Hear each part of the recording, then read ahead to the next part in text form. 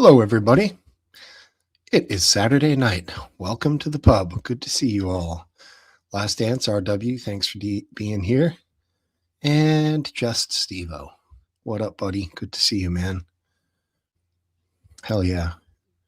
Hopefully, everyone had a nice week. It's a little bit of snow here, but whatever.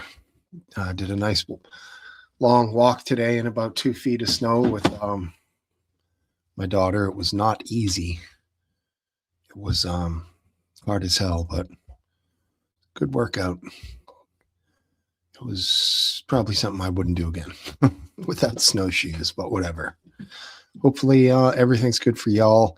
I think there's another winter storm coming around possibly tomorrow into Monday, more so for people down south like you two guys and Based Welshman and Scum TV. Good to see you. Thanks for being here, fellas. All right. You guys ready? All right. What is up? How are you? Hey. Good evening. Good evening to you. Are you slotted to get a bunch of snow? No. South of you, I think, even. South and maybe east. I'm a little inland. I'm on the western side of the Chesapeake Bay. So maybe the eastern side of the Chesapeake Bay, maybe right along the Atlantic Ocean, may get some snow. I don't know. I think it's supposed to. The forecast is for it to be well out into the ocean by the time it gets this far north. Good for you, right? I mean, yeah. One snow event a year is probably all you really want with that. Yeah, this one was just terrible because there was so much ice involved. It was like a lot of fall hazard like crazy. Well, they were like 4-inch thick blocks of ice that on top of the snow, and it was just heavy as hell. First, I couldn't use a snow shovel because it couldn't break through it, so I had to use a smaller shovel. To break through it, and then use the snow shovel to try and move the. It was just a pain. It really was. Yeah. Mm-hmm. A lot lighter up here and fluffier. Not what I would call hero snow. Hero snow is like dust. Our snow was just 1 grade below hero snow, but fairly light, easy to move. We ended up getting about 2 feet over 36 hours, which was pretty substantial. That's a lot of snow. It is. And a fair amount of drifting, so you have sections that are 6 inches and sections that are 3.5 feet. So what are you going to do? Winter in New England. And sadly, rest in peace to, there's a fishing boat that just went down out of Gloucester. 8 men on board. All souls lost. Sadly. That's terrible. Man, 76 footer, I believe. So they theorize. Go ahead. Why go out in bad weather? You got to make the money, man. Well, I know you got to work, right? I mean, are they out for extended periods? I would imagine, yes. It's a 76 footer. They got to fill that thing up to make it worth their while. Okay. And with the wind and the what do they call it? It's ice mist or something like that. This mist that blows. It's the same shit that frosts up airplane wings. It sticks to the top side of the boat. Everything gets covered in it, and it gets top heavy, and it'll flop right over. It's dangerous stuff. Did they recover the boat? Nope. Or the body that's just missing? They may have recovered one body. Okay. But the search has been suspended, and no survivors have been found. So Yeah. Man. Yeah. It's a hard life, man. Fishing. It's just like, I don't know if you're familiar with Gloucester. That's where the Andrea Gale went from, which was famous for the book The Perfect Storm, which also was a movie. No, Out I'm of not. Gloucester. You're not familiar with that movie or book? No, All right. Well, I it know was by, my brother-in-law pronounced it Gloucester. yeah, he's right. Is he a mass guy? Yeah. How cool. Yeah, that's it. Gloucester. Anyways, rest in peace to those fellas. Yeah. Always heavy on my head being an ocean guy. What is up, brother? How are you? Hey, we just got hit here with about a foot of snow. I've never heard of the term before, but it's like that hero snow you're talking about. It just mists around everywhere with the wind, Yep. and I've been watching like snow twisters all day long in the hayfield. Yep. Cool. Yeah, when we called it that when we snowboarded, because when you could rip like a fat turn bombing down a freshy powder field and you throw out a rooster tail that's like 20 feet long, 10 feet high, you just feel like a hero. You feel like you're on the top of the world. And that type of snow is pretty rare. Low moisture content. So Yeah, like 0. Yeah. exactly. That's why you got a foot. Like if it had more moisture in it, you'd probably get 6 inches. The boys went out sledding in it, and it sucked. Like they had to compact it 5 times Exactly. before they could sled it. So I'm Yeah. surprised you could whip through it with a snowboard. You think you just sink right into it and disappear. It has to be steep enough. Yeah, of course. You want to do that on a steep slope, and you can totally shred it. You fly on it. It's amazing. It takes some skill. You have to lean back. Same with powder skiing. You have to lean back, keep your tips up. And I just want a quick artistic reference. So this is meant to be Andy Warhol 1950s newspaper cartoon style. So does this background look better? Oops. That reminds me of the old Batman cartoons when they Pow. punch somebody. Exactly. This one I think has more of an Andy look. Yeah, the other one was more Batman. That's a little bit more Andy. So still, I don't feel like I don't think he used those colors as often, though. Yeah, AI failed on that one. Mm-hmm. But either one I like. So your call. Okay, cool. Welcome to the party, Topple. Come on up here, buddy. There's a lot to talk about today. Do you guys believe there is any such thing as God-given right? I do. Or God-given rights? Well, I don't. You don't. Not in that term. I believe there are human rights, which are everybody is entitled to. I would think at the end of the day, it's the same definition of equal value. No human is worth more intrinsically than the other, but one is based on the fact that a human exists in the first place, and the other is based on they're all creations of God equal. But a lot of the creations of man obviously supersede any other right or natural law. For example, borders. For example, healthcare, things of that nature, food. None of that is a right. When God created, borders are a right through power.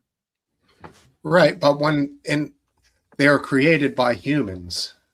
So, and countries in and of themselves were created by humans. It's never been really an earth. It's always been a conglomeration of countries, each with different laws, different rules. I think it's all amalgamating into one. But no one's given any rights at all. No one's given God-given rights. No one's given human rights. Right? It's basically done from the force doctrine. So basically, you're given rights, right, by a force, whether that's the government or the police We're not I actually want to given disagree any with rights. in one sense though. Like for those that follow Christ, they believe that other people have these rights without being forced upon by a government. I think that's the only Yes. I point. believe that that is also true, that you are born with certain rights and governments Well, serve to take them away, but with force. But okay. Well, so in some parts of the world, they don't have any. They don't have any rights that you're talking about. So the well, rights you're talking about are given. Are given by basically male. It's not a female thing. It's a Yeah, misogyny thing. gender, It's given by males. It's done through force. patriarch. no, I wouldn't. That's not the way I would phrase it. That's not the way I would describe Okay, it. so I would say what rights are you given as a child that isn't doesn't come from a forced doctrine? So basically, by force by males. yeah, you're talking about legal rights. I'm talking about inherent rights or moral rights. I'm talking about them too. Well, it's purely a matter of philosophy, but I believe in my philosophy that people have these certain human rights, and they're born with them by virtue of being human. And it's true that governments can refuse to acknowledge them. They can suppress them. They can support them. They can add rights that I don't think people are necessarily born with. But I don't. The presence or absence of government, in my mind, doesn't change what rights you are born with and entitled to. Right, what but in rights that are instance, what rights are you born with and entitled to? None. Well, I but think the right to be free of violence, the right to private decisions, the right to Who freedom gives of you that right? speech, the Who gives you right the right though? to you're born with them. They're who No, natural you're not rights. imposes born. consequence? You're not born with them. For example, you're not born with the same rights as someone from North Korea, are you? Because you Yes, said, they are. like, Yes, I am. Someone no. from North Korea is also born with the rights to freedom of speech But and who so forth. imposes the consequence? Last dance. Yeah, whatever the local government is, they can suppress Males. you. They can suppress. North Korea will Well, they can suppress them. kill you. They can kill you. They can kill you. It's Of a course they force. can. It's force. Hey, four lights Of and course biscuit. they Welcome, can. buddy. They don't. It doesn't So change the basically, fact that you have those rights. you're only given rights to speech by males. Right? You're only given the rights to a free life, but by males. You're not given it by God or anyone else. If I were to accept your construction, I would then have no reason to complain that someone in North Korea gets sent to jail or gets executed for simply speaking their mind. But I do feel I have a right to complain because I believe that they have those rights by virtue Well, of they being haven't. human beings. They have none of the rights you have. And the reason why they don't have the same rights you have is because they're males in their government, their force, right, decide on those rights. So they're not identical. It's all these rights you're talking about. They're different parts of the world. Look at women's rights in the 51 Islamic states in the world. They don't have the same rights as any female we know in the West. But So, what and it's all Welshi, by I believe force. what he's saying. I believe what he's saying is that people are inherently born with these rights as being a human, but governments take them away. So different governments take them away or do not take them away. I believe his point is that despite that, they all inherently have that right in his belief. Yeah, it's a damn near impossible question because you go back to a Native American tribe in this country, say 1,000 years ago. No white men are here. They're still beholden to their own tribe rights, rules, and then their lives can be taken away in a second by their enemies. So at no point ever in modern humans were there any. There's a philosophical right, but in reality, there are none. Yeah, yeah. There's the philosophy of it, what you're saying, Last Dance exists, but the reality of it does not, I guess, if that makes No. sense. So, I mean, the different, we're certainly, in some sense, the rights are a human construct that are a result of philosophy, whether it's religious philosophy or humanist philosophy or non-religious philosophy. It's a philosophical. Otherwise, in some sense, we're just born and we're survival of the fittest. That's the only right that nature itself imposes. So I'm talking about rights that I believe people have because of my philosophies. Otto Warmbier, yeah. I know that's not how you spell his name, but that's always how I saw it. And That's how it's pronounced. It is. And I think that's what our buddy here is talking about. Yeah, just an interesting thing that popped into my head the other day. I thought might be an interesting subject. Yeah, and I'll continue it on a little bit.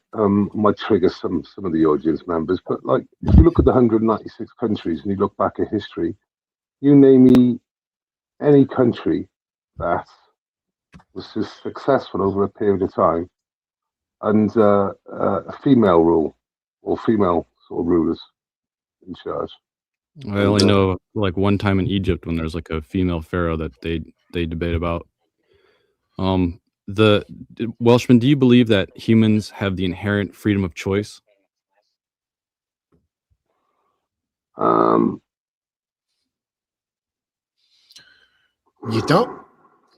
You don't though, because that is erased the second you exist. Depending on where you are. I'm not saying that there's no consequence. I'm saying, do you have the right to choose whatever you want whenever you want? Well, no, you don't. Why? Because if I chose to commit a crime, then I would suffer the consequences of that crime, most probably.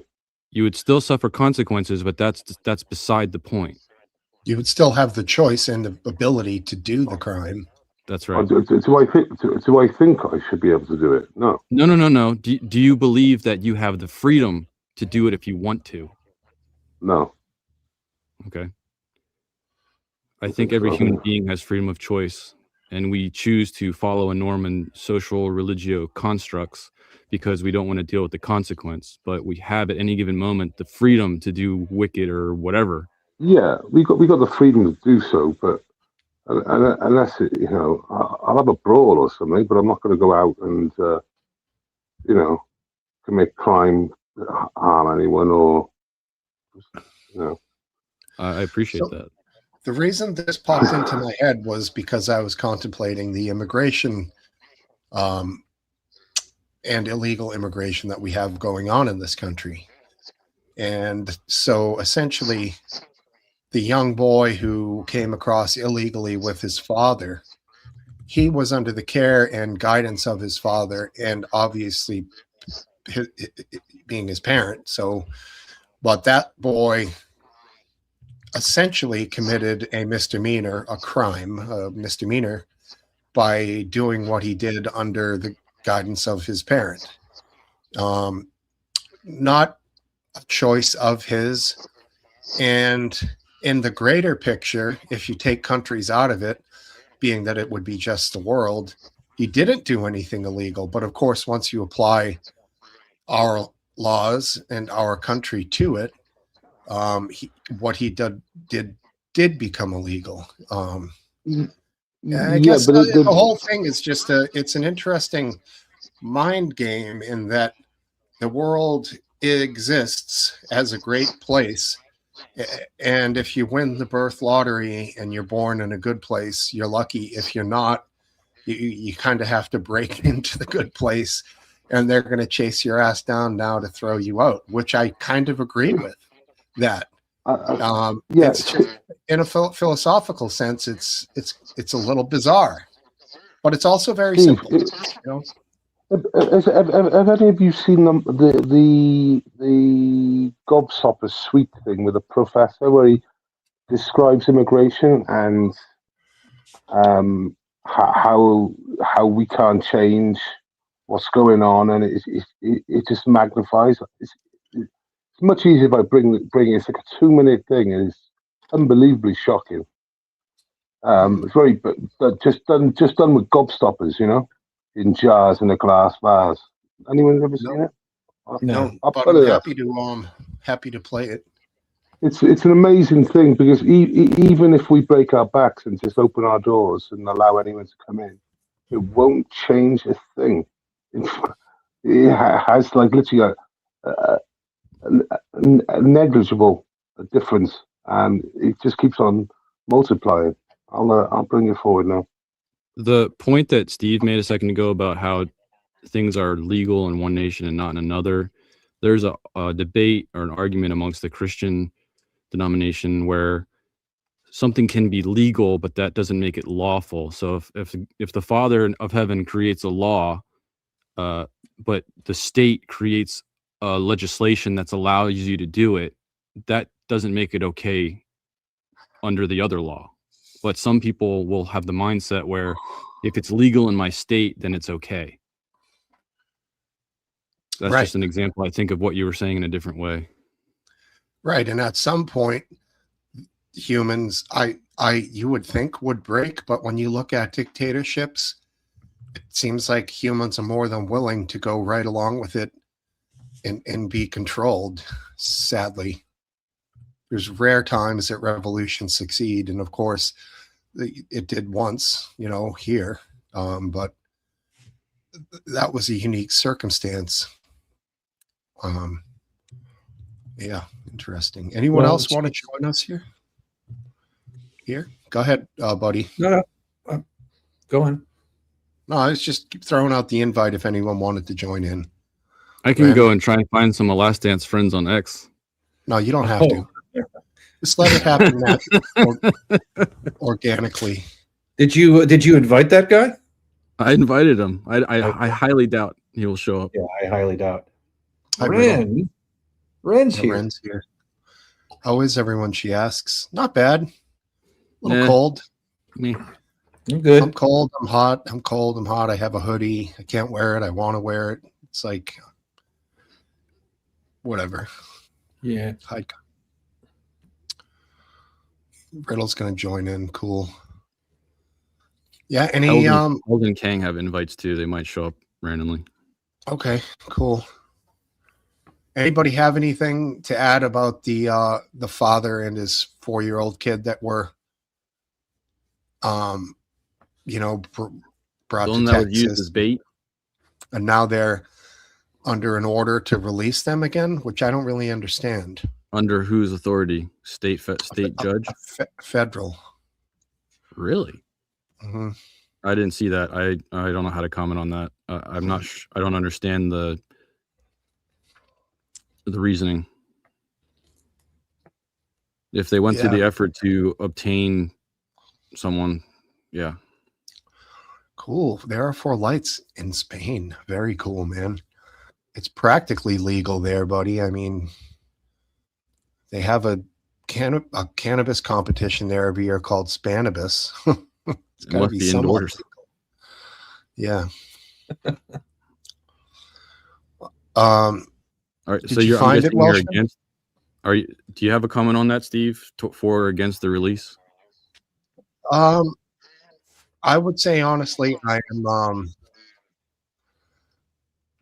Well, they entered the country illegally, so according to current law, if you enter the country illegally, you exist here in the country illegally, you are susceptible to a fine and removal. That's how the law is written. It's a misdemeanor. And yeah, so that makes sense.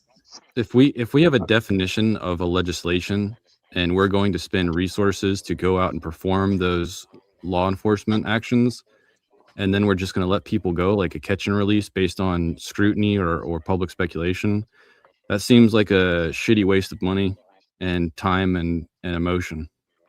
I don't know why there would be any, I have to see the judge's reasoning, but I don't know why they would be released if they're here illegally. That's, to me, that's the end of for the most part, that's the end of the discussion. As I've said before, I find that asylum is almost never legitimate. There are very, very few people that should be eligible for asylum. There's a major stink that in a recent conversation I had where people are saying that a bunch of documented immigrants are being grabbed and removed from the country. And when I looked into it, 2.5 million people that had protected status were removed from that status because the cabinet's saying you should have sought asylum in these nations near you, and you chose to come to the United States. So you actually don't have asylum status, so you're no longer protected. And those people, I believe, are the ones that are being labeled documented. We gave asylum to 2.5 million people. I don't know. Protected status. I don't know if there's a difference in terminology. I don't know either. But Steve, do you see that in the back chat, mate? That demonstration. It's an amazing, honestly, it's an amazing demonstration. It's just. I'll throw that on in a minute.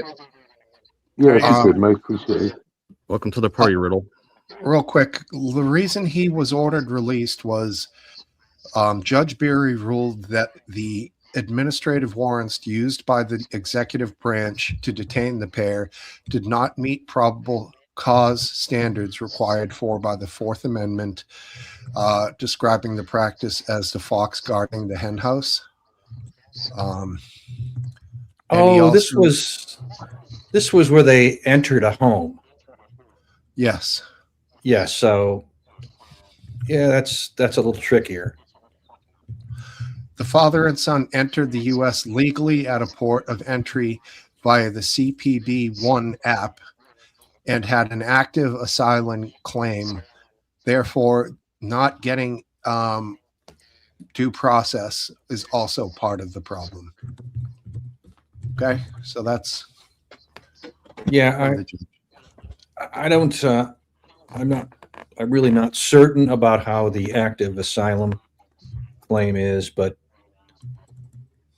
I say asylum claims should be adjudicated while the people are not in the United States. Right. Yeah, I mean that would be logical, wouldn't it? Yeah. There's nothing special about the United States on this continent. Mexico, the United States is a wealthy country comparatively compared to countries south, but there's nothing terrible about Mexico or Costa Rica or any number of countries. Can I say something to that? In a second. There's nothing wrong with them. People can, if they want to, if they're escaping, let's say Venezuelans, maybe they are associated with the opposition, and so they are under some threat. Okay, Venezuelans, go to Costa Rica and apply for asylum in the U.S. if you want, or apply for asylum in Costa Rica. There's no reason why we have to be the country that everybody from south of here goes to when their things aren't going well, whether it's asylum or economic hardship. So I'm done. Okay. Go ahead, Riddle, please. Yeah, I agree with the sentiment. I really don't want people to immediately say that all the asylum seekers have to go here.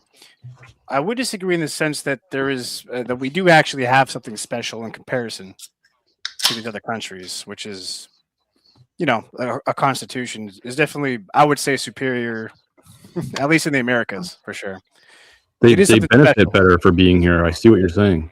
Yeah. So, but I would absolutely want them to. We do not that doesn't mean that they could just come here.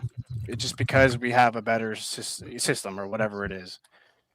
So yeah, I understand that. So I just sorry, Dan, I just want to point that out. We got something special, but it shouldn't be exploited just because it is. I mean, this is a very logical point that Biscuit makes, who's pretty much But a that's diehard liberal. that's a passive aggressive approach to removing somebody. That's putting them in hardship, but allowing them to stay and they leave on their own. I don't understand. Right. It's It's a like good saying you can start. come to the country, but we're going to set you on fire and you have to survive. It's a start. It's a start. It's saying if you're going to wait out your asylum judgeship here, you got to float your own boat. No. Otherwise, go fucking, kick rocks somewhere else until we get to you. I mean, what is So how that- many that's a asylum financial. checkers That's allowance based on financial wealth. I mean, Sure. it certainly would discourage, but I think my solution is better. You don't come to the country until you have been granted asylum. Yeah. I mean, there's a practical problem in that if we let people who claim asylum into the country, then everybody who comes here illegally will claim asylum. So you can't have a carve out like that. It's stupid. You might as well not have immigration laws. So in the UK, the boat people, about 2/3 get citizenship or right to stay. Just so you know, and the ones that don't get it, then it goes through the court system, and odds on the vast majority of them through the ECHR and their human rights they're going to use won't be deported at all, and the percentages goes down to single figures at the end. So yeah, it's just like I said, over here, it's the same thing. It's just been abused all the time. What do you guys think? Sorry. Well, sorry. Let me just finish it off. Another great example is that, like, for example, my neighbour keeps on going back to Afghanistan. He fled from Afghanistan a couple of years back. Oh, he's quite queer. He's been over there now a couple of months now. And you hear this it's really common in the UK that you flee from a country that you were supposed to be persecuted from. And then all of a sudden you go over there every year on holiday. It make a lot of sense. What do you guys think of Homan taking over the Minnesota operation directly? Have you guys seen his speech when he went there? Are you all? Yeah, I didn't. Yeah, I saw I heard his speech. At least a good amount of it. It sounded pretty practical. I'm okay with it. Yeah, it was very spin free. It was very direct, and it was in the spirit that the federal government isn't perfect, which is very different than the original federal narrative response to the incident. Yeah. Well, one thing he didn't say, because I listened to it as well, and I thought, what I was surprised about, he's worked with 6 presidents, right, over immigration. He was Obama's top boy. He gave him a medal. And I'm surprised, just at some point during his speech, that he didn't actually just mention that before everyone says, I've worked with 6 presidents going back to Reagan. So, That's a track record. That's proper track record, So I think that's the only thing I thought he could have done to aid him a little bit. Whether it just goes over everyone's head, Right. He's just What do doing you his guys have job. any thoughts on the Department of Justice themselves opening up a civil lawsuit for Alex Preddy? Does that make you guys think anything in either direction of guilty or non-guilty for a federal side? I think your wording on that is a bit off. Go ahead then. They're investigating a civil rights violation. It's not a civil lawsuit. All right, let me look up the wording then. Sorry. In the sense of a civil lawsuit. And just to add, we've all seen the footage from 11 or 10 days previous, where he starts attacking a ICE vehicle repeatedly. He's spitting in the direction of federal officers. And when he's doing that, mind you, there's a pistol visible on his waist. When he's kicking and his jacket pops up and he's fucking flailing, gun. Yeah. On top of that, I found out that he's getting divorced and looks like he's going through a bit of a crisis. And sadly, I think he's just turned into like a. Just think about the logic. Like, it's not the same in the UK, but if you put yourself in his shoes, you're carrying a weapon which you're entitled to carry. You're then getting involved in protests, right? And like a week previous or 10 days previous, you basically fucking near enough lucky you didn't get shot. That was more fucking frantic than sadly the other one. and he's taken nothing in on hand. He's looked at his actions and thought, no, I'm going to do this sort of shit again. Tooled up. It's just Yeah. like, well, fuck you. Crazy. To be honest, even though, yeah, it looked ridiculous, he looked foolish doing that, then that to me doesn't affect my judgment on the shooting. Yeah, it's a Right. different day. I understand. I understand it's a different day. I'm just talking about his actions over like those 2 weeks. He didn't reflect on his actions after the first fucking thing, where he could have got shot then. And I think that you have more of a right, maybe. I don't know, but what's he fucking doing? He hasn't learned or reflected. He's taking no Yeah. responsibility. I pushed back against that last week, and I'm going to push back against that again. I think carrying a weapon is right. He was legally carrying. It's up to law enforcement to negotiate that. I do agree, and if you're carrying, you need to understand that this puts you at a higher risk of being involved in of being shot. Whether it's by law enforcement or somebody else.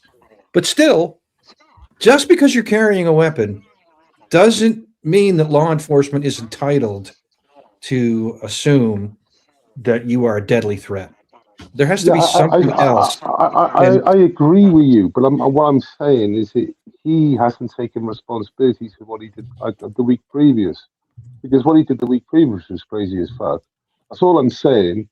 Yeah. I understand it's a completely different incident. I'm not arguing with you. He's got the right to carry, but his actions over that period just to me shows someone who's not really in grip with reality. He's having to go with federal officers. I also think that the specific situation that he was shot in it's a very difficult one for someone like an ICE agent or a Border Patrol agent to figure out what to do, because they don't have the full picture that we have. They saw, each one of them had a view from their own senses of hearing and sight, and they formed their own mental picture in the moments that this thing unfolded. Yeah. Whereas we have the chance to sit back and look at every angle, and Yeah. I mean, in 3 seconds, it went from an arrest to gun, and within 3 seconds, I think it was already, shots already fired. People say, here's a narrative I see over and over again. He was obviously murdered. One agent took his gun away, and then he was shot. But if you look at the situation, it was not clear that anybody knew of all those agents. It wasn't clear that they had realized that the one agent had disarmed him. So if none of those other agents knew that he was disarmed, that means that those that had been told or understood that he had a gun still thought he did. That was wrong. He didn't, but what they have to go on what they hear, what they see, and what they know.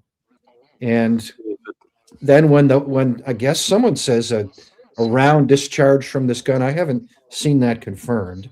That's not confirmed. I think it's a cop out, personally. But certainly someone said gun, according to the agents, and one agent or two shot the guy. They're going to be able to do bullet count from magazine. They're going to be able to do bullets on scene, bullets in body. If the bullet count is all in his body, that's going to quickly say that the gun didn't accidentally go off in the background. Yeah. They will find out that, but I do know that gun has fallen from misfiring, because there's YouTube videos from like 2, 3, 4 years ago showing it misfiring under those circumstances, and So yeah, but I've seen other. You're right though. They will find out. I know. I've seen other people say, "Well, look at the demonstration. He's got a screw in, by the trigger. That depresses the trigger less than 1 millimeter. Okay. it's Well, still I don't. still a modification. I do not know how to evaluate these claims and counterclaims. So I'm, Oh, If, sort of if at a you've got loss. old YouTube videos, then it would say, you know, I guess I find it hard to believe that a gun that misfires by, gripping it the wrong way, I would be surprised that that gun would sell. it doesn't anymore. Right. So I mean, yeah, before, Yeah, Yeah, well, it took a while for them to really make it happen with proof for this thing, even though there were some videos going around of it discharging. For example, a cop was wrestling a guy in a police station. Now, they always carry one in the pipe, so that thing is ready to fire, So Yep. if he Yeah. leans hard on his holster and flexes the holster, and some part of the holster pushes the trigger to the side and Yeah. also pushes the slide to the side on top, you can have a negligent discharge. It's scary enough that carrying one. And I mean, if you're in a fucking war zone, yeah, I see carrying, and I see why cops want to carry one. But these everyday carry guys who carry one in the pipe and it's pointed right down at their pipe. I don't know. That freaks me out, man. That's like, I guess the other you want the to other pull that issue thing is- out, I guess, yeah. be ready to go. But the other Go thing ahead. it's unlikely is that the gun company would not want the liability for having a gun that can be demonstrated to be essentially defective. they denied it for years. I know they denied it, but all you have to do is go to a jury with one of these videos, and of course they will have a counter argument, but I don't know. You want to take your chance with a jury verdict? know, 'Cause- I gotta say, if you don't mind, because I've been wanting to say something for a bit, and I kind of have to force myself in here. If that's Sure, that's go okay. ahead. Yeah. So when it comes to the ice thing, because there's also on the side chat, right, with the whole ice thing, right? Yeah, there's a lot of weird stuff that happened, right? Yeah, they were pretty thuggish about it. However, you could argue both ways of how this exactly went down and why it went down. For example, the faulty manufacturing, right? But why that happened in the first place, all that stuff. That's not being addressed here, is it? What specifically? Go ahead. Go ahead, Riddle. I'm so- asking you, can you clarify that? Yeah. Well, for example, Ren is saying, and by the way, feel free to hop on if you're, just to make it easier to talk about this, because I don't want to have to address like the side chat all the time. It seems like the narrative is basically that because of these crazy two incidents which were very controversial, obviously, you could argue both ways of either side. The second one looked even worse, right? Depending on which derivative you want to go with. But basically, what is Tim Waltz doing about this, right? Where did this originally come from? If you're stating that the state is allowing more chaotic civilian actions by not being in the way, then that's the only relation I can have to what you're saying. Really, what are you saying? Essentially, that is by not allowing the state to at least interact with ICE at all, and kind of whatever their policy is, right? California, you're not allowed to do anything. You're not allowed to interact with ICE agents at all. I imagine it's the same with Minnesota. I don't know exactly their exact policies are, but I think it's a very big responsibility to when you tell the local police. I'm sorry, Base. Hold on. When you tell the local police to not work with the federal agents, this is what happens. It's inevitable. Yeah. It's unfortunate. I mean, the last couple of days they have been working with ICE, and you can see the difference. because of this, what's happened. Now the damage is done. Now people hate ICE. They think it's a Gestapo, and the people you see people on the in the side chat go and be like, okay, well, now I didn't want it to be like this. Like we've all lost law and order. It's because of terrible policies given by the state not working with the federal government. Didn't have to be this way. Waltz has been inciting violence. Tampons him. Not even just by his rhetoric, by enacting policies. It's insane. Homan moving out there on the federal side, I think, is the federal side running defense right now, and Walz and Fry, I think both have very much backed off their soapboxing at the moment. So I think they're running defense on the state side as well. So I posted on the side the terminology for the civil suit that's happening from the DOJ. I don't know how long that will take, but we'll be able to revisit this with a lot more detail in the future.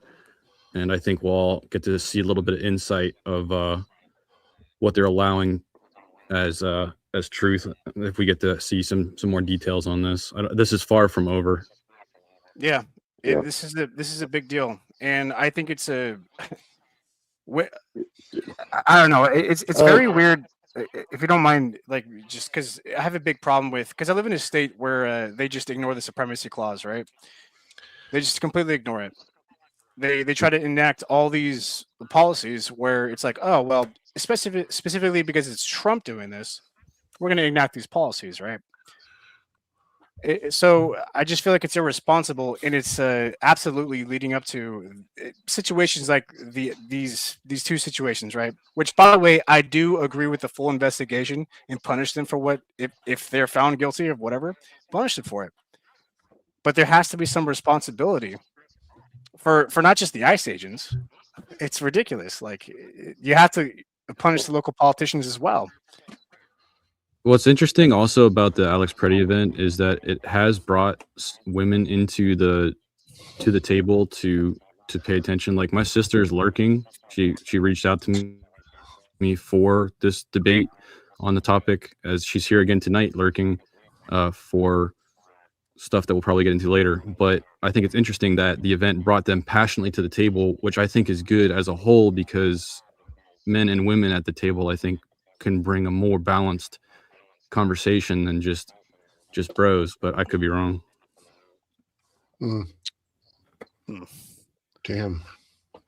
So let me Steve, can you line up that video for me, mate, please? That little demonstration. Thanks, sure. mate. I want to get our buddy. It's a really good demonstration, see, and it'll answer a lot of questions, and it'll be done in front of you using balls.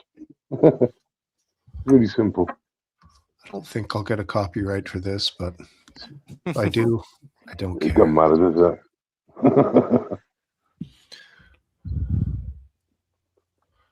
Gumballs, that's what it was.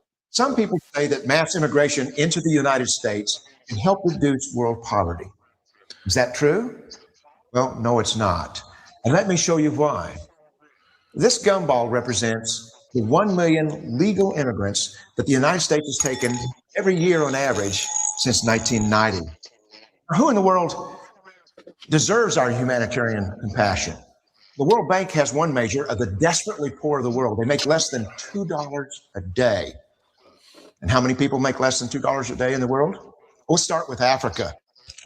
In Africa alone, there are 650 million people who make less than $2 a day. 650 million. And in India, another 890 million people, desperately poor. China adds another 480 million people, making less than $2 a day. And unfortunately, the rest of Asia has a heartbreaking 810 million people who the World Bank says make less than $2 a day. And finally, there's 105 million of Latin America's population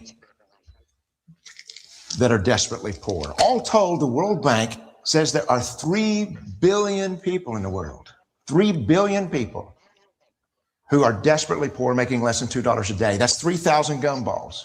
And every year, we take 1 million and suggest that we've somehow made a humanitarian difference. Of course, we don't pull our immigrants from these desperately poor populations, do we?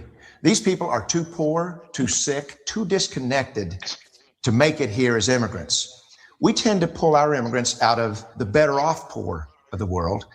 And Mexico tends to define the type of immigrant that we bring here because the plurality of people come from Mexico. And Mexico is poor. How many people in the world live in countries that have average incomes lower than that of Mexico? And the World Bank tells us that that number is these 3 billion plus another 2.6 billion people. 5.6 billion people in the world who live in countries with average incomes below that of Mexico. That's 5,600 gumballs. And so what is it that the elites are telling us? They're telling us that when we take this 1 million immigrants, that we somehow or another are tackling world poverty. And we have to do it regardless of the effect on our unemployed, the working poor, the most vulnerable members of our society, regardless of the effect on our natural resources. Even if we went by the most radical proposals in Washington, which are to actually double our immigration to 2 million a year, which would totally overwhelm our physical, natural, and social infrastructures, we couldn't make a noticeable difference. And we may be really hurting the impoverished people of the world because the million that we... All right, I think we got it. It's a good example. It's a good, It's good visual. How accurate? I don't know. It's good It is visual. very good visual. I would say I would believe that guy's numbers to within a reasonable 2 gumballs. reasonable Yeah. of accuracy. You know I what I'm want to know. saying? I want to know how he transports them all in those glass jars. It's smashed everywhere. I don't know. Probably Yeah. I don't know what the point is of this. I mean, is that supposed to make you not want to help people that come to this country that are already coming because they want a better life? Because it doesn't change that. No. What it demonstrates there is that you shouldn't break your back, right, and keep on pushing huge numbers of migration into your homeland. It's a nice cozy just make- example to just keep it all to yourself. You know what it brings me back to, Aphid? A quote Right that there. will go down in history by the old Trumper. Shithole Shithole countries. country. Yeah. That's essentially what the gumballs are. All shithole countries. And Mexico is at the top of the shithole, as he just pointed out. So many more countries that are poorer than Mexico. Yeah. Yeah, I was you know, surprised how small the Latin I mean, jar was. if we weren't landlocked, I'm sure those other people would be here too. yeah, that's why They're so poor they don't even know that America exists. Most of them. Well, the problem is They now don't got that's TV. becoming that's less and less now. But yeah, I get your point. But the reality is, you can't just keep your doors open. It doesn't do anyone in the host country any good at all. It does those people coming good. no, I mean, it's not like it don't do any good. I'm not saying let 'em in. Any government's objective is I'm a to selfish motherfucker too. serve and protect the American people. Not serve and protect the fucking world. I agree with you, but I do find something. I don't know how to explain it other than it when somebody does go through the whole rigmarole of becoming an American citizen and they get to go and raise their hand and pledge their allegiance, and there you can see the joy in their face. They've conquered a very, very difficult thing to do, and I think that's good. I think it's great that it's hard. I think it's great that we only do. We've been talking for a good half hour saying that it's been abused, and you were the one leading that charge, saying immigration's abused. So yeah, I understand that there's many examples, that people really come for the right reasons. But the reality is, the numbers in the UK are through the fucking roof, and the numbers in America are through the fucking roof, and the numbers through the UK are through the fucking roof. And that's because totally we're not. We've got exactly the same problem as numbers. No. And where they're coming from. No, the people that most of the people that come here don't hate us. or the way we live. No. Or the way we live. No, of course not. They just want to use our system. Of course, they don't hate us. They just Well, want I to know, use but he's saying that our immigration problem is the same as his, which couldn't be further from the truth, as far as I'm concerned. So what are you suggesting? If Interesting. are you suggesting that the immigration that comes in the UK, they hate us? Well, plus you're overwhelmed, and you're gonna, Wait there, no, somebody was one of you guys. Aphid, Go ahead. so who hates us that comes to our country, Aphid? Most of your immigrants, You know, who are they? Asians, I think they're called. Right, that's for sure. Asians. What, Yeah. like Sikhs and Hindus? Are you talking about them? No, there's some other. Or Buddhists? Are you talking about Buddhists? I'm talking about the not war-torn Buddhist. countries. Because you brought up that. I never brought it up. I just said the numbers was through the roof.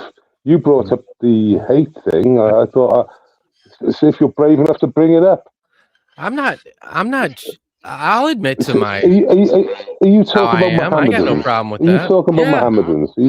Right. I'm talking about war-torn countries where they basically had no option. They were either going to live with their family or half of their family was going to die. So they decided to go somewhere. And you guys were the shining light on the problem is what you or Lee said a couple of weeks ago. You were talking about somebody that was running for office that listens to those people too much. Well, that's a part of your population. Those people are in your system now. Those people are a part of your nation. So why wouldn't a representative for your nation listen to them? They have just as much right now as you guys do. I think we were on about a convicted terrorist who's now been voted in as a councillor now. No, I feel like it was Storm. I think it was Stormer because he listens and he caters to that side too much. Is I think how it was phrased. It's pronounced. Starmer's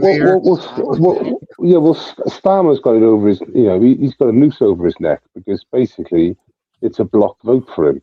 So he knows he's got that vote, and as long as he toes the line, and that's basically the scenario because it's a block vote. It's such a powerful vote. So it's not natural. What I'm saying is just with numbers alone, what I'm saying, those people are going to succeed more than anybody that doesn't cater to that side. You go to their religious establishment, and they'll say vote for Labour. They will say it. There's many videos out there, and all the congregation will vote for Labour. So, it's a bit. Do you know what happened in Spain this week? In Spain this week, they're allowing 800,000 migrants to enter the country before December the 31st, and they're calling them citizens. They're going to call them all citizens, right? Which means then they've got the open key throughout Europe, for any countries throughout Europe. Now, the reason why the government done this is because the government needs their vote. And they know, and they're going against the Spaniards' wishes. They hate the Spaniards so much that they'll take a vote off anybody to keep them in power. So this is what it is. They've literally green-lighted 800,000 migrants. So now, odds on they're going to vote for this extreme socialist left-wing party.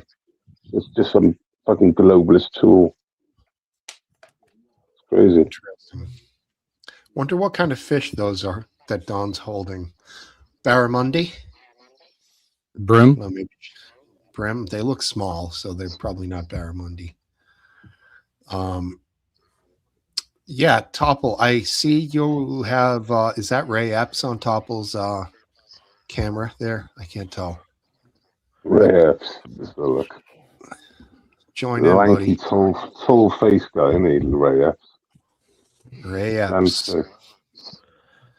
Let's not get into the old Ray Epps wormhole again. Oh, by the way, Aphid, I saw that the interview you had with Sloops. Sloop. Yeah, Sloop. Good old Sloop. Yeah, it was very wholesome. It's nice. How long ago was that? Sloop was, oh man, it's got to be, I don't know, 8 years ago probably. Yeah, I would say so. When did he? Yeah, probably. Maybe even older. 9. Damn. Yeah, because that dude is a legend. Yeah. For 'cause real. I He didn't- was I a- didn't know he was anything a about him. legend. No, I'm sure you didn't. Yeah, but he's this old. He had more respect than anybody I can even think of on all of Live Leak. Probably. I mean, maybe I'm wrong, but Last Dance, I'm sure, has an opinion. I remember him I well. think he was highly respected. I didn't have my finger on the pulse of Live Leak as much as you guys did. Oh, He I know I defended him when other people commented on his Garden Say comments, or I'd be like, have some respect, dude. Like, you know, respect Sloop, your dude. elders. Yeah, I mean, Yeah, Sloop is a Guy good was- guy, man.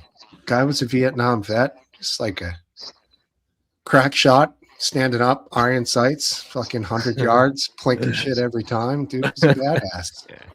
Never forget when his refrigerator door got stuck open and he fucking lost like, I don't know, 20 pounds of fresh peppers that he had grown, and he was it's just wild, man. That was a good discussion I had with old Sloop on gun control.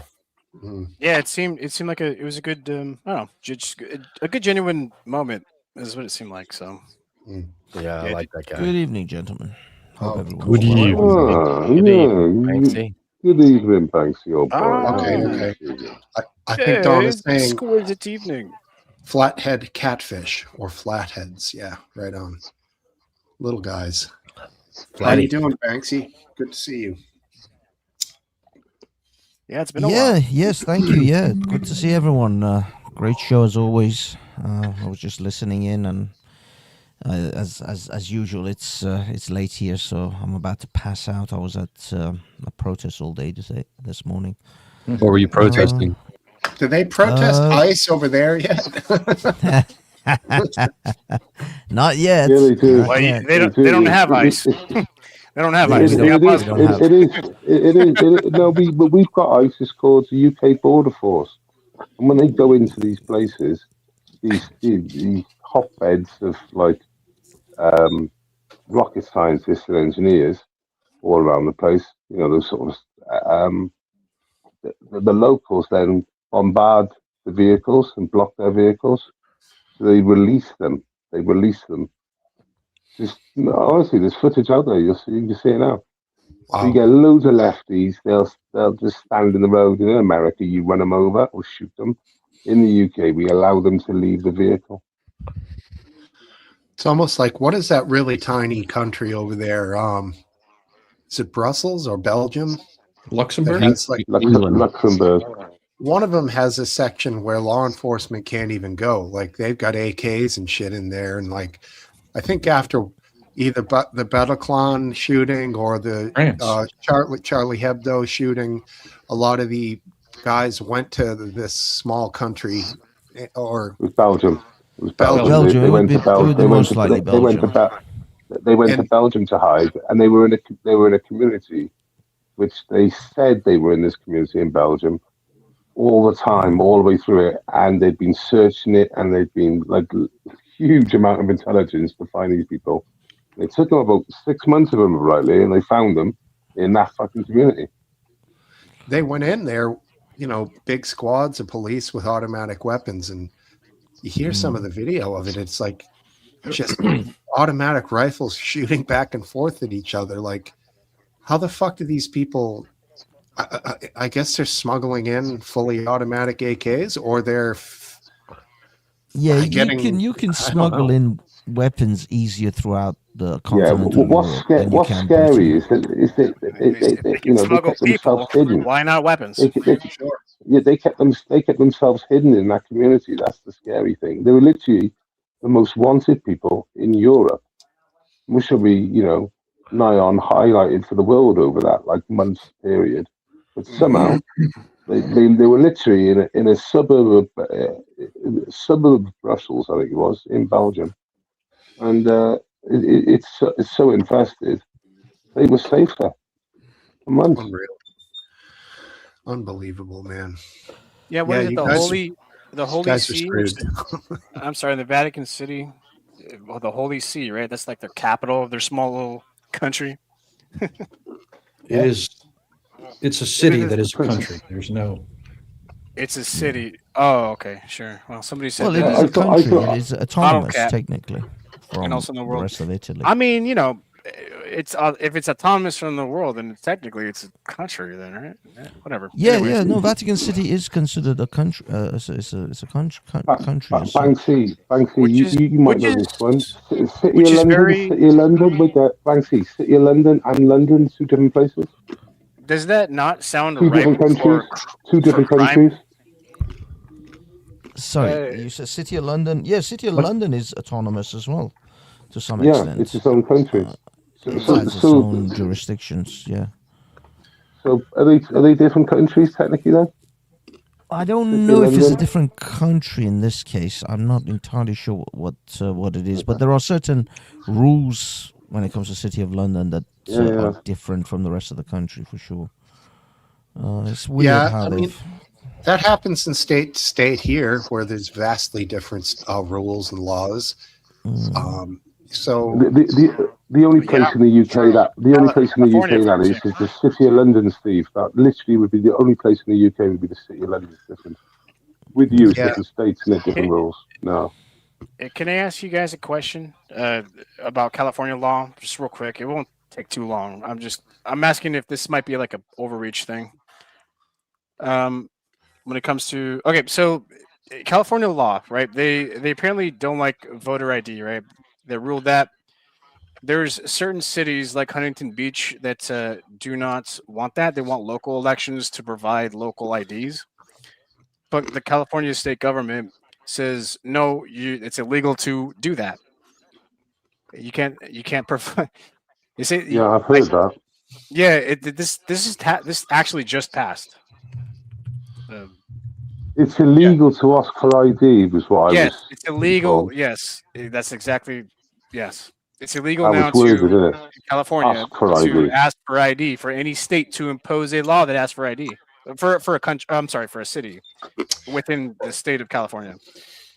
And this state will. I'm not sure what the punishments are, but it's apparently illegal.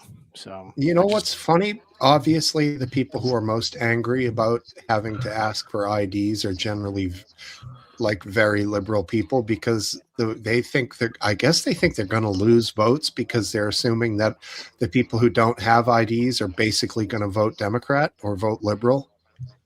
Well, Right. what they'll say is that that voter IDs laws are racist, designed to disenfranchise minorities. Yeah, that's their. It's voter suppression, is what they like to claim it is, right? And they're basically saying that these minorities are too stupid to find voter ID, which is racist. Remember the memes going around with the black kids who like throwing their laptop around and like punching the screen and stuff, because basically the liberals, the white liberals in the country, literally assume that they're not capable of getting ID or having ID, and basically you can't operate in America without not having ID. But listen, what doesn't make any sense? I know I work with a lot of minorities of all types. I can ask every one of them, do you have your driver's license on you at any time during a work day? And they all do. I'm sure there's individuals that be like, none of your business. They're all like, well, no, we never carry a driver's license. Like, who carries that? Like, it's a minority specific thing. No, like most people do. What is the big worry about this subsection of people? That is it that they don't have IDs because they're not legal? What's the fucking problem? Steve, I've seen interviewers interviewing typical liberal people, and they declare themselves as being liberal. They literally say that ID for voting is illegal because it targets the less privileged people, and generally minorities, black and stuff, and poor people, and they literally say that. Does the federal government have any say in a state on how that state has to vote for the federal election? Well, no. In the elections, state law takes over, even though it's a federal election. Yeah, that's a little confusing. Okay. So one state could require for a presidential election to show IDs, and another state doesn't. It's not a blanket thing. Okay. Strange as it might be, but the workers at the federal election are all townies usually, right? They're like just local people, volunteers and stuff. It just seems Sure. like one of those things where everything that's federal is federally controlled, but then that which enables the federal government to have its office is not federal. I just think that's interesting. It is interesting. Probably better, I guess, because then it doesn't have total monopoly of function. But I don't know. Are we just going to get stalemated on this? Are we going to get stalemated for how we elect, or is there actually going to be a change in legislation during this administration? Well, I don't know. Like, I go back again to what is the big concern? Everyone carries their ID. It's such a tiny amount of people that don't have one. Can I ask you this? You ever watch these police videos on YouTube, like police activity? There's like dozens and dozens of channels. Like Sure, auditing? of course. Love People that get pulled over, I would say a majority of them don't have IDs. Yeah, but they can get must not be going to vote. ID. They've got an ID in the house. I never leave the Maybe. house with ID. I never leave the house with ID. But if I needed my ID, I know where it is. Well, it's different, I suppose, Last Dance, if they're getting pulled over for a suspended license. Then why do they care if they have their license or not? Or drunk driving. I mean, a lot of these cases, these people are being pulled over for other things and they don't have their ID. They're not being pulled over for. I guess I'm saying that you know the people you come in contact with are people who are stable, have jobs. You know, I might say they're kind of normal. That doesn't necessarily mean that there aren't a significant percentage of less stable. All right, put a number to it. I don't know. I'd say 0.5% at most.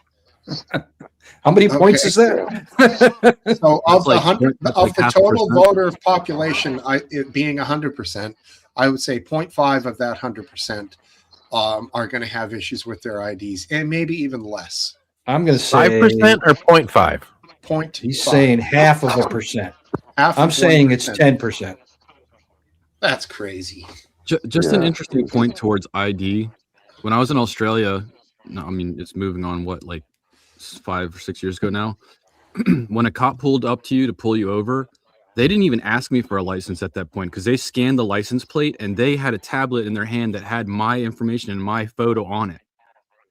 So I don't know if the UK has that technology as well as Commonwealth, but I can see us in America totally moving towards this thing where this whole thing where we have to carry ID and everything is pretty obsolete because technology, facial recognition, all that crap IDs us. Nope. Yeah, I mean, we've had You don't see that, Last number Dance? plate recognition. Not anytime. Not in my That's lifetime. part of 10 years. I mean, Yeah. last time I wasn't pulled over, but my motorbike ran out of petrol in gas in the middle of a tunnel. So I was pushing my motorcycle out of this tunnel. It's a very long tunnel. And obviously I was holding up one lane of the traffic and the police came up behind me. And eventually they helped me push the bike out of the tunnel and park it up. When I got in the car, because they actually offered to give me a lift to the petrol station to put some gas in a canister and then bring it back. When I got in the car, they had all my information on their screen. My name, registration of my car, where I lived, my bike, where I lived, everything. An image? It was all on their screen. No pictures. No, I didn't have a picture. Okay. It was just text message, but it was my full name. Everything was on there.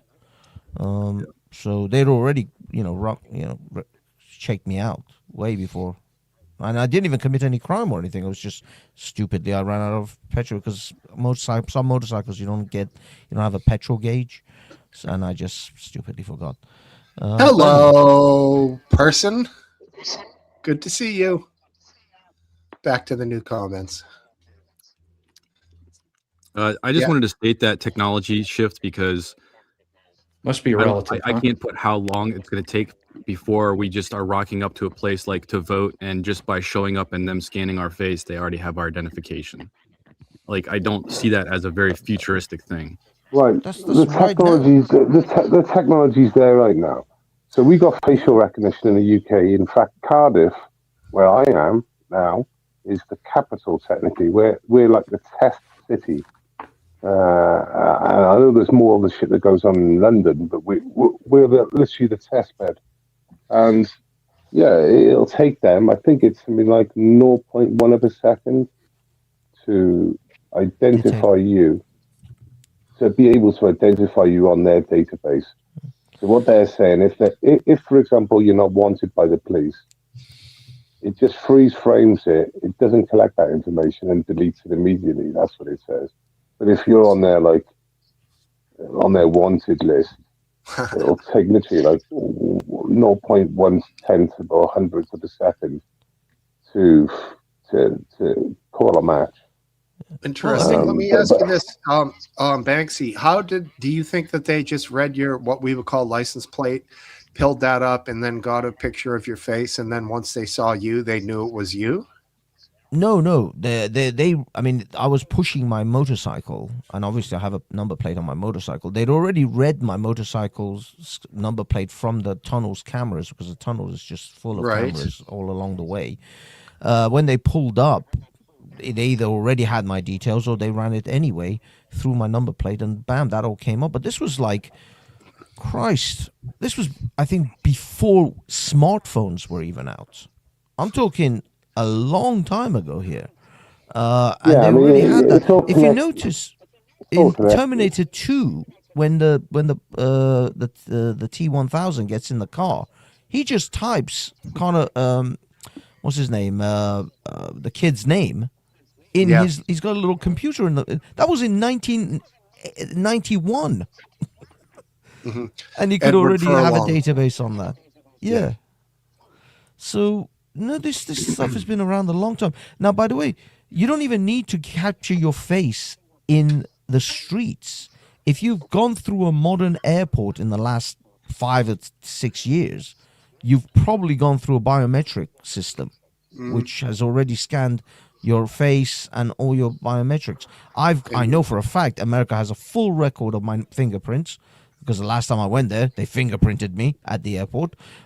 In Dubai, I'm fully biometric because I just went through the Dubai electronic system. I never even got a stamp in my passport because I just went through the electronic system. They see this guy coming right here. They're like, "Get the ready." Well, I mean, I'll be honest. Clip this. I was just grateful. I was just grateful they didn't give me the rubber glove treatment. That's all. I was like. Hey, Steve, who do you have in the I'm back? reporting to the CCP right now. What's that? Who do we have in the back? Who's the 8th? It's Topple, but I don't know if it's him. Okay. Hey, Banksy just brought up T-1000. That's Terminator 2. Aphidlip, did you see the Dern Brothers video? No, what happened? Oh, where they allied off they did stuff off the different scenes from that movie. Yeah, I did see that. That was a really great idea. I think they just hit a gold mine. So they all lead up. Remember when they had the 18-wheeler with, jump off of the thing into the drainage culvert chasing the motorcycle? Yeah, well, the guy ollied off of that same point there. It was just absolutely spectacular. Great movie. You really like those guys. I think that was I didn't like the Bam Margera stuff. I think this is a great idea. Did you guys see the director that made Requiem for a Dream is releasing the 1776 video that's completely made out of AI prompts? No. What? I'm just curious to see if that that Darren Aronofsky. Did you guys like that movie? I can't remember his name. I think it's a brilliant movie. The trailer is unbelievable. No, wait, I'm asking about a Requiem for a Dream. Oh, Requiem for a Dream was that was a great movie. Bit depressing. Yeah, it was sad. It sits with you. It was sits brutal. with you. Wow. Yeah, it was a brutal dark, but it was good. I think that's good when movies sit with you, though. Those are the good ones, Yeah. The eternal question: would you rather have a lobotomy, get your arm cut off, or be turned into a whore for money? It was a good. Turned into a what? Whore for money, basically. Can I pick my clients? The last one sounds probably the best. that's the result of You the can do a three. whore for money, but oh man, yeah, okay, yeah. Shit. If I set the was- price, then it's never going to happen anyway. Like And $6 billion. okay, anyway, I'm sorry. She's a pretty cute whore too. Oh, Come on, so RW. romantic of There'll you. always be someone that'll be willing to find the price for you, meet your price. Banksy, what Handsome little protest devil. did you go to today? What protest Braintree. you got? Oh, right. I didn't see notifications. What was You the didn't. topic? The what was the protest?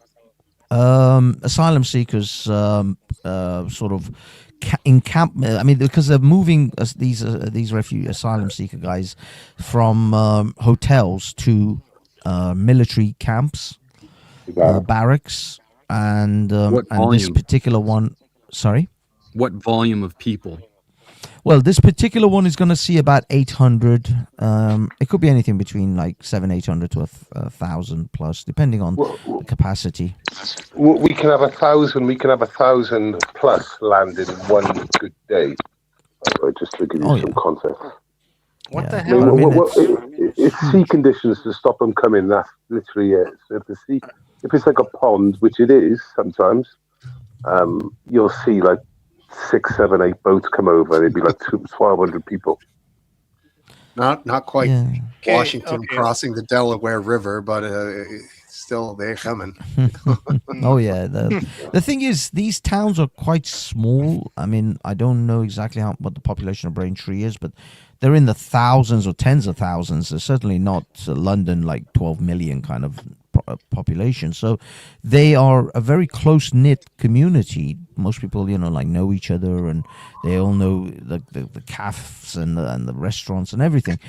And this population of essentially single horny men are going to be loitering around their town, and these people are genuinely worried because this is a kind of place, you let your kids go out to play without worrying, or used to.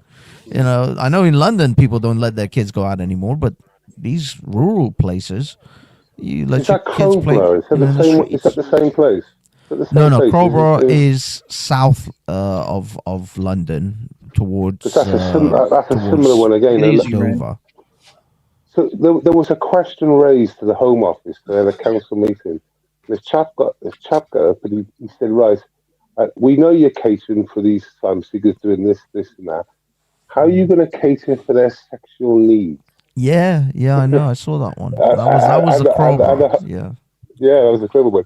And the Home Office said, "I'm not." Yeah, because they have who's no catering plans. for the 600 men's sexual needs. Yeah, they have no plans. I mean, I guess they're gonna supply them with a lifetime subscription to Pornhub or OnlyFans or something. I don't know, but the fact is that there's going to be several hundreds, if not thousands, of just lonely men, of military age, 20 to 30 odd, with different attitudes to women and stuff. Well, yeah, but also just the fact that they just have nothing better to do, and they're just going to be loitering around these small villages. Banksy, this is why I'm so proud of the Welsh and what we did. We tried it in Pembury, and we didn't succeed. That they turned up.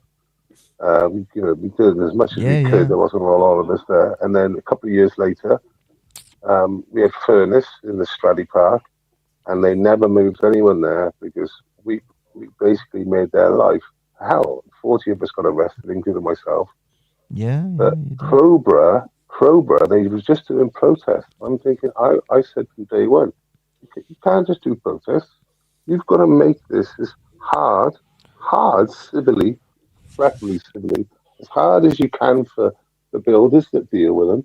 Anyone that deals with the hotel now, basically, you've just got to make the whole day and night as bad as you can. And so, but that's all we've got now and that's all we can do. And we were against the Home Office, the local police, everyone, and we won.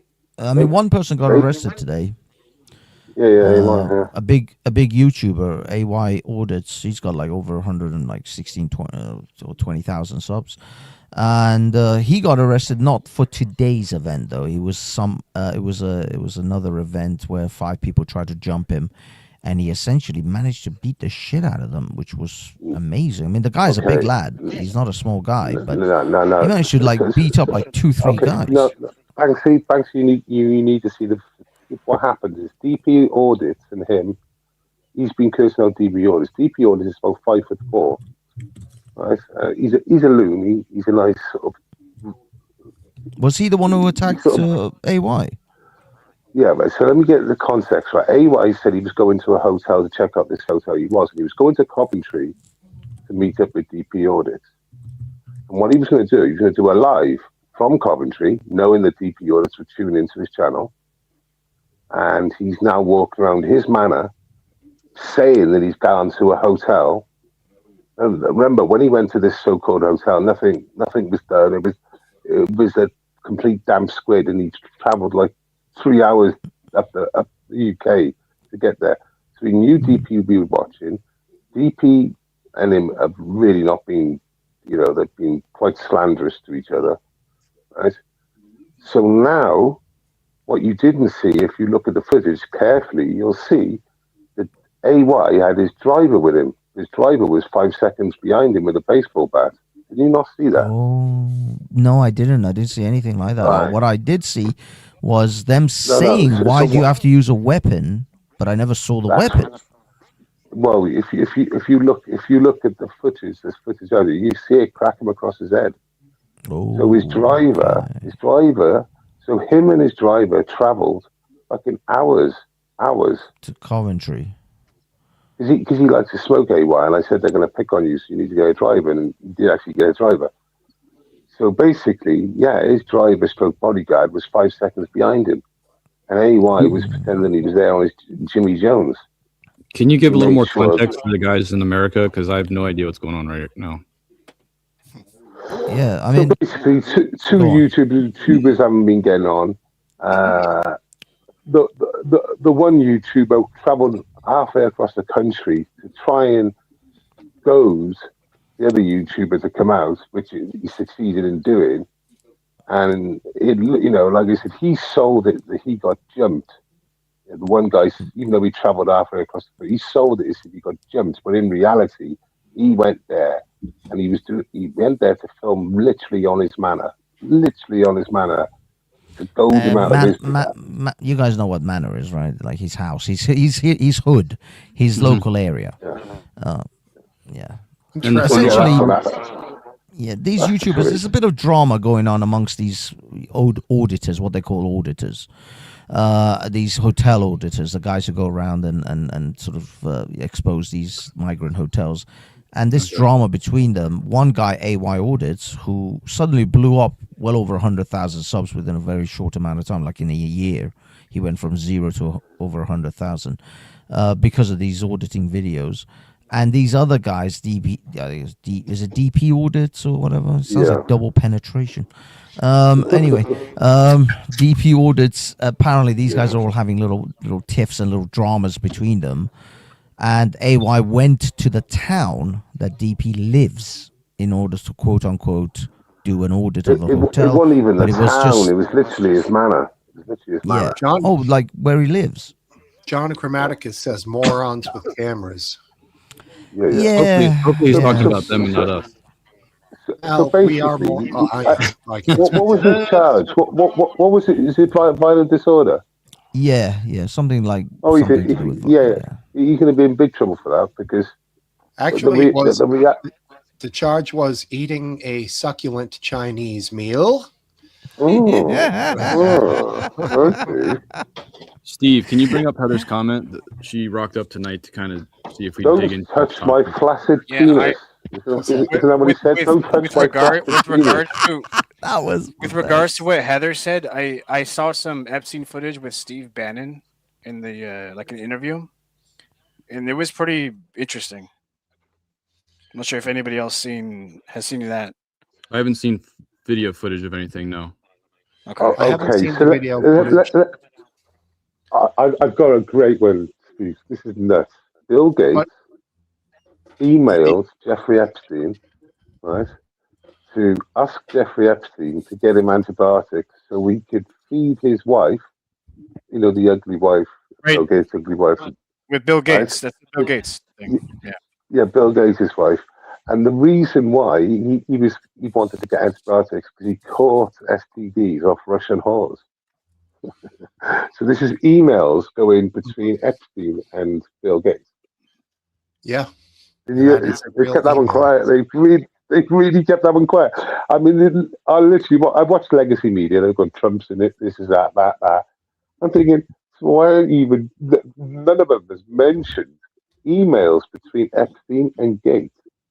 Not someone's written, not someone said something. Because this is what all this includes as well. It includes just basically people saying stuff. It kind of confirms the emails. Sorry, but if it's emails going between two parties, then I would suggest that's pretty damning.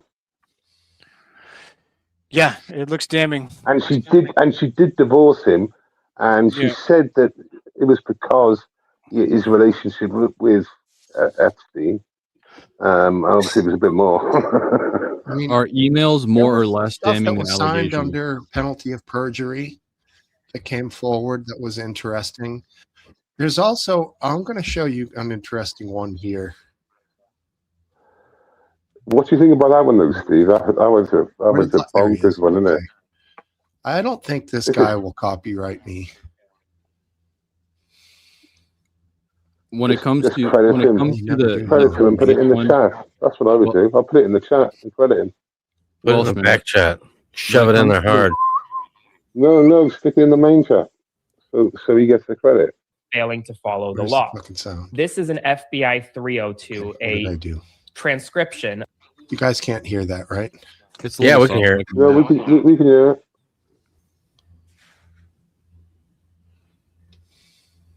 Hello? Did my mic die? No. we can hear you, no, dude. Can you no. hear us? We're waiting for you. Well, we We could could- hear Hello. it fine, Yeah. so if you want to play We it. could hear it at the start. We could hear it. It sounded fine. Tell you what, Something it happened? did Can you guys die. hear me? Okay. The the YouTube comments are no longer making it to StreamYard. Yeah, we can hear you. Yeah, Steve, you're good. You were good. at Lost my least. audio. Can you still hear No, us? your audio is fine. We can hear you. You I don't can't think he hear can us. hear I us. think he's lost. Yeah, he can't hear us. Hello, can you hear us? Test. We Yeah, can back hear chat you. last time. Testes. Text him. Yeah. Lost my audio. I will. Check 1-1. Hmm. Tell him to go Someone out do and come sign back in. language. That's what I Last do. dance say, That's I'm what the I got. captain now. Yeah, I think StreamYard is It's messing having around. some glitches in this case. New management. Test. I don't, Go ahead. Test. Bueller, Miss Ass. What were we talking Steve's about then? wife. I'm not sure what that guy was talking about in the Hey, video. I'm back. Something Okay. happened. Can you hear us? Can you hear us? Yeah, That we was can hear you. fucked up, We yo. could hear you the whole time. Check microphone check test. Okay. Yeah. All right. Let's try. That was so weird. yeah, there was a StreamYard issue. Hmm. Let's What is try the sharing video? this. What is it about? This video? What about this video? Is this the Epsteins? FBI agents from March 24th, 2008. I want you to look literally the first line, Danielle Hannah Bensky, hereinafter referred to as redacted. So they redacted her, AKA, what they referred to her as, but they didn't redact her full name. And then, and if you look at the second paragraph and the third paragraph, both begin with the word Danielle. Presumably that's what's redacted, is hereafter referred to as Danielle. But they redacted it then, and they didn't redact it in lower documents. This document is fully public, fully available for anyone to see. That is a violation of the Epstein Files Transparency Act because Danielle's name should have been redacted, but it wasn't. In addition, we learned of a new prosecution memo. This is the conclusion from it. The prosecution memo outlines exactly why prosecutors believed they had enough evidence to prosecute not just Jeffrey Epstein, but multiple other individuals. Quote, based on the foregoing, I recommend that the office approve the attached indictment charging Epstein, redacted, JEGE, and Hyperion. I also recommend the office refuse a pre-indictment interview to Epstein or his counsel and that no information about the status of this case be shared to keep Epstein from fleeing from the jurisdiction. So they failed to redact Danielle's name, but they did redact the name of co-conspirators that the Department of Justice presumably had enough evidence to charge. Next document. This is an email from Richard Branson to Jeffrey Epstein, in which Richard Branson presumably writes, quote, "Dear Jeffrey, it was really nice seeing you yesterday. The boys in water sports can't stop speaking about it. Anytime you're in the area, would love to see you, as long as you bring your harem. Quote, I think if Bill Gates would say that you've been a brilliant advisor to him, that you slipped up many years ago by sleeping with a 17-and-a-half-year-old woman and were punished for it, that you've more than learned your lesson and have done nothing that's against the law since. And yes, as a single man, you seem to have a penchant for women. But there's nothing wrong with that. Anyway, something along those lines. He is actively trying to talk about how to save Jeffrey Epstein's reputation while also talking about bringing his harem. Next document. This is an FBI tip, a tip that is unclear whether or not it was fully investigated. This tip was given essentially to an FBI agent talking about, quote, the alleged sexual exploitation and rape of a minor child of 13 young girls, or if they're over the age of 18, they are women. It's unclear how old they are. Jeffrey Epstein's clear. The guy on the right appears to be Brett Ratner. Why is that name important? Guess who just produced Melania Trump's new documentary? Brett Ratner. Yeah. Do you recognize the last name names here? Last Dance, you recognize the last name? Parnas? Yes. No. His father did time for a president, served for some president. I think it might have been Trump in 2016 to 2020. His father did something for him. You can look it up. And so Okay. this kid's not just some random kid, but he does his research. Interesting channel. I recommend it. Where do FBI tips, allegations, emails, and text conversations fall on the table for valued information against individuals? You mean for like credibility wise? There's a lot of people that are very upset about allegations and emails and stuff that just came out with these files that have to do with Trump, that have to do with Jay-Z. Just they're name dropping, like Mamdani's mom. They're name dropping people in these files. And Patti LaBelle. Where do you place this information on a scale of damning and valued? Unverified. They're just allegations, including the ones that are FBI tips are no better than any other kind of tip. They're just unverified I feel like the FBI has got its thumb.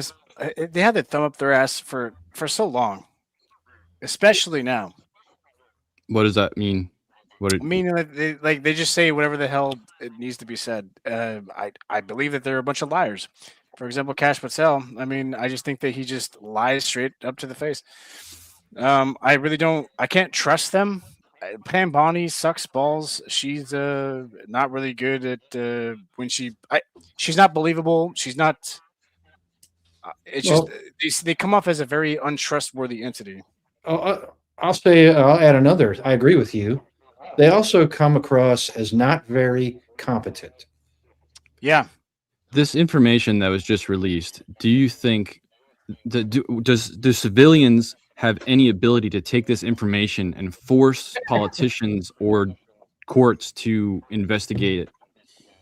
Or is it all old and we just have to accept that it's old information and we can form speculative opinions and that's it? Which one? All the information that was just released with the Epstein files. Can civilians take that information and force their senators or whatever to do something about it? No, but it can force judgment. I think the most damning thing is the emails, because unless you believe that somebody completely fabricated, let's say that one from Richard Branson, that's probably actually an email that originated from Richard Branson, if they're showing it. There's a lot of emails in there from specific people. So and Bill Gates, the Bill Gates one is pretty fucking raw, isn't it? Now, whether or not it comes to legal prosecution or not, I don't know. But You are certainly free to judge them for being fucking creeps, man. You know. Yeah. So 2RW's, you're right. It's 2RW's question. Yeah. Anybody they have free reign to do whatever they want with that information that was just released. So we're gonna have a windstorm of whatever the hell is gonna happen in the next, I don't know, whatever time it takes. Well, first of Yeah. all, it would have to be after he's president so that he doesn't have immunity if they're going to go after Trump, right? But is there a yeah. statute of limitation? I don't know. Do people have a right to be disgusted, even if it's just emails and allegations? No, You not don't think they without. have- Not without. I mean, this is a gigantic pile, and everything I've seen is garbage. But I've only seen the tiniest fraction of what's in that pile. Well, So which is that crazy. Isn't that what the people wanted? possibly, possibly, but They I wanted mean, all this information, and what it sounds like, that's there's right. a lot of it's. A oh lot of yeah, it's no. going You towards mean by the Clinton. law passing that law? Yeah, no, you're right. That's what they asked for, and it was stupid. But here it is now. Yeah, it's crazy, but yeah, If they wouldn't have got all this stuff, they would have complained that they didn't get everything. Yeah, and of there's course, still and there complaining. still yes, and there still are, but a lot of it, from what I've seen, well, I don't know, just from the video footage that I've seen, which is just a 1% of, it's like a 0.1% of 1% of whatever the hell has been released, but he was already blaming Clinton for shit when it comes to the housing market. I'm not sure if you've seen this yet. No, I don't There's an know. interview with Steve Bannon. Okay, well, that's maybe, dude. So this is gonna be, this is gonna take time, right? But you'll see a lot of things happening. In any case, yeah. I have one more question on this for Last Dance. Last Dance, based on your ability to solve puzzles, do you believe there's any credibility that words being used in communications, like pizza and grape soda, for example, are not simply talking about food? Well, I haven't seen the examples you're talking about, but of course, people can communicate in code. It happens all the time. I'd have to see the examples. I have them. Cosmic I'll share you. pizza. Share that with you. Cosmic, yeah, bring them up. Cosmic pizza. We're not talking that Pizzagate No, shit, not right? not Pizzagate. Yeah. Well, the only reason I looked up pizza in the newer files that were released is to see who was using it as a terminology, how they were using it. Are they winking afterwards? Are they saying it in context that doesn't make sense that they actually are talking about food? And there are multiple examples, and some include the term grape soda as well. And in my mind, it's just red flagging. Like, this sounds even worse. Yeah, now Speculation, but still. I mean, Guy Fieri and Diners, Drive-Ins, and Dives did a thing at that pizza place. right. So if it's an email from Guy Fieri, then maybe it's legitimately about pizza. No, but I mean, I don't think there was anything to that pizza place, and people pushing that dumbass. Oh, no, you mean the conspiracy theory. Cosmic or Pizza or whatever it was, the DC thing. The real Oh, place, Of yeah. course. That was all Horse shit. brain I mean, dead. that guy, somebody went in there with a fucking AR and almost Of killed course. everybody. I mean, Because you could never underestimate the gullibility of people. is this connected to what you're talking about, RW? I don't think it is. I mean, he might. I'm pinging Last Dance in the examples that I grabbed just from my searching around today when I was down, had downtime, and it's just Okay. examples of the words and context. And if anything jumps out, I'm just curious to have a response on that, because to me it doesn't seem Yeah, like let's look. normal Let's communication. have a look.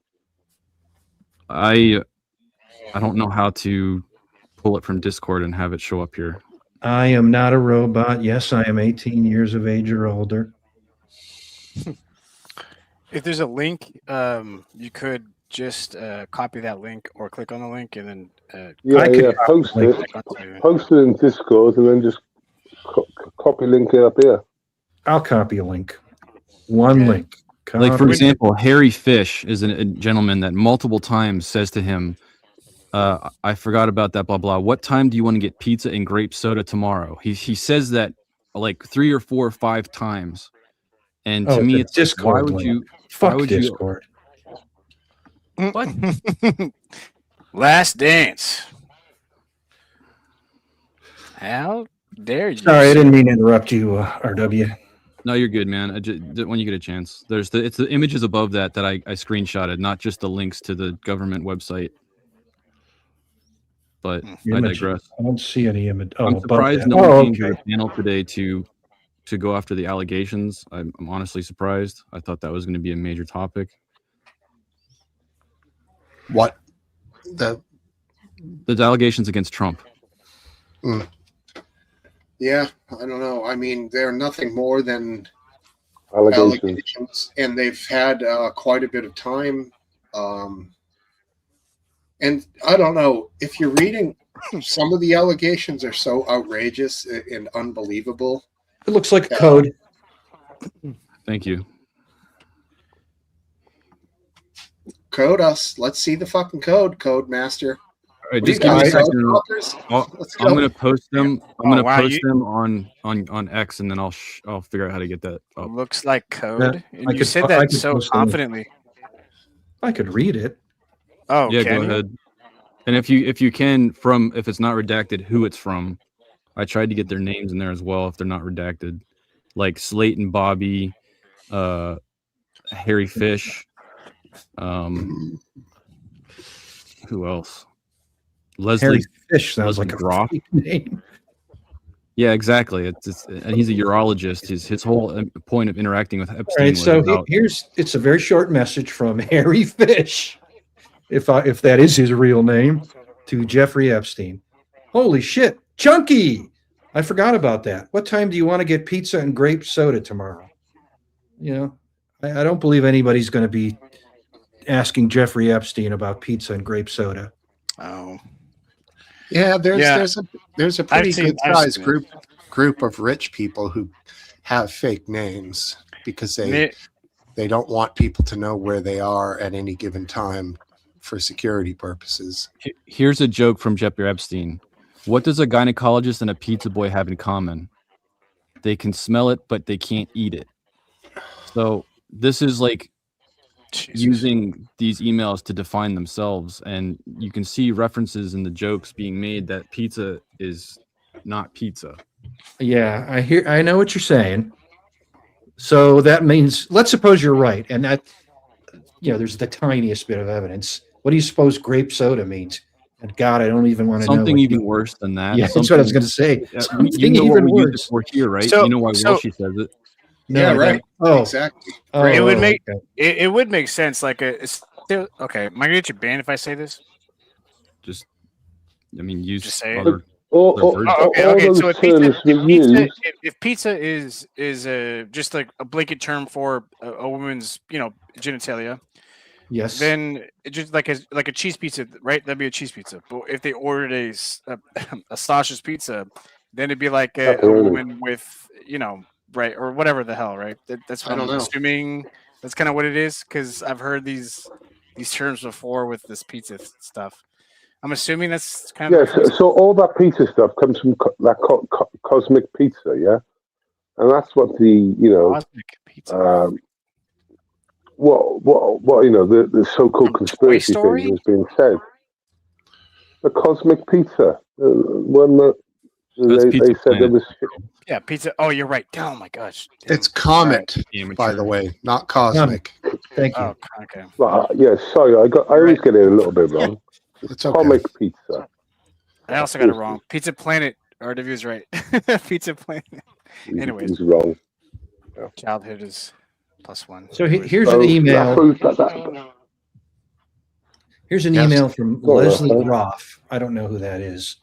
To Jeffrey Epstein, and it says, Bobby arrives around 10 p.m. tonight. Do you want a pizza delivered and waiting for him at 3:01 tonight, or shall I do it for tomorrow? Is there any So- winking afterwards? No. Yes. There's a Exactly. smiley. Smiley wink.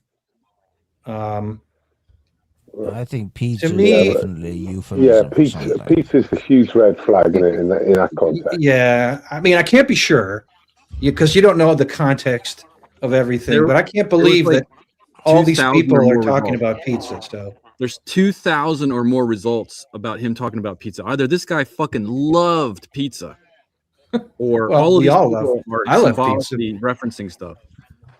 But everyone 20 minutes ago thought that comic pizza conspiracy theory was a huge fucking conspiracy theory. But everyone rightly is saying it doesn't really add up. Just a cursory look at it. It doesn't really add up, does it? It's not looking good. That's all I'm saying. But people aren't digging into this. I just dug into it myself because I was curious based off of past references. I like looking up different random words.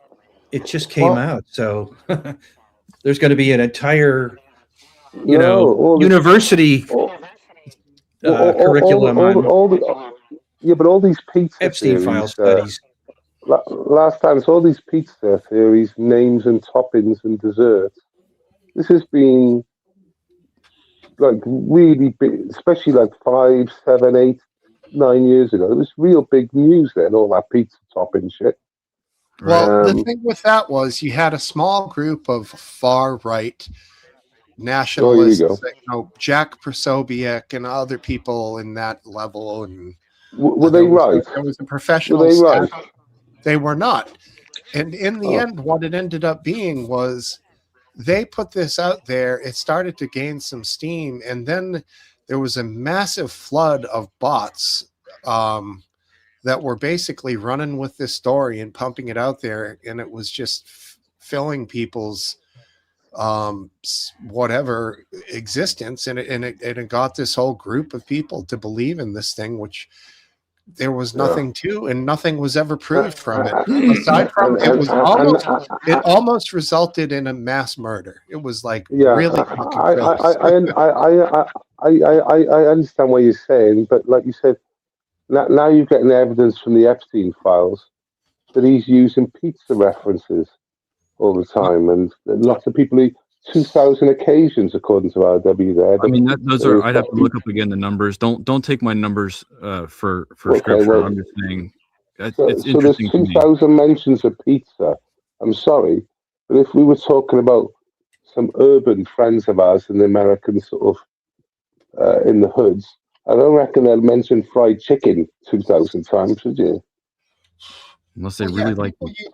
And back in the day, they used all kinds of different codes talking on phones for, drugs that would or anything. Yeah, but the original theory was this is to do with abusing children, right? And as it turns out, Epstein is clearly in America's history the most prolific paedophile, right? Prolific paedophile, and he makes huge references to pizza references talking about and dessert references. I don't think I see a connection to the Comet Pizza Gate to this pizza reference. I don't think the two are connected. I'm not trying to reference that either. I'm just trying to. I wanted to look up to it and see how the words were being used in syntax. Sure. And the way that they're being used gives me a gross feeling in my guts based on how these guys are talking to each other about this thing that they want to have delivered or bring with them or make sure it's on site. Right, RW, can you just read out a few more last dance, please? Just a few more. Well, hold on. Well, to his point though, because some of these seem like it's just it's used too casually. Like maybe it's not even just about that. Well, because I don't know. Code, isn't it? That's why it's code, right? Here's another one. This is from Slate and Bobby. Ha ha ha. No, I don't need a pizza, but thank you for offering. Wink. See you at 4 p.m. and thanks for the appointment info. Okay. Yeah, I did see that one earlier today. People are not talking about pizza. Yeah, right. Bobby Slayton Bobby. I didn't look him up specifically. Is he like a comedian or some shit? His name is probably Bobby Slayton. Sometimes in email, the last name is put first. Yeah, well, put it in and just put Epstein files next to it, and it'll come up on it on Google. Guys, I remember a movie in the 80s. I think it's an 80s movie. It was, I don't know what it was called, The Delivery Boy or whatever. And it was literally this young kid who stumbled across being able to pimp himself or he's become a comedian. Gigolo. Yep. Yeah, he is a comedian. Exactly. Yeah, you're talking about, I know the movie. It was Patrick Dempsey was the pizza delivery boy. Yes, and when they ordered extra anchovies, he knew that was the call he'd That get- was the call sign. and they were women who were home alone, and he would Yes, all these lonely housewives. He Yeah. was just like Oh, going around banging them. Speaking of Home Alone, oh man, great movie. yeah. Well, what's her name passed away recently? Like I think, Well, Macaulay Catherine Culkin. O'Hara. yeah. Yeah, Like, Catherine Oh, maybe it the was mother. yesterday? Was it The yesterday mother. or the day, like 2 days ago, maybe? A couple days ago, I think. Oh my Yeah. god. Very sad. Here's her. one that's different. I use a different word real quick. It was Yeah. Pope. I wanted to see how Lover that boy. popped up. Was it Loverboy? Yeah. Boris Nikolic, whoever that is. Says, you are missed, Joe, or you are missed, Jeffrey. I really mean it. Not that much fun yet, but fun will start soon. Working around the clock as next Tuesday I'm leaving for Rio and some nearby islands. Hope you are planning to celebrate Christmas in Pope style with a twist. Wink. And then the response is island Pope style. Does that mean little boys? Like that one stood out like yuck. What was that about water sports? Because you guys know that water sports has another I know what that means. connotation. No, what does it mean? It means, I think yeah, those guys were actually in like boating, like a sporting. fountain. Like a fountain. Yeah, water polo. Banksy, I thought it had something to do with pissing on somebody, but maybe not. No, Banksy, clearly you got the wrong be. end. Why would you think that, Aphid? Well, I mean, apparently, just a quick search on his island, he's got it. Fucking kite surfing, jet skis, all kinds of wild. Obviously, it's a beautiful place that he owns, Richard Branson Island. So the water sports could legitimately be him talking about. Right. I think in The reference boys there, that's- love the water sports. I don't think they're talking about like urine pee play or anything like that with the water sports. that was a very official email as well. It wasn't like some chat. I mean, damn. I don't know, but maybe if it's onto something as well, who knows? I don't know. That sounds like. Who knows at this point? There's sickness in the world, man. Yeah, there is a sickness. major sickness. That's why these mofos need Jesus. I've got to I would agree. Bam, Boys, I've got a confession. Banksy reminded me of something that happened to me in the past. Yeah, good one, Eastwind. All right, confessional. Go ahead. Say your penance. Yeah. So basically, I used to have I've had a couple of businesses in my time, and I used to do upholstery cleaning and carpet cleaning, and I was young at the time, and to be honest with you, it was becoming these women, these housewives, that start like you do one job for them, and the next thing you know, they bring you up 2 weeks later to do something else for them, and then you can still see the moves. So I got myself caught out. I did. I was having a little bit. You were cleaning more than the rugs, huh? Well, yeah. He was eating out the rugs. I get it. Yeah, but basically, I got caught out. Yeah, I did, and yeah, the neighbor caught it.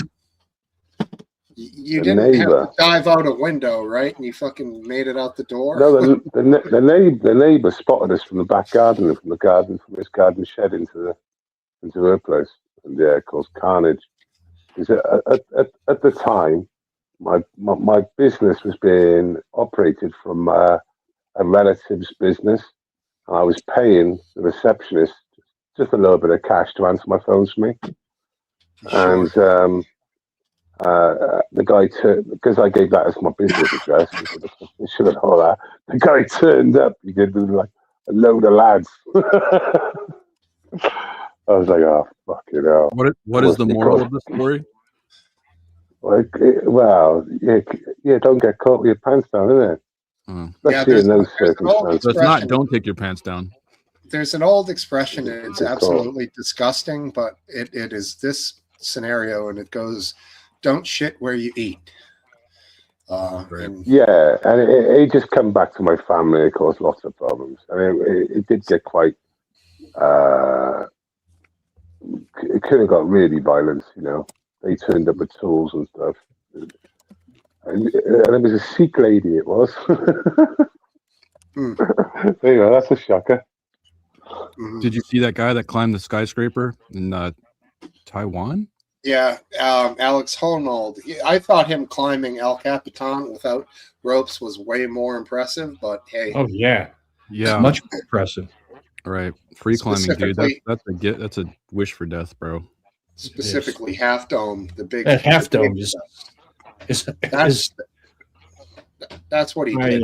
that's incredibly I hard. find, I find it I find it hard to watch. Yeah, I know he succeeded.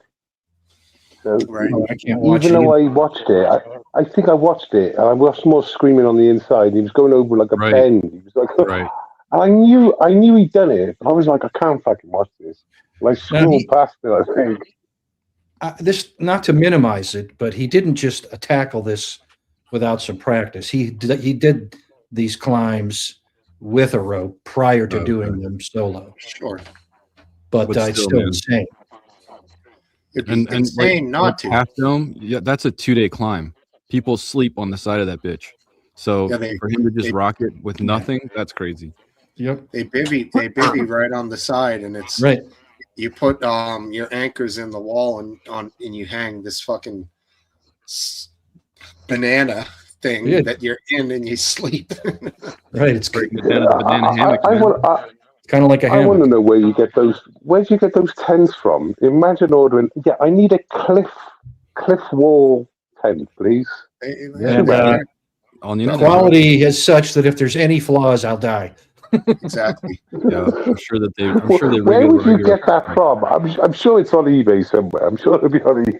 I think somewhere, you're right? going to a specialized climbing and mountaineering store for that, and you're paying a lot of money.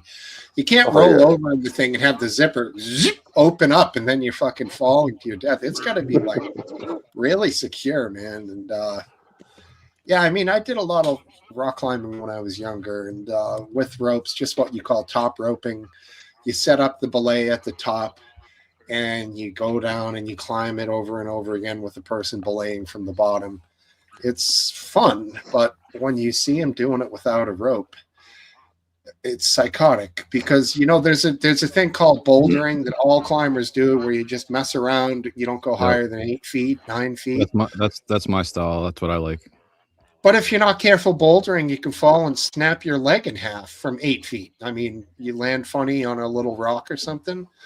This guy was 1,000 feet up. It's fucking You don't have to crazy. worry about breaking your ankle from that height, though, do you? Sure. Yeah, that's worry. the thing. After 50 foot, I mean, what does his brain do? Does it go into like a weird? Because like I said, it doesn't matter. You're dead after 50 foot. You don't really survive after 50 foot, do you? No. You know what I mean? But it's just you know when people like do handstands on top of a building, on a skateboard or something stupid. Yeah. I have seen them fail, but like I said, I even know they haven't failed, and I do find it quite difficult to watch. I don't know why. I watch Yeah. loads of gory stuff, but just this like balancing shit on edge of buildings and weird shit. I'm you know? actually having trouble finding a purchase cost for these tents. I'm curious if you actually have to show up in person or something somewhere for these. If you Google it, I'm sure some. No, I'm basically searching the internet right now. Yeah. Yeah, I'm It's not Someone's surprised. trying by to not do that. it. something you just purchase off the internet, apparently. It's a highly specialized product. Yeah. Yeah, and something that they're gonna have. I mean, their name brand counts. Their craftsmanship 100% counts. They're probably handmade. Yeah, that's fair. sewn.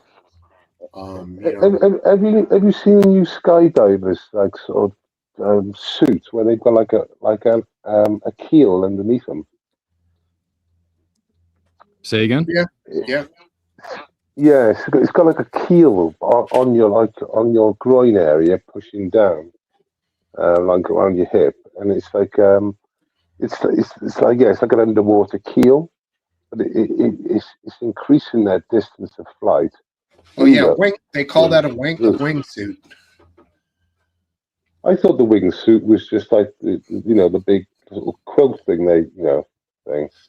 Well, I know that guy was his name Jeb. Is it Jeb Corliss?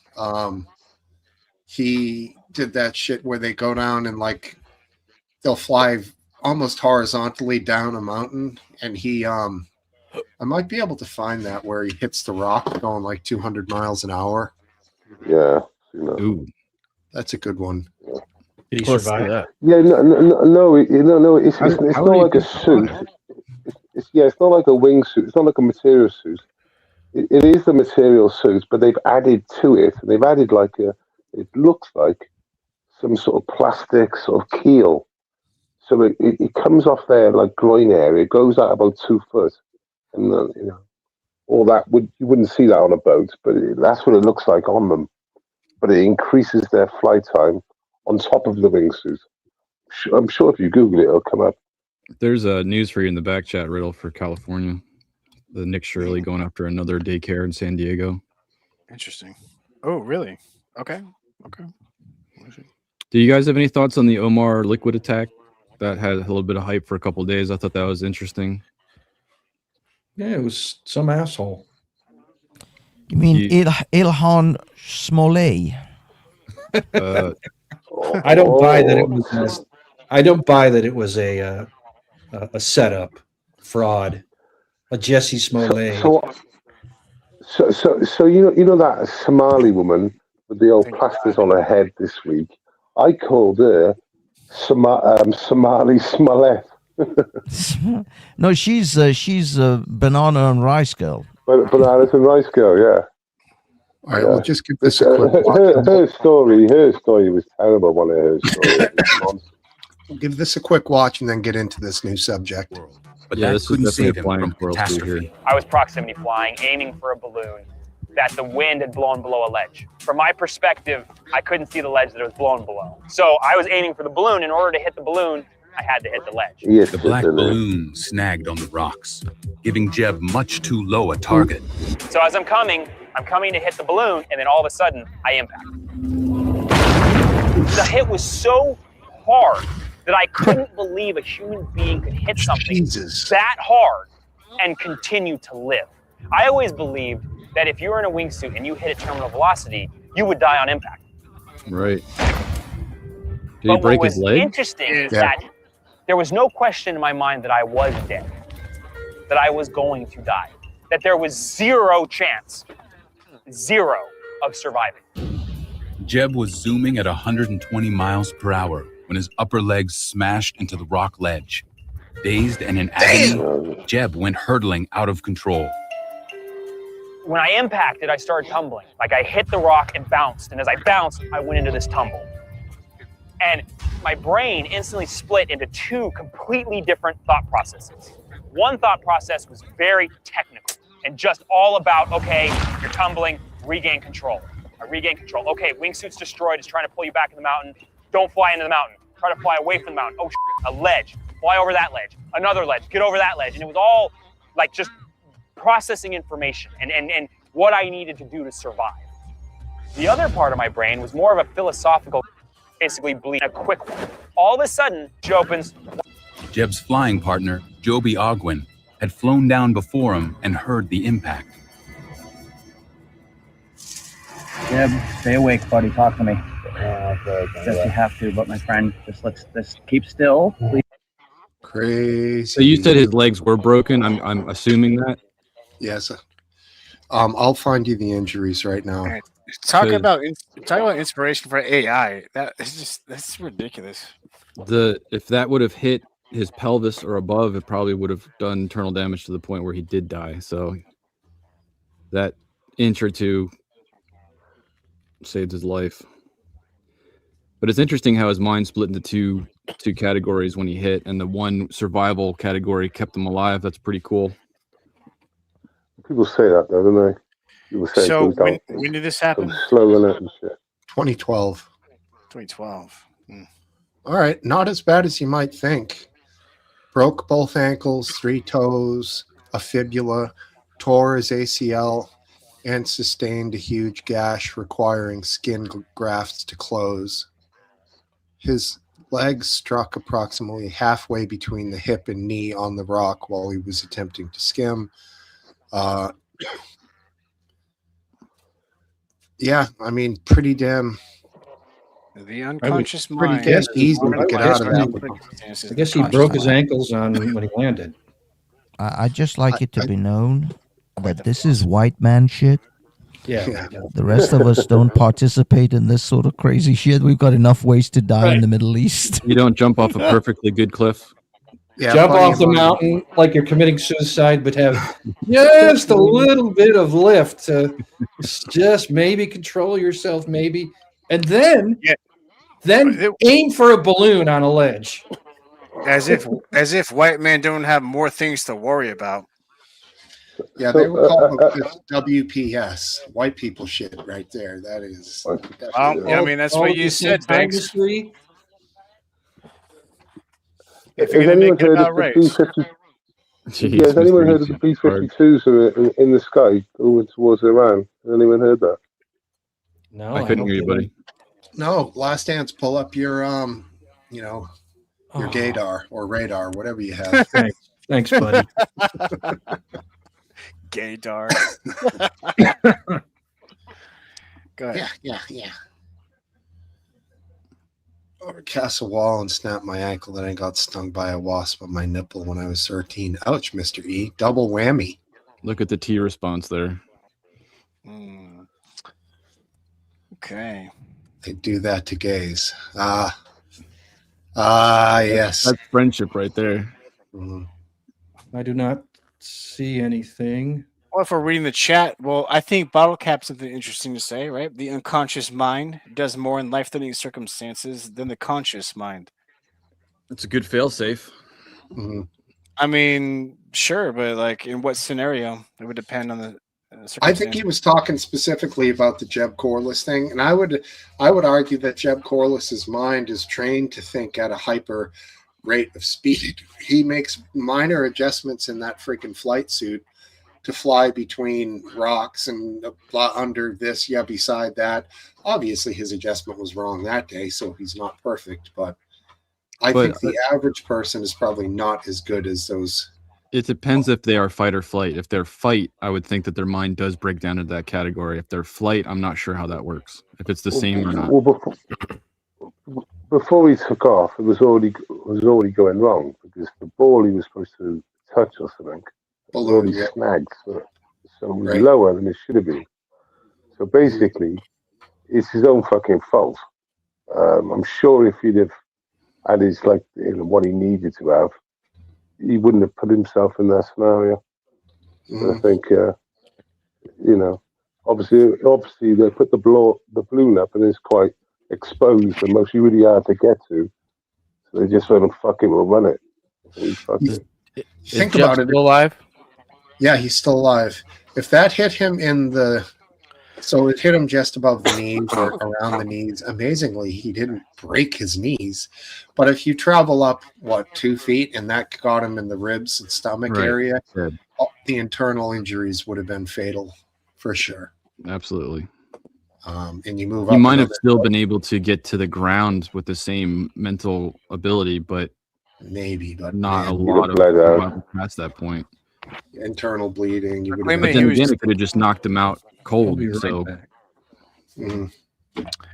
Well, either way, it made for a great clip. So nobody knows the truth to it, right? Sure did make a great clip. His horrendous mistake, but I haven't seen old Jeb in a while, but he's got a lot of friends that aren't still with us. Right. Was the clip a joke, like his leg clipped the cliff, or that's just a... Jeb Bush? No, Jeb Corliss, the guy in the video. Yeah, not my cup of tea. I'm not sure. So, there was a famous skier named Shane McConkey who was also a very good base jumper. Absolutely awesome, extreme athlete, and he went and did some jump, and the fucking chute didn't open, and that was it. Yeah, I'm sure you remember this snowboarder, Canadian Olympics guy. He turned into a huge cocaine smuggler. Once on the island. They got him. Something wedding. They got him. Yeah, this week I think they had him. Ryan. Yeah, that was, and that news blurb was just like a 5-second blurb that got buried with all the other bullshit. I got a couple questions in the chamber that might make this more a little bit more.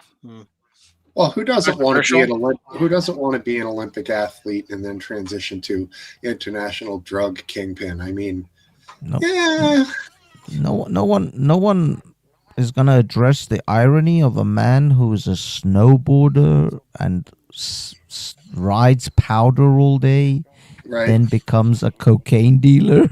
I don't get it. Made famous, and of course, the movie Better Off Dead. The guy was obsessed with Yes. coke. Yeah. Anyways, what was your proposal, Riddle? What's Yeah, the my spice? bad. My bad. It was the the current situation of Iran, right? And I heard some news reports from Axios, a couple. I mean, Axios is not like the best channel, right? But who knows? But apparently, they're supporting now that Trump should possibly attack Iran. What do you think? Axios is supporting it. No.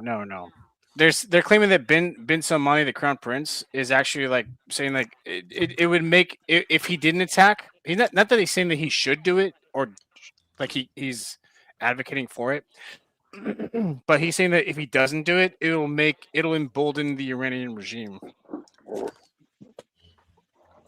That's the reports. I don't know for sure if that's true or not. Who knows, right? I mean, But it's Maybe logical. MBS put up some money to help with the thing. The guy's loaded. I mean, it ain't our place to take over Iran. I think that's crazy.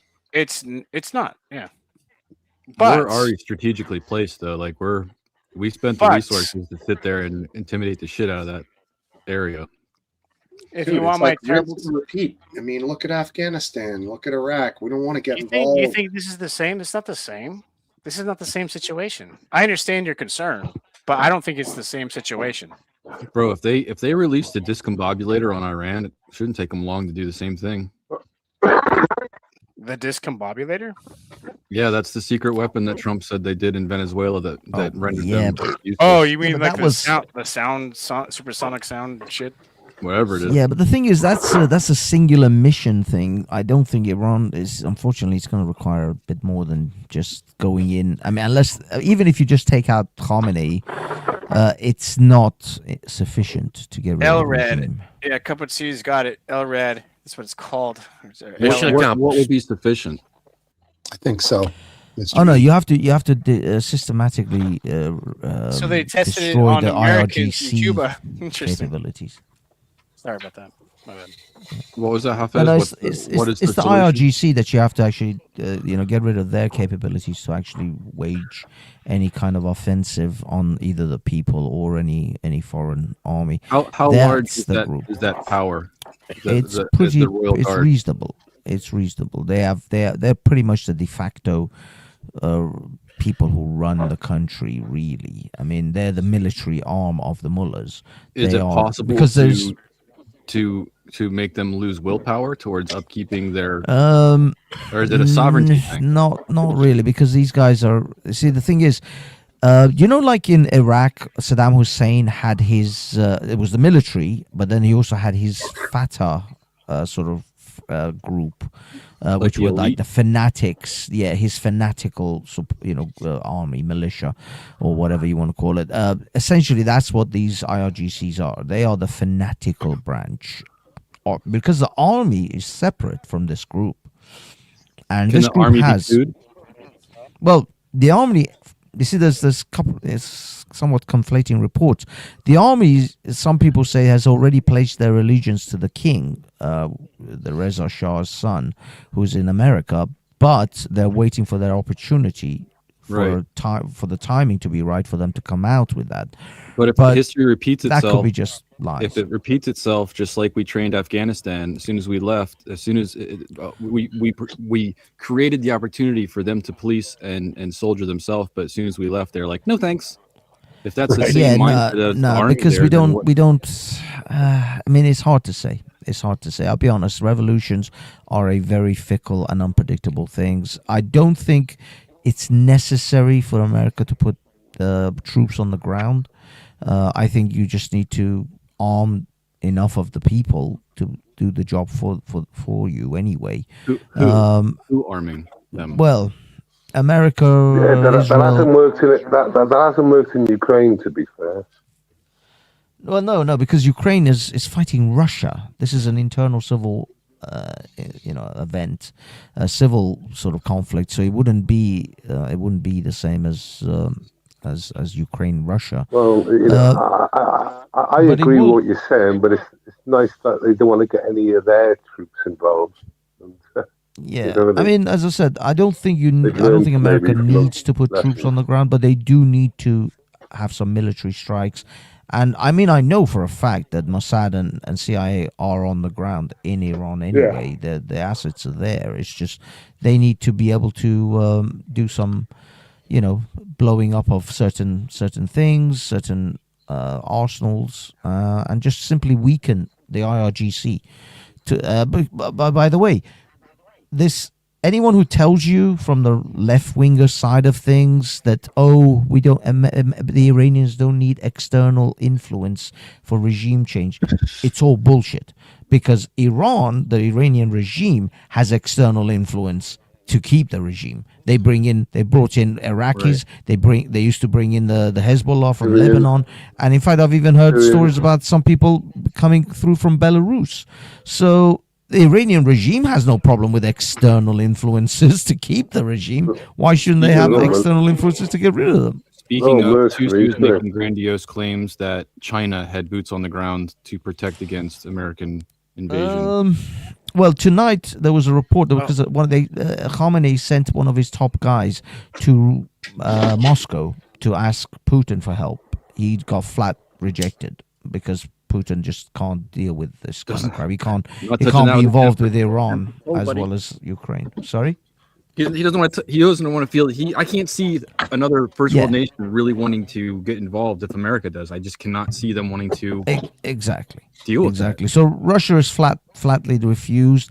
Now Russia and China are having with Iran, quote unquote, military exercises in that region right now. So Chinese and Russian troops are there, and various different assets having in and around exercises. The Strait of Hormuz, like right in that area specifically, right? Yeah. I mean, in the Persian Gulf and that Strait of Hormuz and sort of that area. Yeah. So they are doing so-called military exercises. Well, I mean, as far as I understand, I mean, there's a major U.S. armada in the Gulf of Oman right now. You said there was a Chinese and Russian response to that? No, they're not gonna get involved in that way. They're doing I didn't say involved. I said a response. Well, they're doing multi-nation training or something along those lines in close proximity to the American Armada or carrier fleet, which is definitely spicy, but it's sort of geopolitical chest puffing sort of bullshit. And they know they're not going to do anything. Yeah, it's comical. Sounds like that's what it sounds like. That's what it sounds like.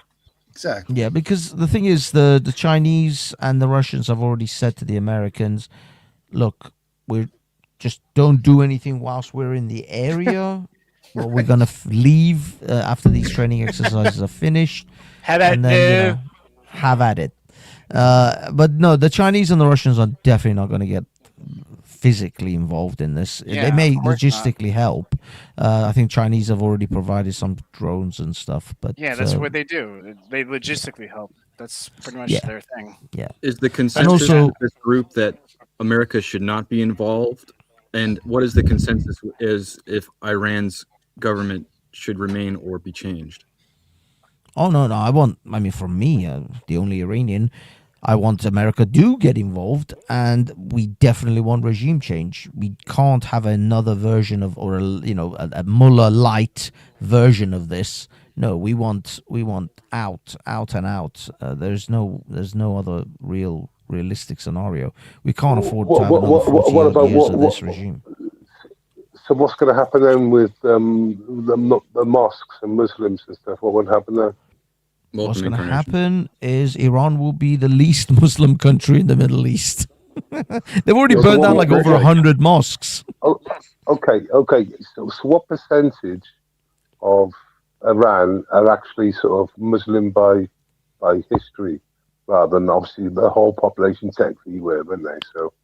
Well, look, we're not an historically a Muslim country anyway. We were Zoroastrian. Yeah, I know that. Islam I know that came to us. So what I'm saying is, if, for example, you kick out all the Muslims in the country, or traditional ethnic. Oh no, it wouldn't be like that. It wouldn't be like that. It'll just be where are they going to go? Where are they going to go? Well, no, they're not going to go anywhere. It's not like the people are going to kick out Muslim. People have their own grandmothers and aunties. My grandmother went to Hajj twice. I'm not going to kick my grandmother out of Iran. Okay. So okay. Let me just say this. No, let me just say this. You're gonna get mass migration out of the area, aren't you? Right. And where are they going to go? Why are you saying you're going to get mass migration out? This is a regime change, not an ethnic cleansing. Well, he's thinking that obviously the people who are for the regime are going to flee. It'll be like a Syria situation. Name me a revolution where it hasn't gone to shit, right? And two, then all the people that in that destabilized country end up in fucking Europe. Dude, they're already in Europe. IRGC members already. They have council flats in Hounslow. I fucking know that. I know that. That's why I mentioned it the other day with the 100-odd sleeper cells in the UK. So we're going to bring more in here. Fuck that. Yeah. No, they're already. But the thing is, you got to realize in the last 30, 40 years, the IRGC members have already been here. They've already got British passports. They've got Canadian passports. From what I understand, one of the mullahs, Rafsanjani, owns like half of Canada. The amount of land he's bought over there. He owns entire hospitals. What's the population of Iran? 70 million? 90 million. Right, 90 million. So there could be at least, say 1% of that, 800,000 people could be displaced. Probably more. It could be like over 1 million displaced. Sure. Right. Okay. So where are they going to fucking end up? They're going to end up in Europe. They're going to end up in your backyard, Welshie. Yeah. In fact, a couple of them have bought a house right next to yours. Yeah, you guys, I mean, understand that there's a silent fallout, but you're assuming that if regime changes, and I'm speculating that it'll be a democracy set up, that they're going, there's going to be a mass fallout of people leaving. It's also possible that if Iran becomes a better place to live, that people will actually be going there instead. Precisely. Look, there's going to be a lot of people, especially the government employ a lot of people in these sort of places, isn't it? So all these people now are at risk. All these fucking hardline, fucking radicals, Islamic radicals, they and their families going to be at risk. Where are they going to be going? Oh, they're going to come to Europe for sure. Yeah, right. They might get arrested. I'm totally joking. Well, no, the thing is, they've already settled in Europe. Most of these guys have been given European. They've got German passports. They've got French passports. They've got British passports. Let's not go around the circle again. Let's not go around the circle. Yes, I know the 100 sleeper cells supposed to be in the UK. But my point is, let's not fucking invite more. Let's not encourage more. And look what's going to happen now. Europe is going to take the shit, the hardline fucking radicals. And they're going to leave Iran and they're going to come to all the other countries won't have them, will they? None of the other Islamic countries will have them. They're all radicals. They're not gonna be able to. I mean, there are almost hardly any Shia nations apart from southern Iraq, Pakistan somewhat, and Afghanistan to some extent. But really, the majority of the Shias in the world are in Iran, and so they're not going to be welcomed in any other. In the Middle East, they're all going to not even any Muslim nation really. Yeah, I know. Right, real quick, let's go around the panel here. Let's go around the panel and get some opinions on what level of intervention the United States should have in Iran. And we already know you, Banksy, are all for it because you want a regime change. I think a regime change would benefit the world and us and the people of Iran. But I'm not willing to do that or assist in that in any way, shape, or form. Besides maybe some clandestine CIA type shit. You won't even donate $1 to the military? My taxes are. Oh, so you are. So then you're good. You're fine. Don't worry about it. No, but what do I want my military used for that? No. Last dance? Wow.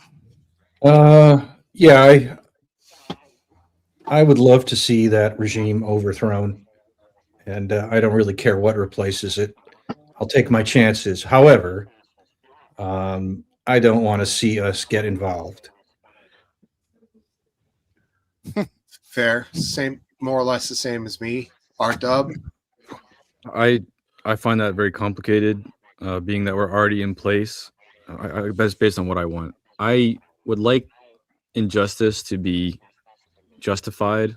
I don't know what that means for that area, or if any other nation is going to do it. So if it's ethical, if it's morally right to save people from their shitty situation, is it wrong for the United States to be the mechanism that performs that action with military power?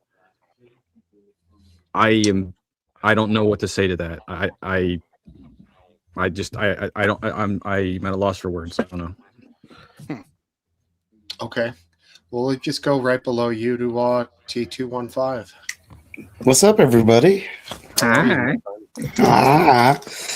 No, I don't want no involvement at all, because anything that America touches in foreign land goes to shit afterwards. So it won't benefit them. It might benefit them for a little bit, but then everything's going to go fucking chaos. That's how I feel. Yeah, but there are countries in the Middle East that are extremely successful. And there are countries in the like Saudi Arabia or UAE. What intervention do we have in what intervention do we have there? No, I'm just saying it is possible that. Oh no. Yeah, I understand that, but I'm just saying anything that we touch that's a third world country goes to shit afterwards. Well, it's already in shit, but it doesn't get better for them, should I say? So you're looking at Afghanistan, you're looking at Libya, you're looking at Iraq. Yeah, yes. Take out the dictator and the country gets worse, which is takes time, but it does get worse. But yeah, I mean, you're not wrong. It's certainly happened a few times in the past. Riddle? Yeah, I'm in support of it. Absolutely. Nobody Military ever said intervention, you mean? Yeah, absolutely. Yeah, I'm sorry? At what level? Like boots on the ground, bombing? No, because nobody ever said boots on the ground. Just straight up bombing. You don't need to do that. You don't need to have boots on the ground. It's very different from Iraq. I understand Topple's point of view. I get that. But I don't think that this is going to be the same. This is even crazier than Venezuela, because there's actually a revolutionary actually taking place. Like, people have been dying. There's a actually justified reason, even more than Venezuela this time. Like, let's be real here. This is not the same as Iraq and Libya and Afghanistan. It's not the same comparison. This is a different time. It's not. This is when Iran was in power. That's what Lucy said every time she offered to hold the ball for Charlie Brown. Okay, that's comparable to the Peanuts. That's fine. Whatever. I'm not saying you're wrong, so relax. No, I didn't say you were either. I just said that's comparable to the Peanuts, right? Anyways, the Peanut Gallery. Anyways, all right. So what I'm saying is that yes, I'm in support of this. This is actually, it's better for them. It's better for us. It's better for the world. They are a complete menace to society. And when I say society, I mean the world. What do you think China does? What do you think China uses Venezuela and where do you think they get their oil? They've been trying to take over Taiwan forever. Where do they get their oil supply? They don't have an oil supply. They get it from all these countries. Russia is next. Well, not actually, but you know what I mean. Like, well, you know what I mean. Like like oil producing, right? Like that's so. It's better to isolate these two countries that have oil. Well, China doesn't. Russia does. But in any case, yes, I support this, and yeah, I'll just say that. I'll just leave it at that. I don't want to talk too much. Fair enough. Aphid? It's too late for that, Riddle. You already did. I will say. Oh, God, what? Damn. I'm just kidding. I'm just kidding. It's all good. It's all good. You throw them up, I'm hitting them out of the park. I would only be okay with strategic like bombing of like any kind of nuclear weapon type facilities or something that they would have, but like regime change or anything, I'm not interested. I don't give a shit. So you're okay with what we've done up to now, meaning like when we bombed the mountain or whatever? Right. Yeah. If there's, I'm not talking about some like weapons of mass destruction from Iraq that like real reason. Yellow cake. Like strategic bombing? Yeah. Okay. Well, yeah, you mean more like strategic in the sense of to destroy the nuclear program in any advancement. Yeah. towards- And if it had to be like they kept popping up with the shit, then finally drop a couple of those bad boys on where that president is or whatever. Interesting, Aphid. All right. All right. Incarnation's in the back chat. That pretty much covers the crew because we know what the two Brits would say. He was here before. How about the Canadian? I know what Carney's going to say. I know what Carney's going to say. What's up, Carney? Oh, hey. How do you know what I'm going to say? We've talked before. Come on. Your time. I think it's a great opportunity for the new superpower of Canada that wants to start its own coalition of the middle powers here to come in and swoop in and bring Iran under its fold. Yeah, I think you Middle Earth guys should go and do it. Yeah. Middle Earth. Where was Rohan? I'm just kidding. I'm conflicted about it. Somebody else was mentioning something earlier that I generally agree with as a Canadian. That, like, yeah, sure, regime change will be good for the people in Iran, but as a ripple effect, as a Canadian, it's not good for me because they're going to flee to my country in the UK, where, again, like somebody else already pointed out, they're already known to kind of have some footholds in. So for me, in that standpoint, it's like, man, I'm not really interested in those people coming into my backyard. But for the Iranian people, I think if that's what they want and they want to rid themselves of an authoritarian theocratic style regime, then the more power to them. Interesting. That's a fair point. Like Western countries taking in refugees, right? Well, it's not just that, but like it's already known that like some of the higher ranking Iranian people have already sort of a runway to like the UK and Canada because they've already established themselves as either dual citizens or some form of pathway to get a way out of Iran should things break down. Like this has already been established, like known, I would like agreed upon on the like a government level. Like our intelligence agencies agrees that this is already happening. I would think that like if it's toppled, right? Like I would assume that like a lot of people would want to go back to the country to try to fix it. You know, if it's confirmed, like it's over, like their regime is done with, and you have like U.S. backing. I mean, I would assume that people would actually like see it differently as opposed to. It depends what happens, right? Like if let's say the Iranian people start attacking Muslims by and large, and like Muslims become like highly prosecuted in Iran, well then you're just reversing your disaster, right? It's like so now people are attacking Muslims. If hypothetically with the regime change, they would turn around and be like, okay, so this regime that was all about forcing people into Islam, now we're going to reject Islam so vehemently that we're going to attack people who are Muslim, then that's going to create a refugee scenario where those Muslims are going to want to escape Iran and go to Muslim-friendly places. And guess where that is? That's the West. That's Western countries. Wow, so you admit that the West has a problem.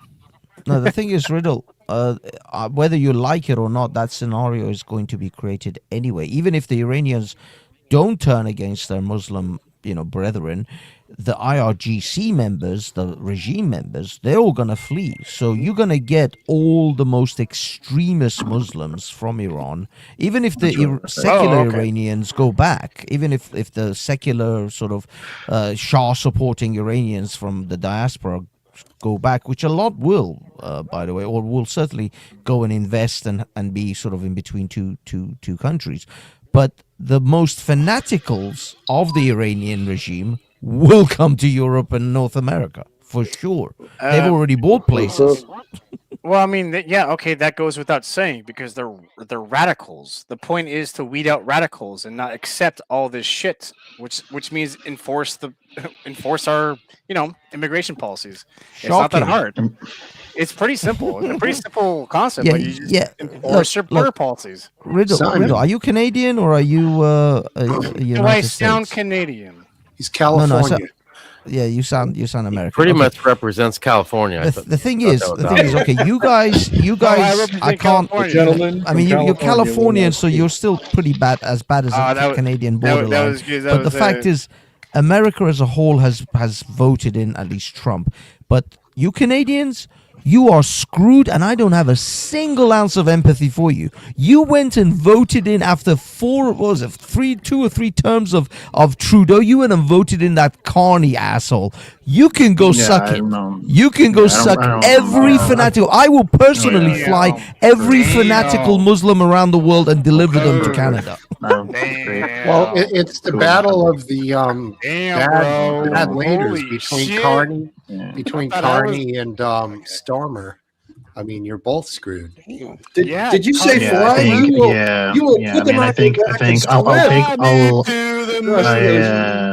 I'll take my Harvard and Oxford educated tenured prime minister that can actually formulate and complete a sentence coherently over whatever excuse of a leader you have. And quite frankly,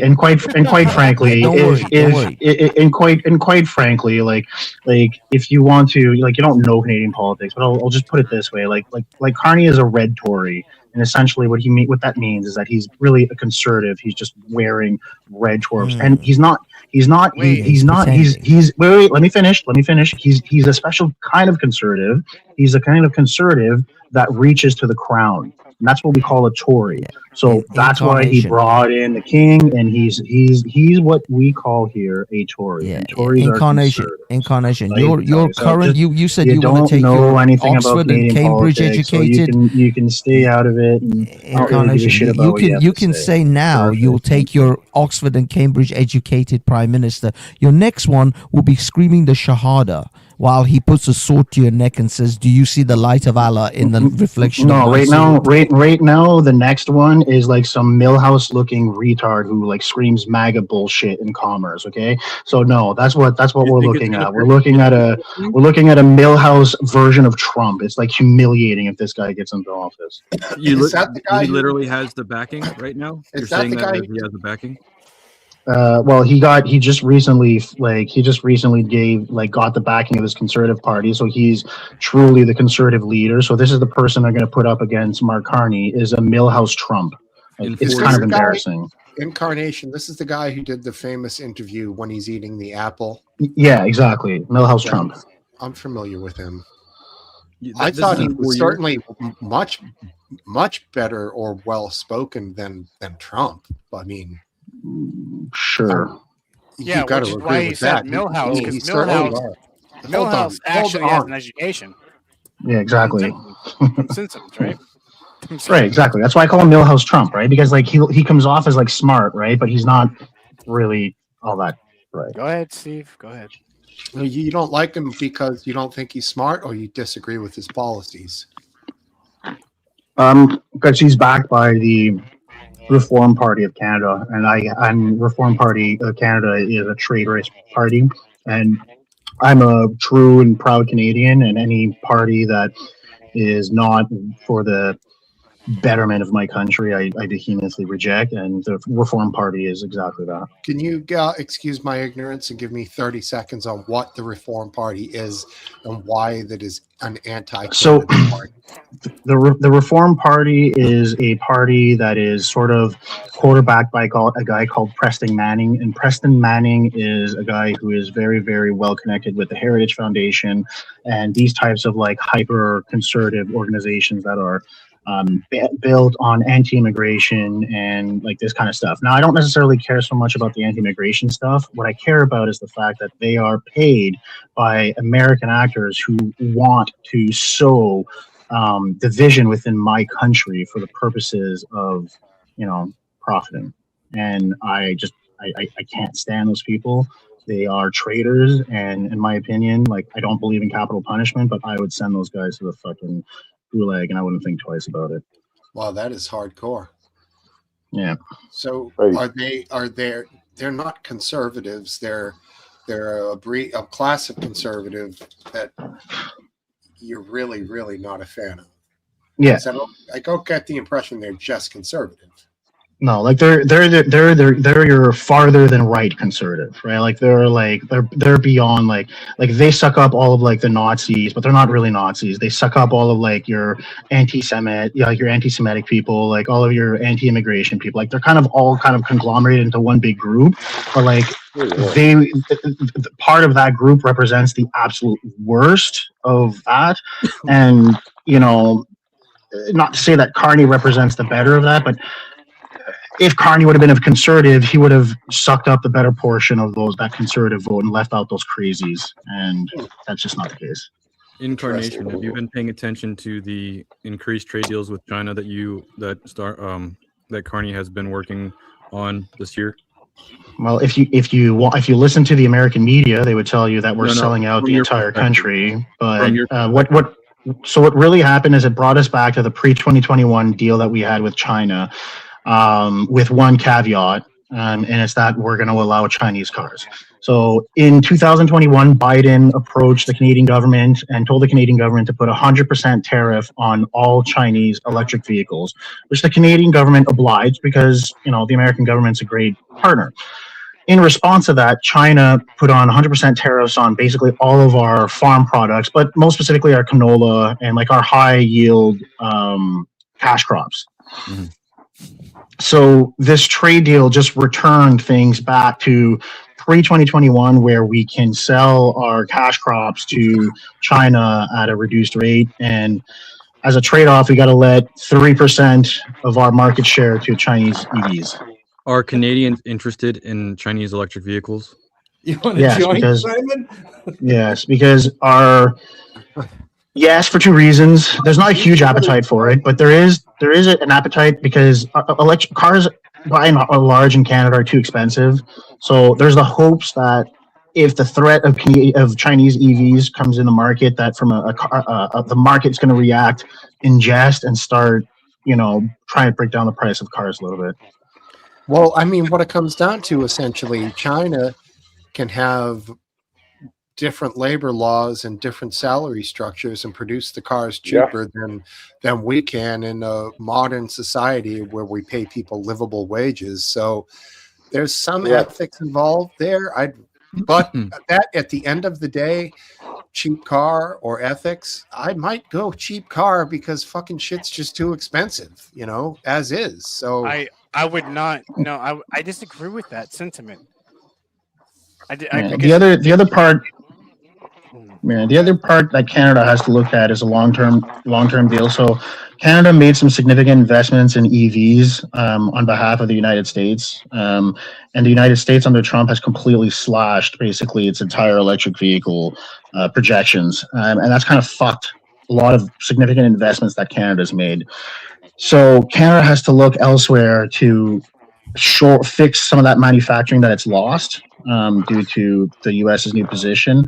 And Chinese EVs could fill a hole that Canada has created for itself on behalf of the United States. Sure. That sounds interesting. Juicy. Riddle, what was your response going to be? Yeah, I don't. you have to restructure your entire like. There's a lot more. If you want to, okay. You said that you're absolutely okay with having Canada just invest in with EV cars from China, import from China. Me? Right? No, not you, Steve. No, not you, Steve. Carney. 3%. Yes.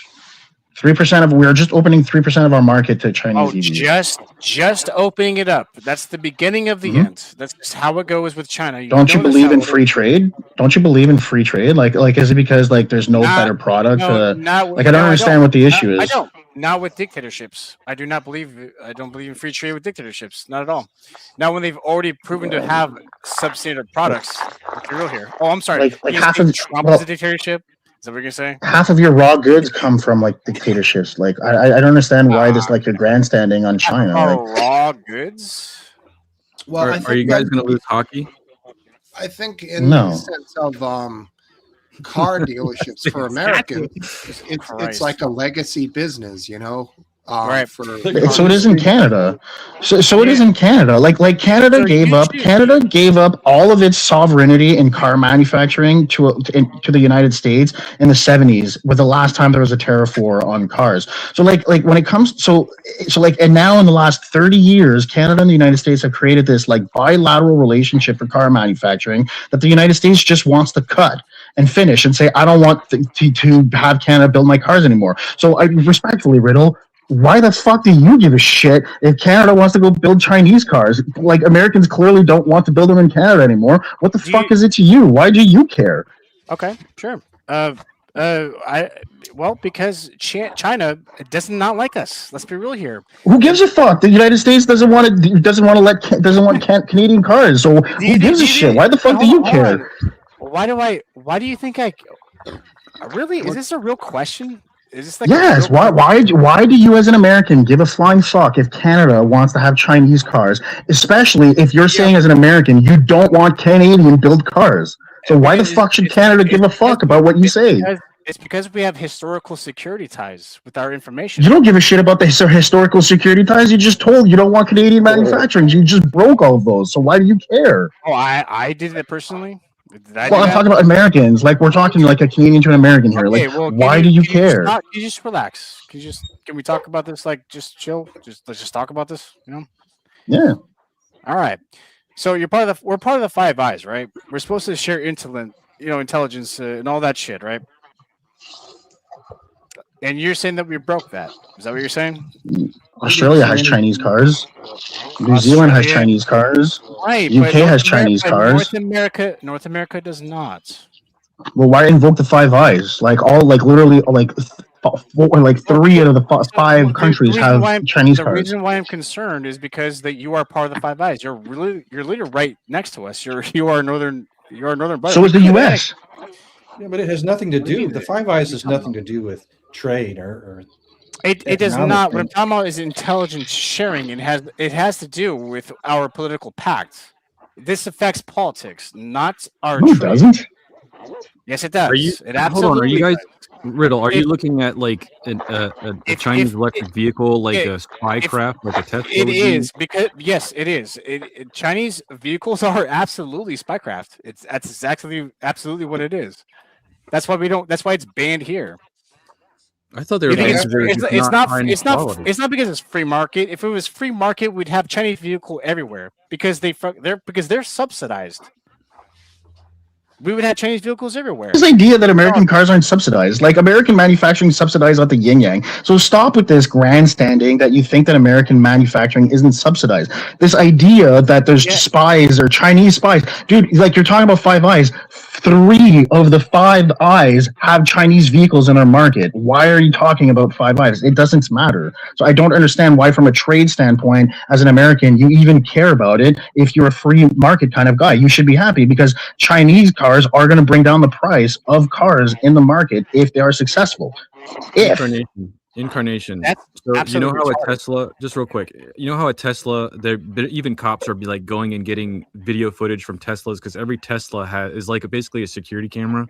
Do you think there's any credibility whatsoever to having Chinese security cameras with wheels inside of a nation? There is.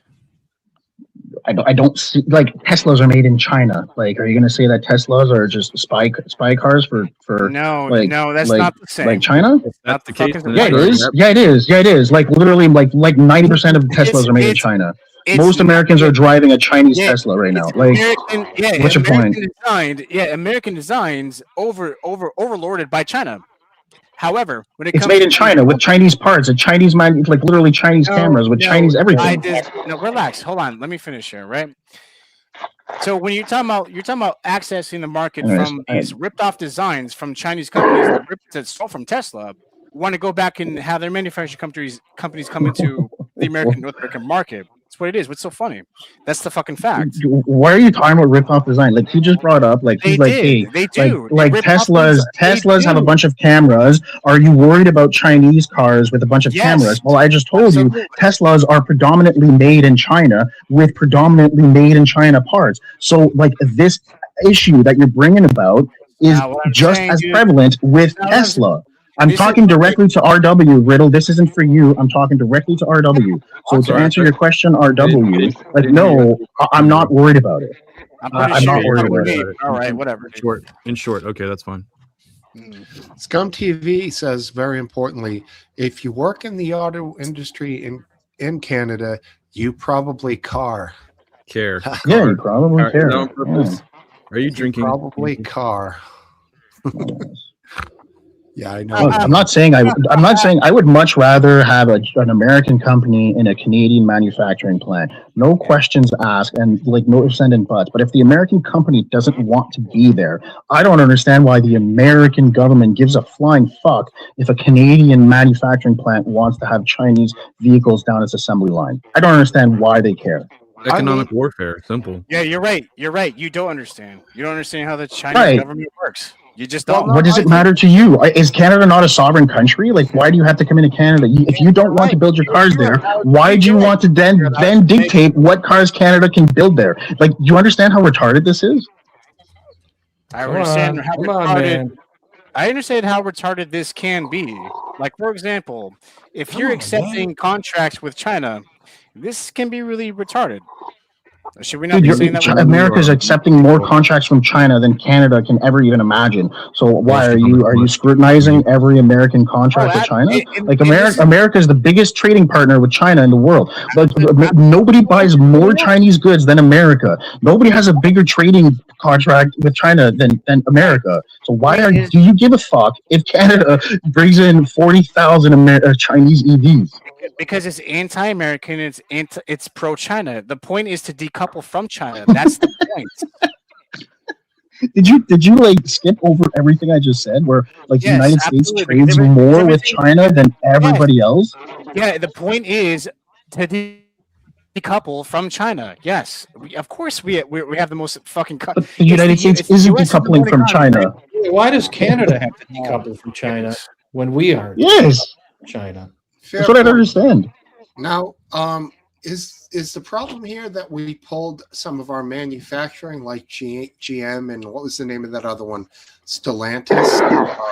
Yeah, Stellantis is a big one. Like, Stellantis is leaving about 4,000 people without a job after they committed some significant like infrastructure, and the Canadian government in kind committed significant like tax money to help to keep them there. And then they turn around and just fuck right off, and then leave like thousands of people without jobs. So how is getting into business with China going to benefit the people who are now without a job? Well, let's say that assembly plant was scheduled to build, I don't know, 10,000 cars in 2026. Sure. Well, if they can build 10,000 Chinese cars, then those 4,000 people might be able to keep a job. So that's what this is talking about, literally bringing the manufacturing onto Canadian shores. That's the long-term goal, is that if American companies are not going to come back to Canada, then yeah, we're going to look at other partners such as China to come and fill those assembly lines. I would be leery of having China, but they say China. Sure, most Canadians are leery of having China as well, Steve. But now most Canadians are leery about having American companies there because they can just fuck off whenever they want to. I understand, Now, I've heard recently that China is buying a lot of like random land here in the United States. Yes. Chinese companies, Chinese for entities. a long time. For a long time, Steve. We can talk about that. It's a whole nother topic. Absolutely. They've been buying land. It's a similar topic in the sense it's China coming into your country and creating an existence. This is by the way, I'm sorry, Steve. This is like a major. China is a major political agitator. Like they invest into everything that's absolutely crucial to your country. So is the United States. So is the United States. They offered to fund. They offered to fund the independence of a Canadian province. Dude, you're talking. Dude, you're sitting here. You're sitting here acting like China is like this like bad country. The United States literally and publicly said, Steve Bissent literally publicly said, we'll extend a loan in order to break up the country of Canada. And you're sitting here acting like the Americans aren't meddling in politics. No, we're like, better come at on, it. Riddle, sit the fuck down, buddy. Like, this is embarrassing, dude. We're better at it. All right, Come on. So relax, buddy. Are you okay? You want me to get you a cup of tea? Are you okay? And like, chill out. It's all We good. got a cup of tea in the chat. He's not offering it. Oh yeah, where's he at? I like him because Carnation needs to. Speaking of sitting down, like you gotta chill out. Just relax. In any case, yeah. When it comes to like these deals with China, I mean, I'm sorry. Go ahead, Roger. I just think we're better at it. That's all. I think it's funny. I think America's better at world manipulation. China's. Oh yeah, absolutely. But who would you competition, rather maybe. be under? Who would you rather be under? The U.S. or China? I don't know. As long as I don't get shot, I don't know. Mm.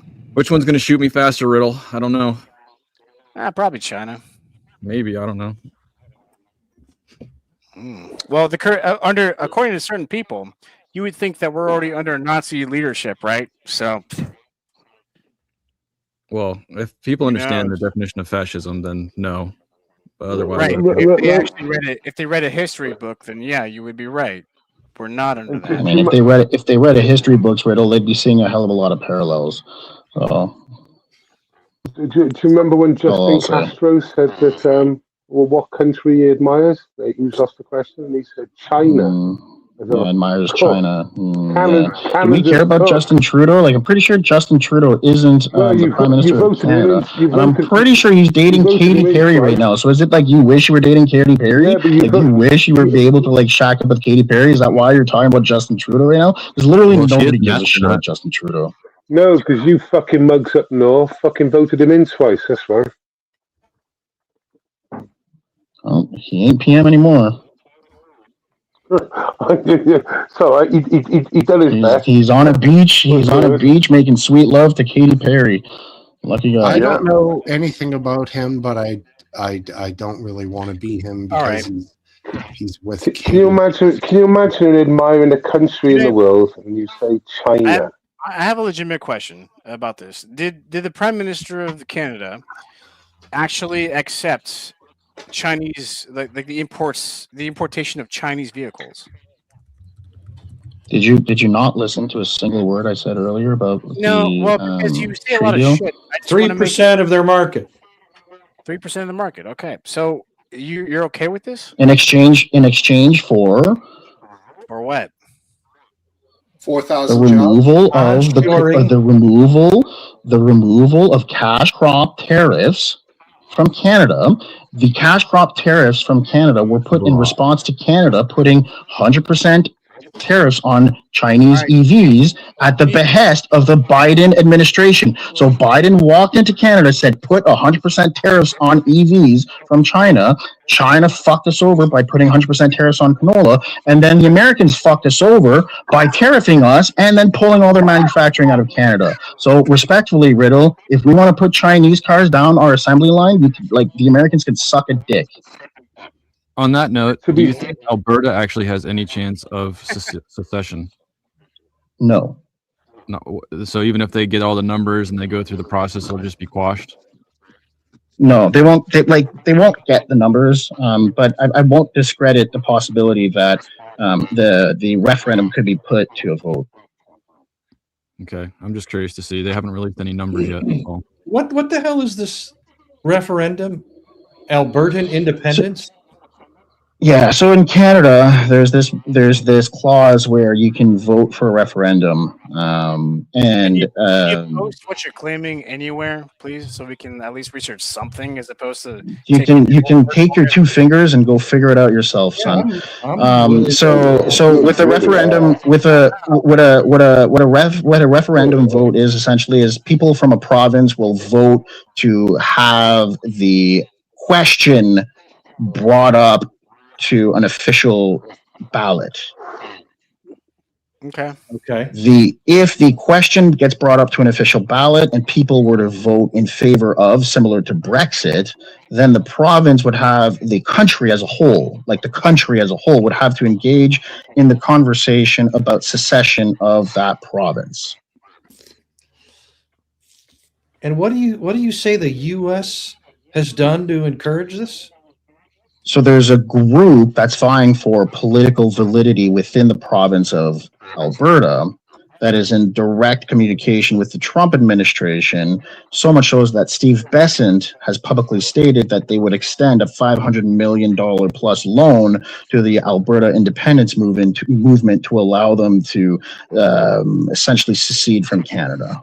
Is that illegal or immoral, or what is that? What is the problem? You just don't like it? It's incredibly unethical. First of all, if you are a political party, one that's not elected, you have no business talking on behalf of people of the province. 2, if you weren't elected on a mandate of independence, then you have no business engaging in even pushing independence.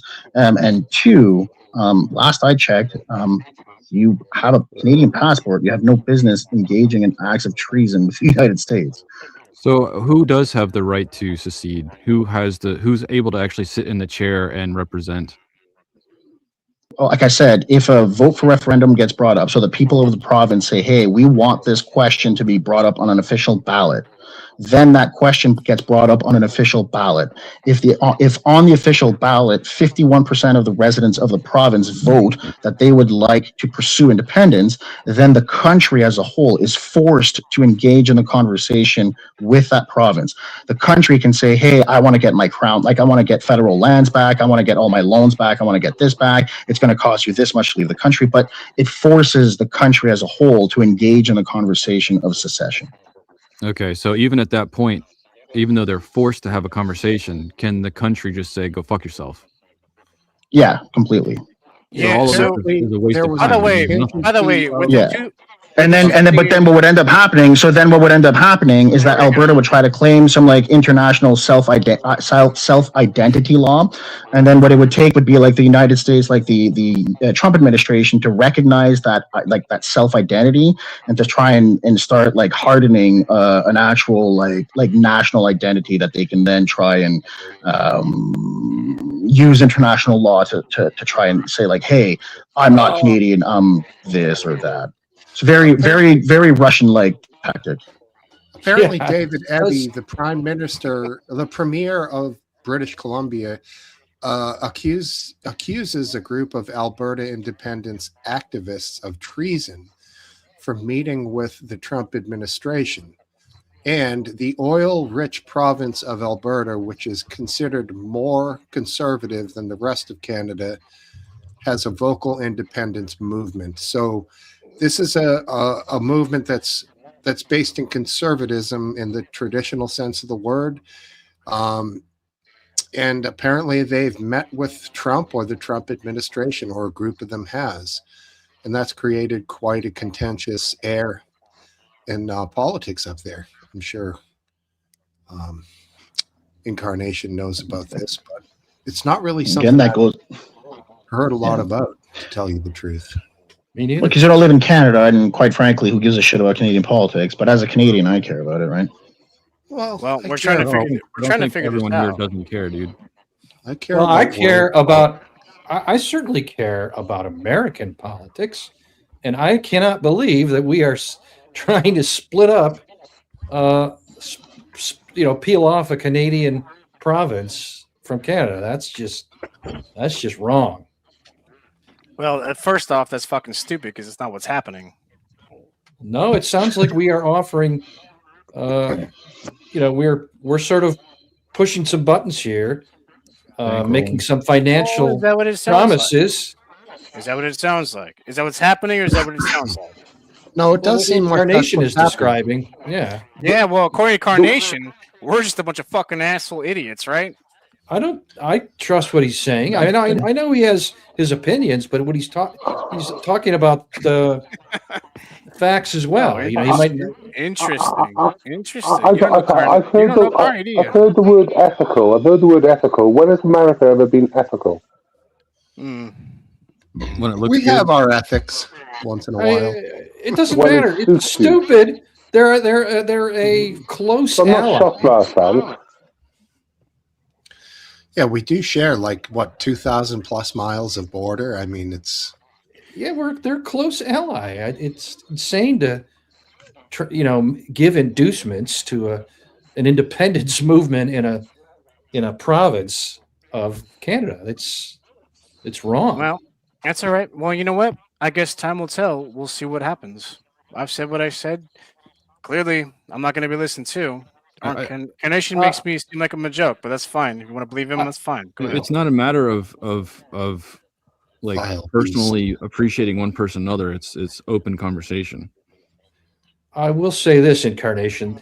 This kind of effort would never, once the Trump administration is out, there will be no such government. I'm not convinced. I'm not convinced of that.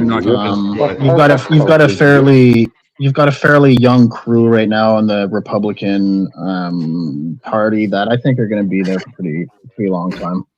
I agree. In all honesty, I hope they are, because if we got people like you in Canada, Cool. yeah, I'm all for destroying it.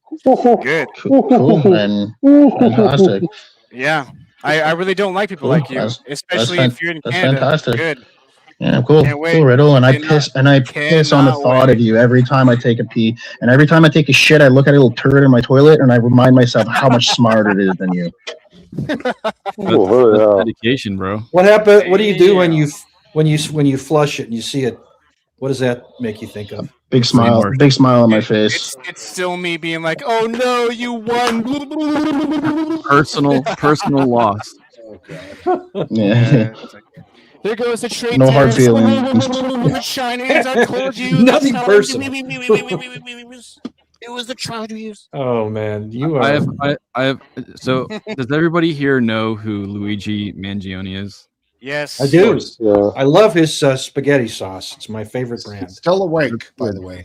I think that he should have deserved the death Yeah, penalty, sorry but about that. apparently not. Well, he can't get it in New York, so Well, yeah. Who here is He aware lost, that a federal judge has taken the death penalty off the table? That story. RW, you're not going to talk about the other story about him? I'm about to, I have two things you can add to it. One thing is the federal court took the death sentence off the table, and the other one is that a man tried to break him out of prison with a barbecue board, random documents, and a pizza cutter. I think that was today, and I think they were from Minnesota. A Minnesota man, Mark Anderson, allegedly tried to break him out of jail. An old guy, too. He was an FBI agent. It was not It's so good. That's so good. Unsuccessful attempt. He also the Mangione lost a motion to have some evidence suppressed. Do you know what the evidence was, or it's just a generic? Was it his phone? I can't remember what it was, but it was important evidence. Like the murder weapon? okay. I don't know what I'd have to look it up. It might have been the murder weapon. It might have been a search. No, I'm not sure. I have to look. Okay. Wow, Dance. Usually He's an you interesting come in- icon. I think people are looking at him in America in many different ways. Some are like he's a Boondock Saint type figure. He's No, not like- an icon. He's not an icon. I want to correct you on the use of that word. Well, what's the I right said word? You said he's an interesting icon. No, he's a Well, murderer. what is the right word?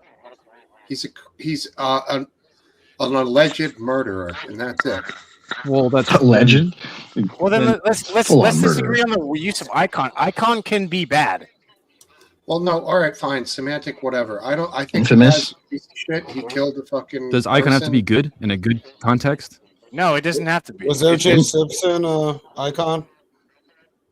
What? Was He he was Murder? before he was a murderer. Well, infamous. I think the right word would be infamous, right? He's is the infamous killer. I would call him murderer because that's what he is, fucking murderer. But I'm not trying to debate the ethics on my comment. What I'm saying is, it wasn't just that he murdered somebody.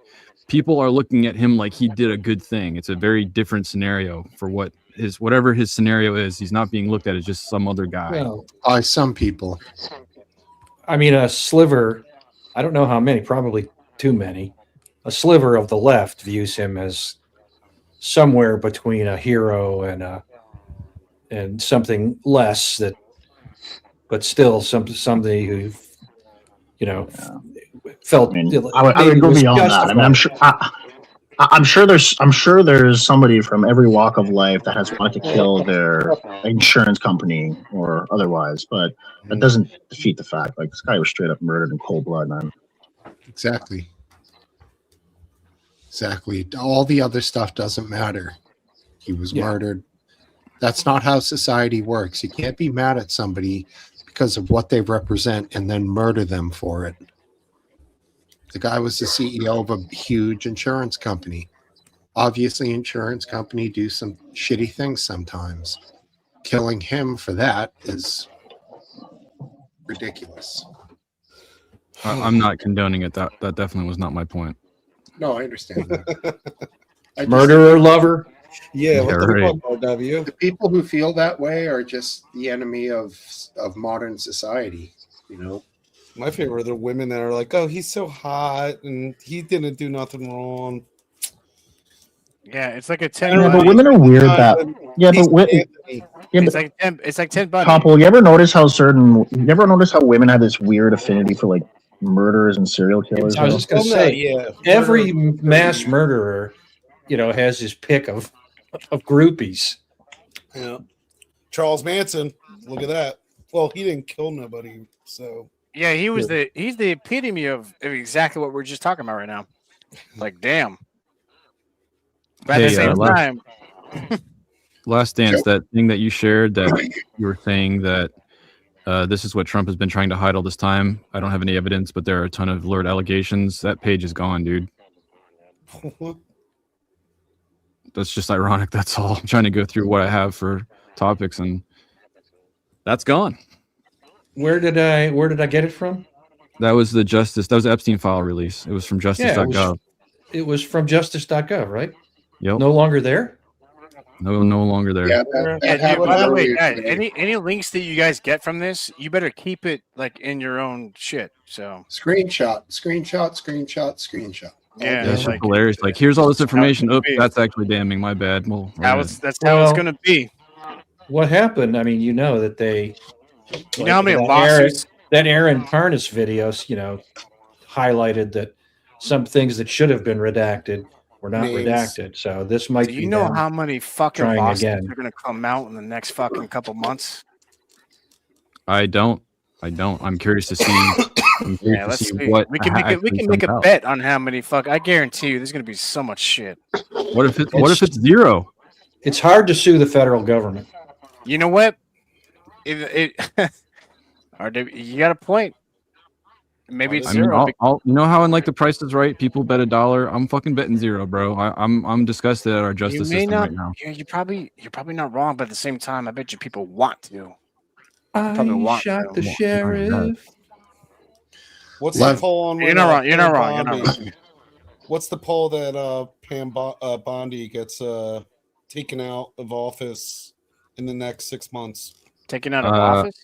Christy Noem would be say zero. Yeah, I was gonna say Noem or Patel. Really, those two over her? Yes. No, I think they made stupid comments that we have about a the president pretty comments shooting. every day. What they say?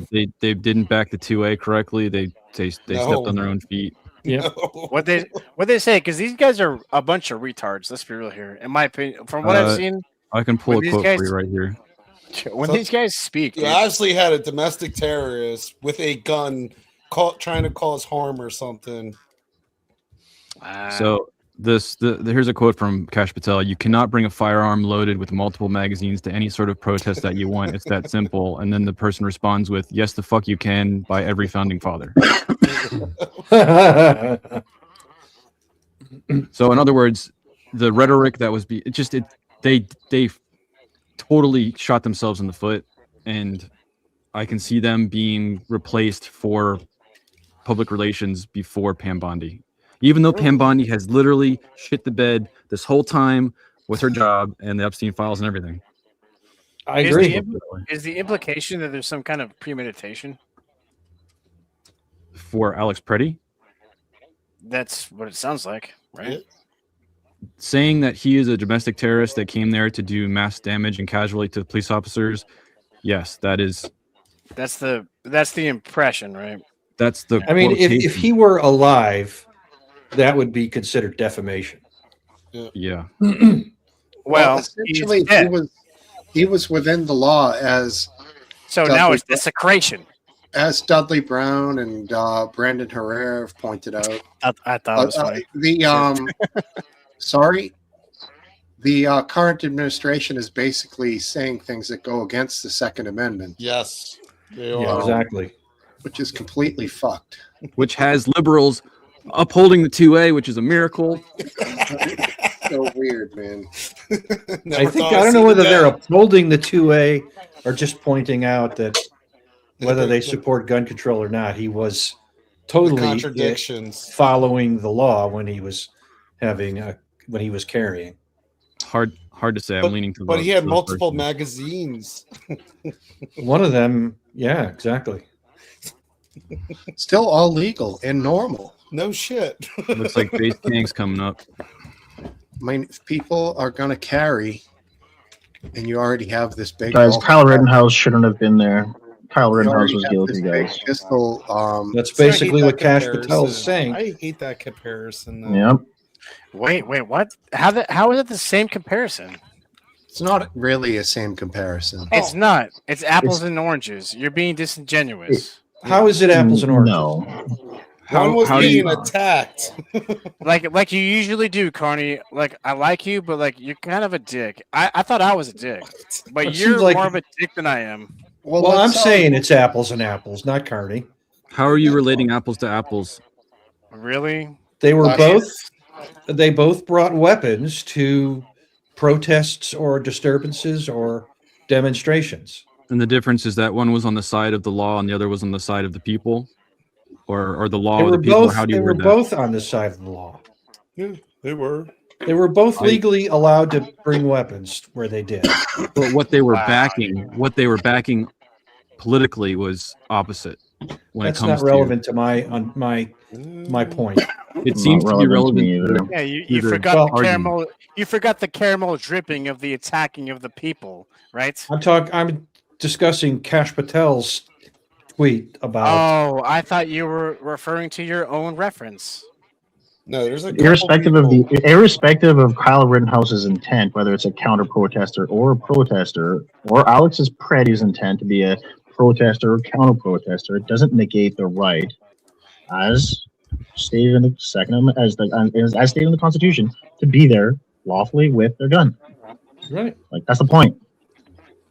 With all due respect, Incarnation, you thought that fucking voter registration was legal in California. That you need a voter ID. The what? You also, yeah. Remember the last time we spoke?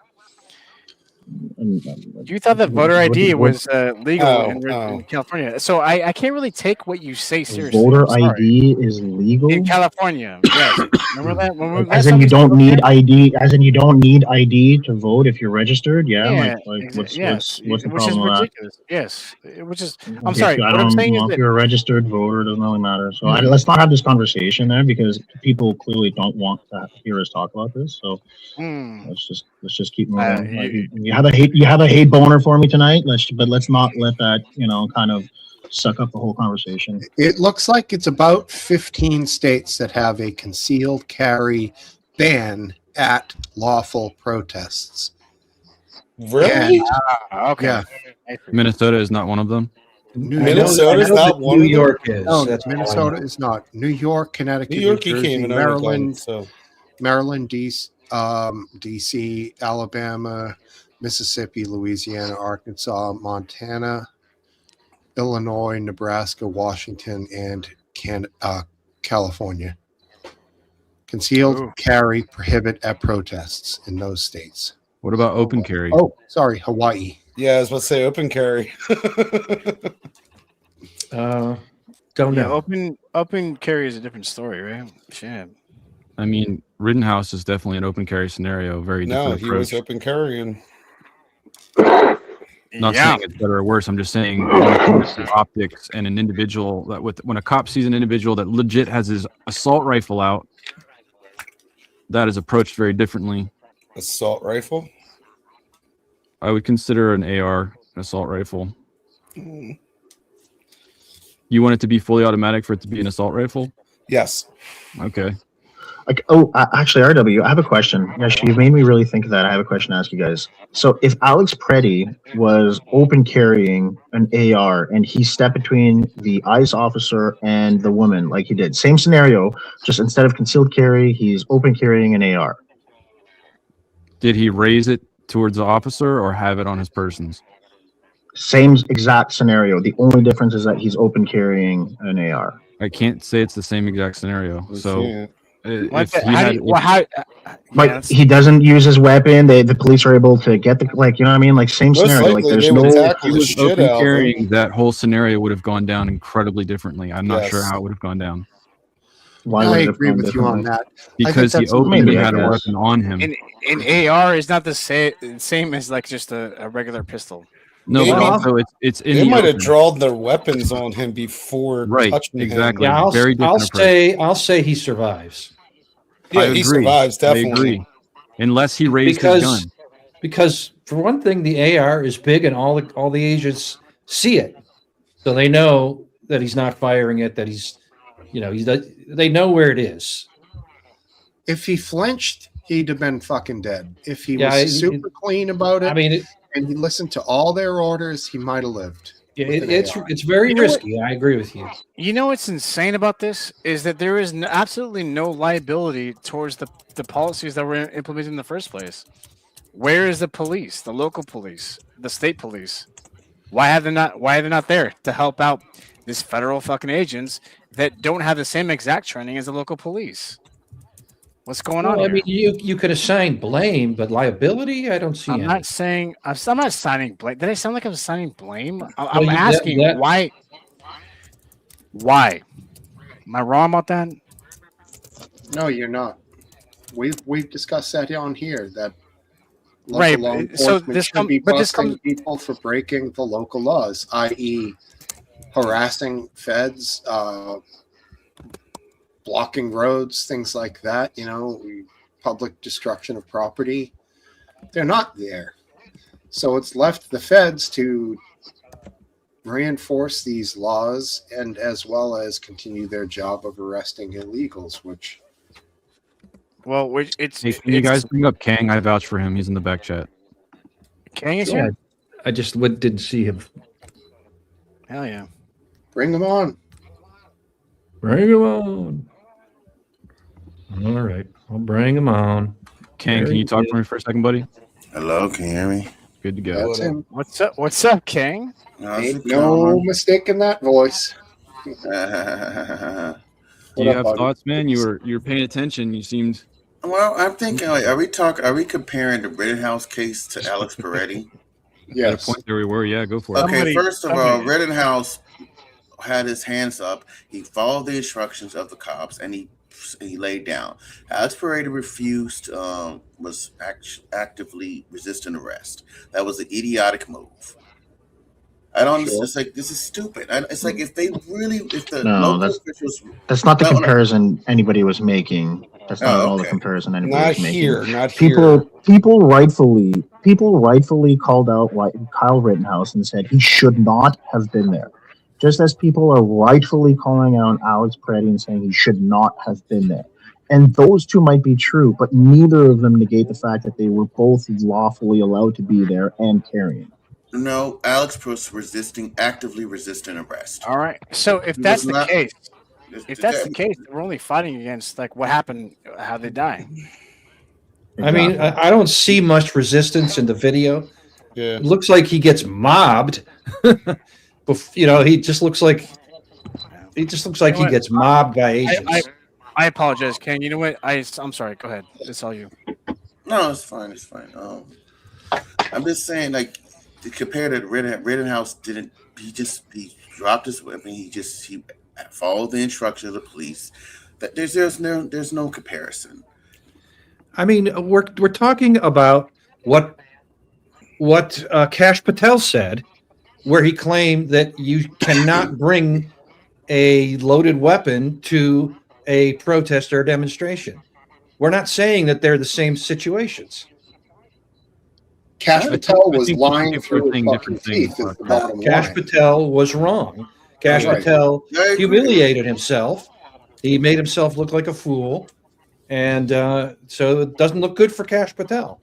It was comical too, because a lot of the conservatives are like the gun guys on Twitter are like, they're like, no, hold on, you're getting it wrong, bro. That ain't right. Stop while you're behind. We don't want to go here because you're fucking wrong. These dudes care a lot about this shit. Yeah, I know, but I will say I think there needs to be acknowledgement of that these protesters are acting recklessly. The Renee Good situation, Alex Perez, I think they act very recklessly. They're not protesters. They're not protesters. If you're actively following ICE and all, that's not protesting. That's harassment. I disagree, but anyways, I think neither here nor there. I think it toes the line on acceptable, but I also think that that's exactly what the First Amendment is for. Yeah, and if people have no means, like if people can't take up arms, the only thing that they can do is annoy the shit out of you. I think that's exactly what the First Amendment is meant for. Except I remember that you brought up this fact. Remember when you had the Canadian Truckers Revolution? You hated that, and you said there should be you loved it. I remember talking to you about this, and we talked about with Jason, Eric Kasparky. Yeah. We actually are you making a comparison that protesters are there's a difference between a rape whistle and a train horn. Hey, Riddle, you need to chill out, dude. I know you hate me there, but you need to chill, dude. And respectfully, there's a difference between running behind a cop car with a rape whistle and a fucking train horn downtown. There's just it's not comparable. Am I wrong? Am I wrong? Yeah, you are. Yes, you are wrong. Decibels matter. I called you out exactly what happened. That's exactly what happened. It's not even comparable. If people are showing up, here now. Same thing. If people are showing up for the purpose of obstructing law enforcement, that is not the same as making noise or protesting. Yes, that's but not. They're not obstructing law enforcement. If they're actively following ICE movements to stop them from, then that means they're not blocking them. If you're walking down the street, if a cop is walking down the street doing his job and somebody is behind the cop calling him a pig constantly, the cop isn't allowed to turn around and say, you're preventing me from doing my job. The cop has to keep moving because the person is not preventing them from doing their job. Listen for a moment. I'm not arguing your point there. What I'm saying is in this exact scenario, it is being investigated that these people are actively organized and following ICE to obstruct their ability to obtain people that they are trying to do with law enforcement. That is different than just randomly walking down the street and calling cops a pig and being noisy. I disagree. They're walking down the street telling people, "Hey, they're cops. Hey, it's a cop. Hey, it's a cop. Everybody, it's a cop." Just as it's not illegal for somebody to hold a sign to say that there's a cop down the street, there's a cop radar down the street. It's not illegal for somebody to warn that there's police presence around, that there's a police operation. It's not illegal to do any of that. That's all protected under the First Amendment. I would like to say it's blocking a cop. Okay. No, go ahead, Kang. I will say it's very funny. This is separate. It's very funny for the left to now be born against 2A people. After this, it's like for God's sake. I'm a full 2A supporter. I've always been a 2A supporter. I own 4 guns, so you in you Canada won't get that you from own me. 4 guns. What's your Of course.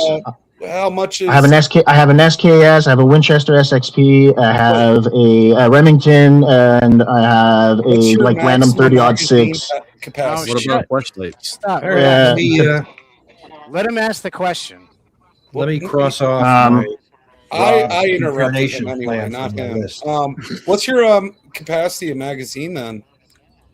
Depends legally. It depends. Like in a shotgun, it'll depend on the size of my round. So if I do a 3.5-inch round in my shotgun, I can legally only carry 3.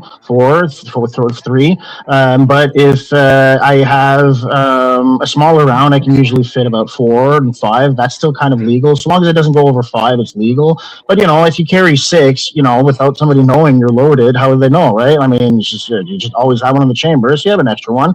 And if you can ghost load your shotgun, then hey, you can always carry an extra one too. It just depends. But if you're talking legally, I can't really carry a magazine bigger than 5 rounds. 5 rounds, okay. Yeah. And if you get pulled over with a gun in your car, do they go full inspection on it? Nope. So long as it's bagged and trigger locked. So if it's bagged and trigger locked, they're not going to give you a hard time. Okay. If he used it for self-defense, would you get arrested? Well, that happens in America these days. Yeah, you would get arrested, and then you would get arrested. A self-defense clause for a gun it depends. Like if you're on a large property, then their self-defense clause with a gun is a lot easier to justify. If you're on a smaller property, it gets a lot harder. But every situation is different. I see. So you have to own property to know how that works?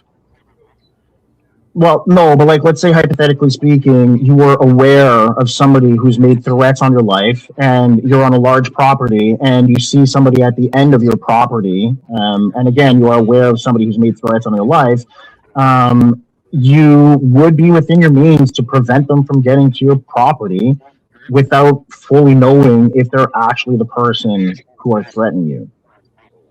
Okay, so according to state law, or this is your country, the entire law?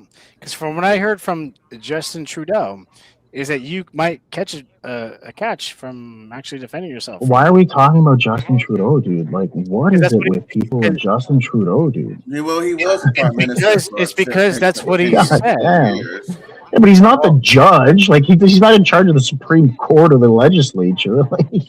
Oh, I'm sorry. I figured. Oh, wow. Then why are you obsessed with what the hell Trump does? I could ask the same stupid question that you just did. I'm not obsessed with what Trump does. All right. So what I'm asking is, can you defend yourself and not be legally? Yes. Okay.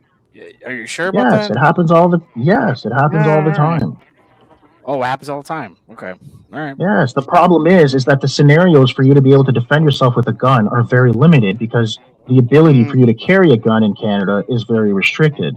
But if, again, you're on a large piece of property, the restrictions for you to carry your guns are very, there's no restrictions, right? So it depends on context. But you're not allowed to walk around with open carry anywhere in Canada ever. So you're not, and concealed carry licenses are incredibly hard to get. So people, that just doesn't happen, right? Okie dokie. Can I shift from the 2A for a second? I have another piece of information I'm curious to hear your thoughts on. Shoot. Yeah, please. Mayor Mamdani, and this isn't about his mom. Oh, my Mayor God. Mamdani warns of $12 billion New York City budget shortfall. I think that's unique. He's blaming it on Eric Adams and the people before him and everything, but he had very grandiose claims of what he wants to do with New York City, and his first month in office, he's admitting that they're short. So I'm curious to see how this rolls out for the rest of his term. Oh, who Tax could the not shit have out of the seen citizen. that? Yeah, who else could not have seen that? Tax the shit out of everybody. Come on. And you know what? I want King to actually Yeah. respond to this because he knows about some bullshit in Chicago. It's the same shit that's happening in New York, right? I will say, but not. I will say for Chicago, at least I don't think we have a city income tax the way New York has. Oh damn. That's someone. I mean, that's just New York is fucking. It's crazy. You were joking, Topple? Sorry, go ahead, King. Go. I thought Basically, you're joking about taxing people, but from what I saw, the resolution to that is taxing corporations and wealthy people. Yeah, I wasn't joking about that. Yeah. That's Okay, what I thought you were do. joking. Well, I'm assuming that they're going to leave. I mean, if it's more financially plausible to move your operation somewhere else so that you can maintain your wealth, that just seems not like common sense. But the hard part is people that are dug into a community don't want to rip the roots out and leave. They'll leave if they have to. Well, let's look at it. Where do most people that work in New York, they live in New Jersey, actually. So what's the first thing and what are they're going to hit you with tolls? They already did that, whatever, that one section that you have to pay. I forget what the hell it's called. If you drive a car in it, you get a toll fee for it. Yeah. Congestion pricing?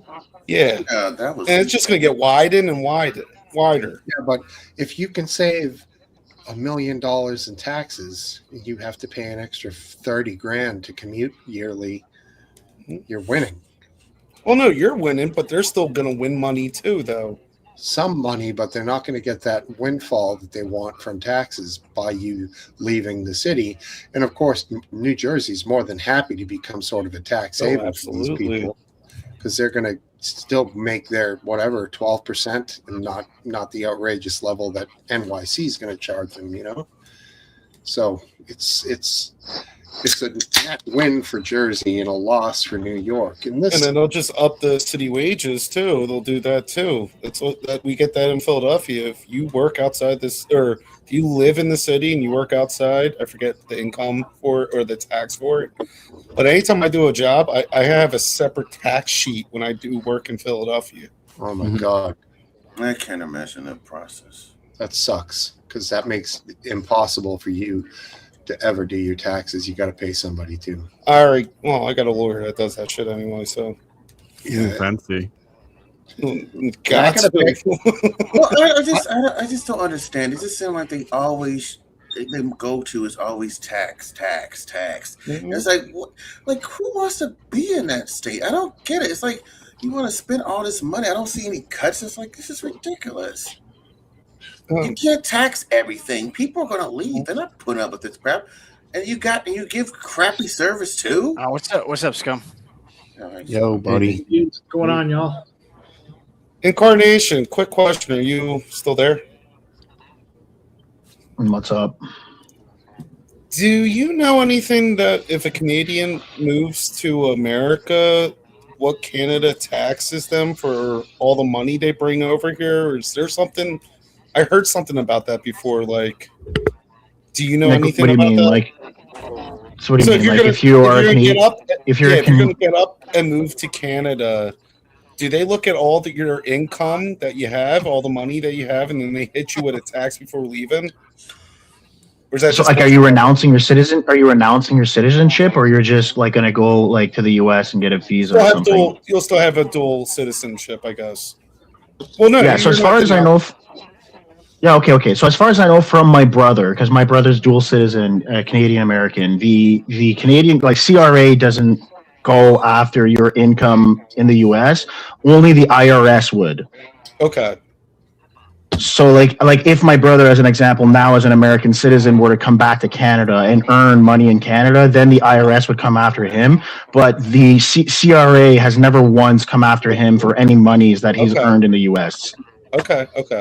Does that make sense? So if you're a dual citizen and you make money in Canada, you got to pay double taxes to Canada and taxes to the U.S. It depends on where you're resident. Correct. So like if you're an American citizen, you have to pay taxes to the IRS wherever you live. It doesn't matter. Doesn't matter where you live. The IRS will tax. I disagree. When I was in Australia, I did not have to pay. I could defer because my residency was inside of Australia for X period of time, for a year. Okay. Yeah. I mean, I'm sure there's loopholes, but if you're gonna live for any amount of time outside of the U.S., the IRS doesn't deem that as like you're scot-free. The IRS will come after you. And like I said, my brother knows this. My brother knows this because the IRS went after his Canadian bank accounts that were earning interest.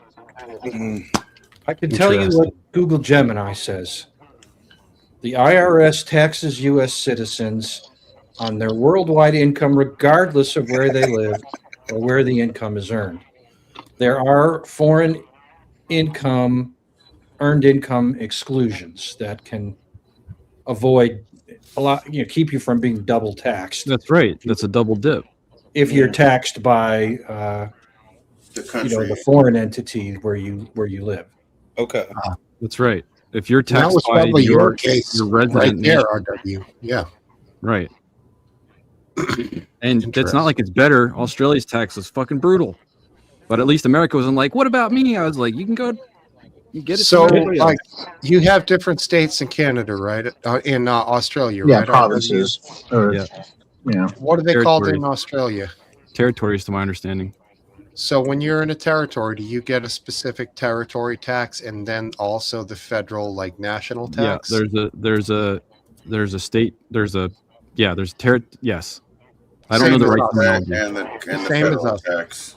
Yeah, same as us. You pay North Carolina and the feds. So same That's as right. me here. I pay Right. Mass and the feds. So you already are, in a sense, you're getting double whacked here in the country anyways. But Not Yeah, only we- that, when you go to buy stuff, you're paying tax again. So it's not like, Sales tax,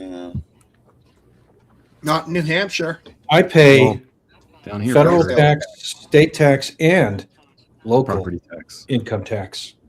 No, income- local. Yeah. What define local?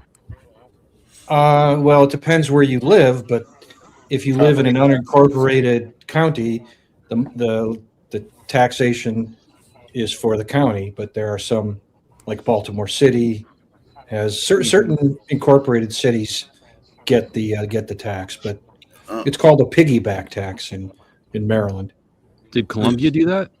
I don't know if they just get their money from Howard County, or if they might have their own get their own taxes, but it's income tax. This is In addition, you pay property taxes, and This is that crazy. counts This too. is- Sales Go tax. ahead, Rob. We need to start a move. We need to start a movement to go against taxes. Like we need to. Hey. Down. Not the I'm- fucking this is- Boston careful, Tea bro. Party. The fuck I'm you sick think of happened? this crap. This How do you is think this crazy. country got created? What the fuck you I talking know, about? this is Relax. crazy. Property tax, all these Relax. taxes. It's like you're being punished for being productive. Carney wouldn't know, but you might. I'm just scared to talk about any type of revolution about not paying the IRS openly on the camera. I yield. This is to the IRS. We're not. America needs a break. We need to make more money.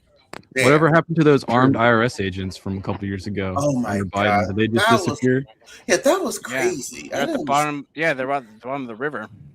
I didn't understand. That didn't make any sense to me. Like, wait, why are you arming? Wait, do they go out in the field?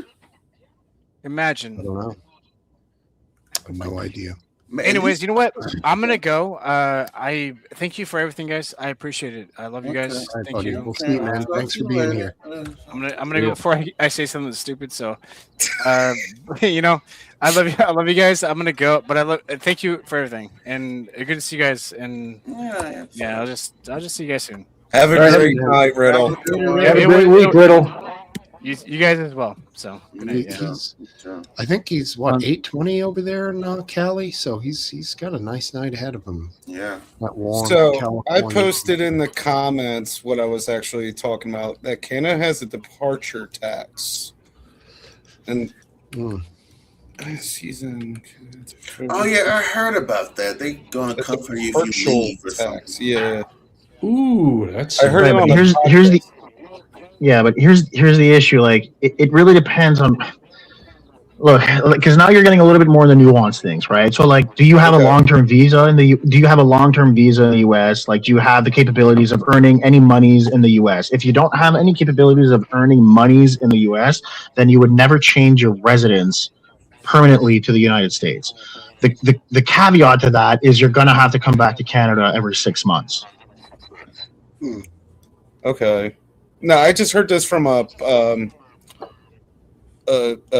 influence, or I forget what the hell you call them. It was on a podcast with Oompaville by any chance? Yeah. And Yeah. his wife or girlfriend, call me Chris.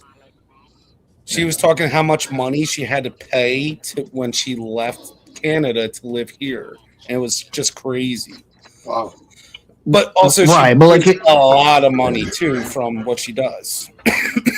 Right. So like it depends on the context, right? But like there's like if you've got a long-term visa and there's purpose and there's reason for you to stay in the US, to change your residence to the United States and to like not apply for an extended stay, like an extended away from like in Canada, because you can tell the Canadian government like, hey, I'm on a long-term work visa in the United States, like I'm going to be back in 5 years. Like you just need to just put everything on hold for 5 years, and you're allowed to do that in Canada. Okay. So if you were to do that and you were going to go to a long-term visa and you're say, hey, I've got the opportunity to earn money for 5 or 10 years on a long-term extended visa in the United States, here's all my paperwork that guarantees me the visa for so long, as long as I don't get into any, criminal activity or whatever, then you just tell the Canadian government, I'll be back in 10 years.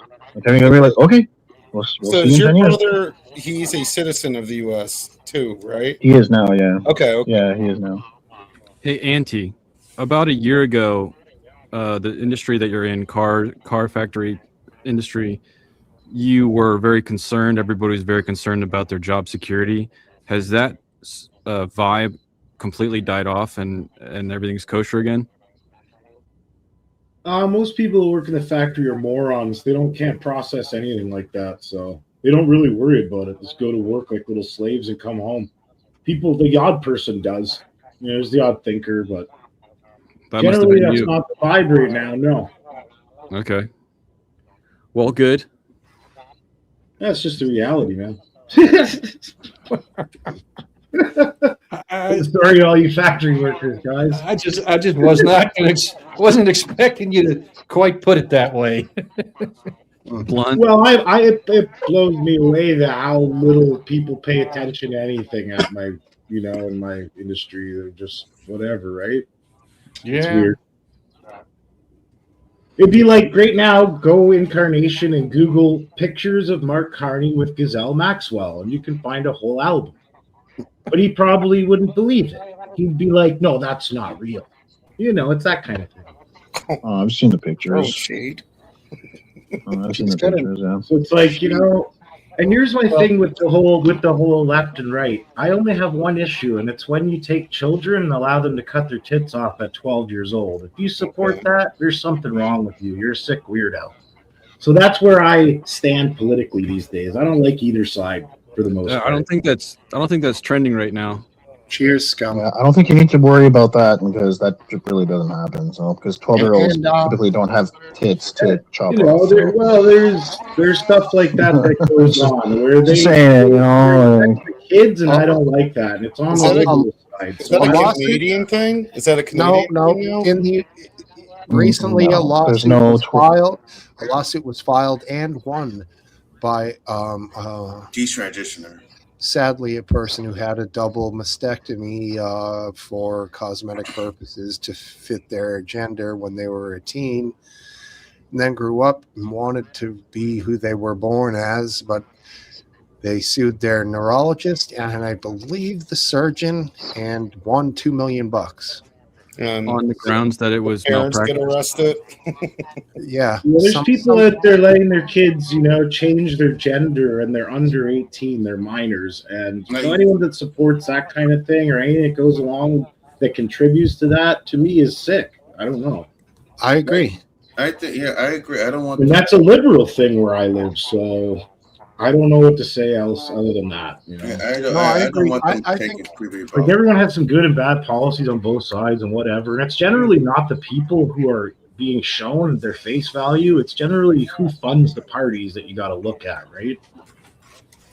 Yeah, the thing is, like, if a kid goes through a phase and he acts girly and shit, and you just sort of let him go through it, and then maybe a year or two down the road he loses that, and then maybe not, maybe it's a bigger problem, maybe needs some counseling, but to start cutting things off and giving heavy drugs to change certain aspects of puberty, you're changing that It's person. called child mutilation, but they don't like to say it like that because that Right. sounds rude. It's not like these things are somewhat common in child development, but to like go and all of a sudden be like, all right, we're going to go do this, this, and this. You're like, whoa, slow down a little. This kid might change in 3 years, you know? Yeah, exactly. To be honest, everyone I know, I don't know anybody that agrees with that. And I got a lot of friends on the left. And I never met anybody that agreed. That's just where I live, I guess, maybe. Well, Lloyd, Was Canada? Sorry, Ken, go ahead. No, what's people's position on puberty blockers then? What's whose position? Puberty. I get people. I am against. I'm against too. I mean, I don't understand. It's like people think that puberty is just this change of voice. It's like it goes into bone growth, it goes into muscles, it goes into like sometimes maybe they need puberty to reset their mind. It's like, you know, everyone knows that what happened when they went through puberty, they start noticing girls or boys more and just started their mindset changed.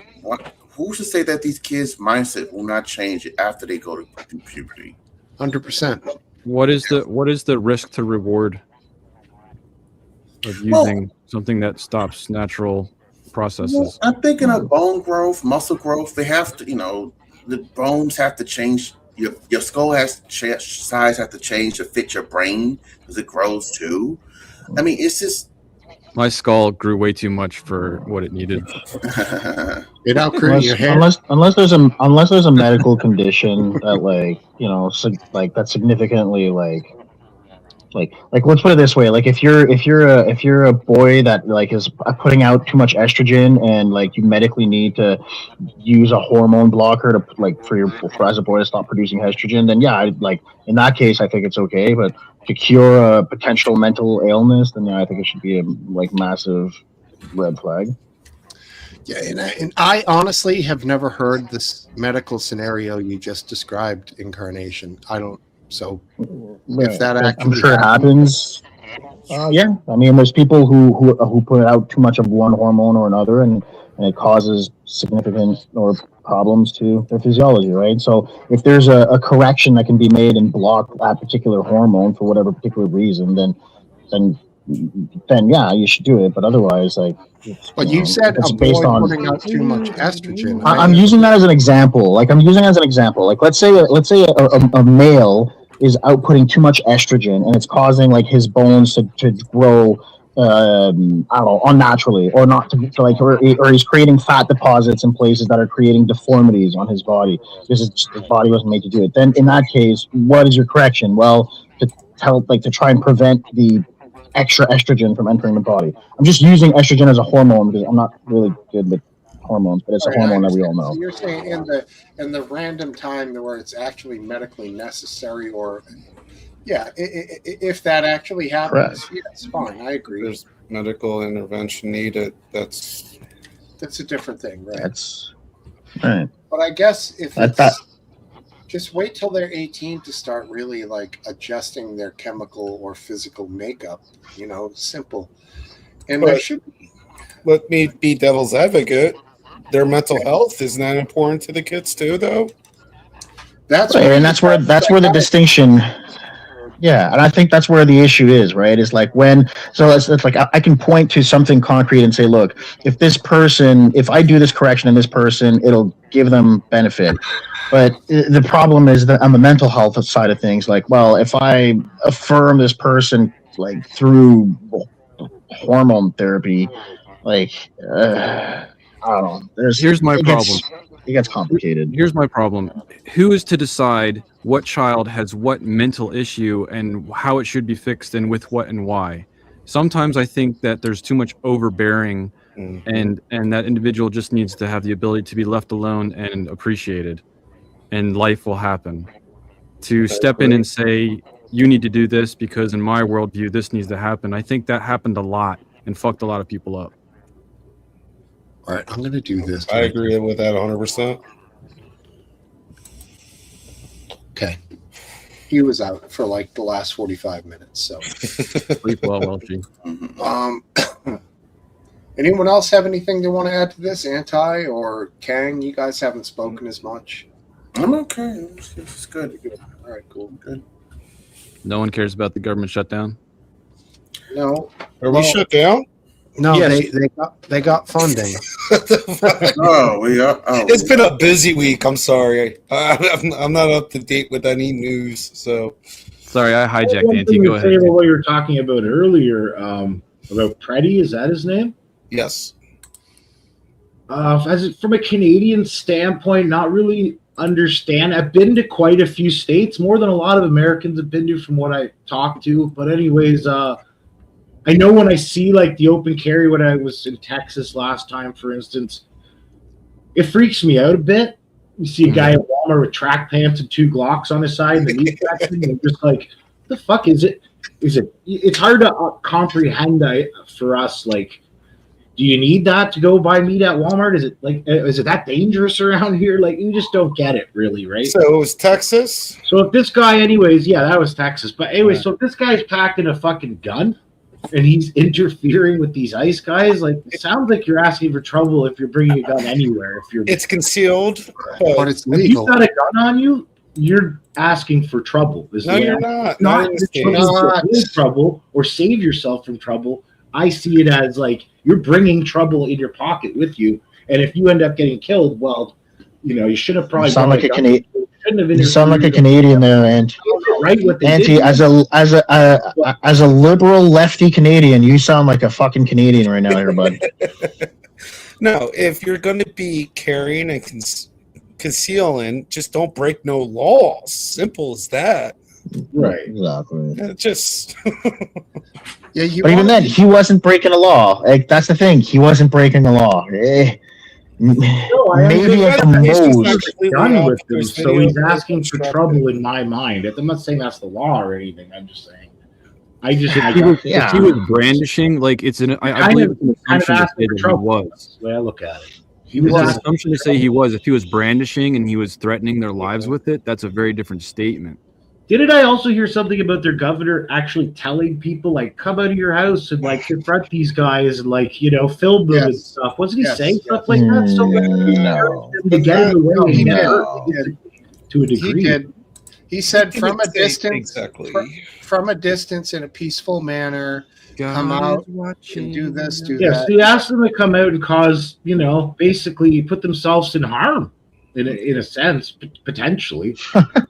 Yeah, he was Come soft. on. He was Like, soft, he gotta was listen soft to in it. his delivery, but he essentially said that. Yes. go out and go out and engage in your First Amendment right. Like since when are we going to criticize governors for telling Americans to exercise their First Amendment right? Oh, you Come mean on. like protest and peacefully at the Capitol? Right. No, That's that's cute. not Had the to go. problem. The problem is that the people weren't just peacefully protesting; they were escalating it to not peaceful and destructive protests. And secondly, he wasn't then providing like police backup to handle it when these people got out of control. Did ICE So ask for it? if you're going to urge the public to go out there, and there's already an air of aggression and violence going on, you might want to throw a few cops out there too, there, Mr. Governor. Did ICE ask for it? Like some Yes. state troopers? Yes, they fucking asked. Yeah, for it. they did. So you're saying that ICE in this instance coordinated with whatever the state troopers or the local PD, saying, "Hey, we're going to be going down these streets to go apprehend this suspect, and we're going to have people in tail." No, the state troopers were not made available to them until well after the Alex Preddy event. Yes. Then after there was a major Oh. outcry, then you started seeing state troopers. In one protest I was watching the other night, it was fucking game wardens. I was like, what the hell are they doing So there? okay, so let me ask you this: so if the police, the local or state police, are unable to gain like the local, like the control of the ground to start an operation, do you think that they're going to go ahead and start an operation, No, or do of you think course that they're going to wait until they? Right. So, like, why? If you're saying like, well, the state troopers would have been available in 2 hours, then okay, why didn't ICE wait the 2 hours for the state troopers to go and do the crowd control? Well, at the time, you don't wait for a riot you tell a riot 2 hours, like things have to happen when they're Well, happening. You're also We're talking talking about about- picking up a package too. Packages have a window. And on top of this, I don't think this was So who? This instant. It wasn't an active protest. These were people. Well, I'm not saying this guy was found. He could have been just walking down the street. The investigation's not over, allegedly. But I'm just saying it wasn't an active protest. They were actually following them. I'm not saying he did, but Look, how else? Okay, look, how else would you, okay, peacefully voice your dissatisfaction with how your government is handling their business? And I'm not saying in this instance, I'm saying in any instance. you show up to their headquarters and protest. That's a valid. Okay, so ICE, does ICE have a headquarters? Yes. Yes, they have a. So they have they so where would their base? So their base of operation would be in Minnesota. I Anybody forget what wanna the look that up? building's called. They're There's there a place protesting. in Minnesota. Oh, okay, fantastic, great. But So has you that think it's prevented? okay- Has that okay? Wait. So then has that prevented the death of anybody? Well, no one died in front of the federal building. Well, but somebody did die on the streets, though. You're conflating though. Like what is if people were to protest in front of their base of operations to voice their protesting problem with the would it work? government? Would it Right, work? would it work? I don't know if it would work or not. I don't think protests make much difference at all. So me agree. personally, I don't think it would work. Well, maybe there would be a way to make your protest a little bit more effective against the government apparatus, and that would be to try and not necessarily disrupt them, but engage in your First Amendment right to advise people that they're there, and about you're this? allowed to do that. Incarnation with the incident with Good where she got shot. Do you think she was just protesting? I would say she was in protesting mode. Yeah, for sure. Blocking the road? You can make whatever arguments you want with respect to. You're not allowed to block a road. Was she breaking law in her? Was she actually? Yeah, was she actually blocking the road? We can have that discussion. I would say she wasn't. She was being told to move. But I'm saying the difference. You still look at that as protesting, but not breaking laws while protesting. Those are state laws, and that the feds can't arrest you for blocking the road. They can arrest you for obstructing their business. Yeah. And like nothing of what she did constituted like her being shot at. That's Wait, she acted recklessly. No. Like I don't understand. That. She acted recklessly. Yeah, you got to. She did not follow orders. You got to put yourself in the shoes of the guy who fired the shots. I can, and I can say that in that moment, I can say that in that very in that sliver of a moment where she accelerated and that whole thing happened and it happened very quickly, that I can empathize with him. I can definitely say that, yeah, I can say how in literally a split second that would be something that would come across my mind. But everything else that he did was negates that split second, because everything else that he did completely and deliberately put him in harm's way. And That's not true. quite frankly, yeah, absolutely. That's not absolutely. true. The totality of absolutely. She backed the vehicle up on an angle and put him center of the vehicle. So, and whenever a vehicle is in movement as a police officer, you get the fuck out of the way, whether it's in reverse or forward. So if the car is going backwards, you're not putting yourself in front of the car. You're getting away from the car. Or you pull a gun to try to deter her from going forward. That is the last thing you do. No, then you're already mowed down. No, because if you shoot her, she's still going to mow you down. So That's not true. doesn't That's really not matter. always true. Yes. You could shoot somebody Yes, in it the is. head and they lose all motion control. It would stop the acceleration of the car. So, Simon, so now they're going Simon- backward. But when Simon, when I he don't know hit what him, you want, buddy, but I haven't seen you pop up on the green room here, pal. So, Simon, But as evidence, when he shot her, the car kept moving forward. yes, That car didn't stop. the So car so what actually to your point? accelerated after he shot because her. she went stiff because he Right. So to your top of point, that, so- that example kind of. But we pointed out do we before, all know we all- that? Like when we we all- watch movies and all that shit, do you know that most of the times when you see someone get shot, the car stops. Like you can't be an expert. The car can't stop. If the car is moving and you shoot them, that car is in acceleration. Though it does no, but that car, look, that car doesn't stop. If it's in drive, it's not stopping. If it's in reverse, it's not stopping. So right then and there, you've got an uncontrollable, deadly weapon if the cop shoots this person. So right then and there, they're breaking protocol by shooting somebody who has a car that is already in motion. it's not California. That's not a law there. Irrespective, dude, irrespective. In any circumstance, you read any book, they're going to tell you, like, don't do this because you've lost control of the car. You have no control now. Let's analyze this. He's got a picture of Jackie Gleason playing the sheriff in Buford T. Pusser, is that the character? Buford T. Justice, and of course Smokey and the Bandit. Yes. His name is Chubby Lovin. I'm sure that's Simon. Chubby Lovin. Maybe I'll say I'm 95% sure. That it's what? Is he running camera? Simon W. No, 8626. I know it's not my channel, but based on chat interactions, that's a major risk. All right. Oh. Goodbye. The gallery of peanuts have spoken. And Simon, you got to show your face for at least a moment so we can verify that it's you and not somebody we. Well, shit! Now I kicked him already. Come on back. Show your face, Simon. Well, you kicked his ass right out of there. Well, your fucking link is right there. I mean, what's he got to do? Float his hand up to the link again? Float it, Simon. And I gotta take off. I hope you guys have a great week. Hey, Topple, what was that? But that's what conversation's for. So, Topple, what was that vile liquid you were drinking? Oh, it's energy with water. God, what the fuck? It's orange. Trying to lose weight or something? Doctor's orders on certain things I can't drink right now. Oh. I was 3 cups of coffee and iced tea, as RW would say, and I need to cut my caffeine levels down.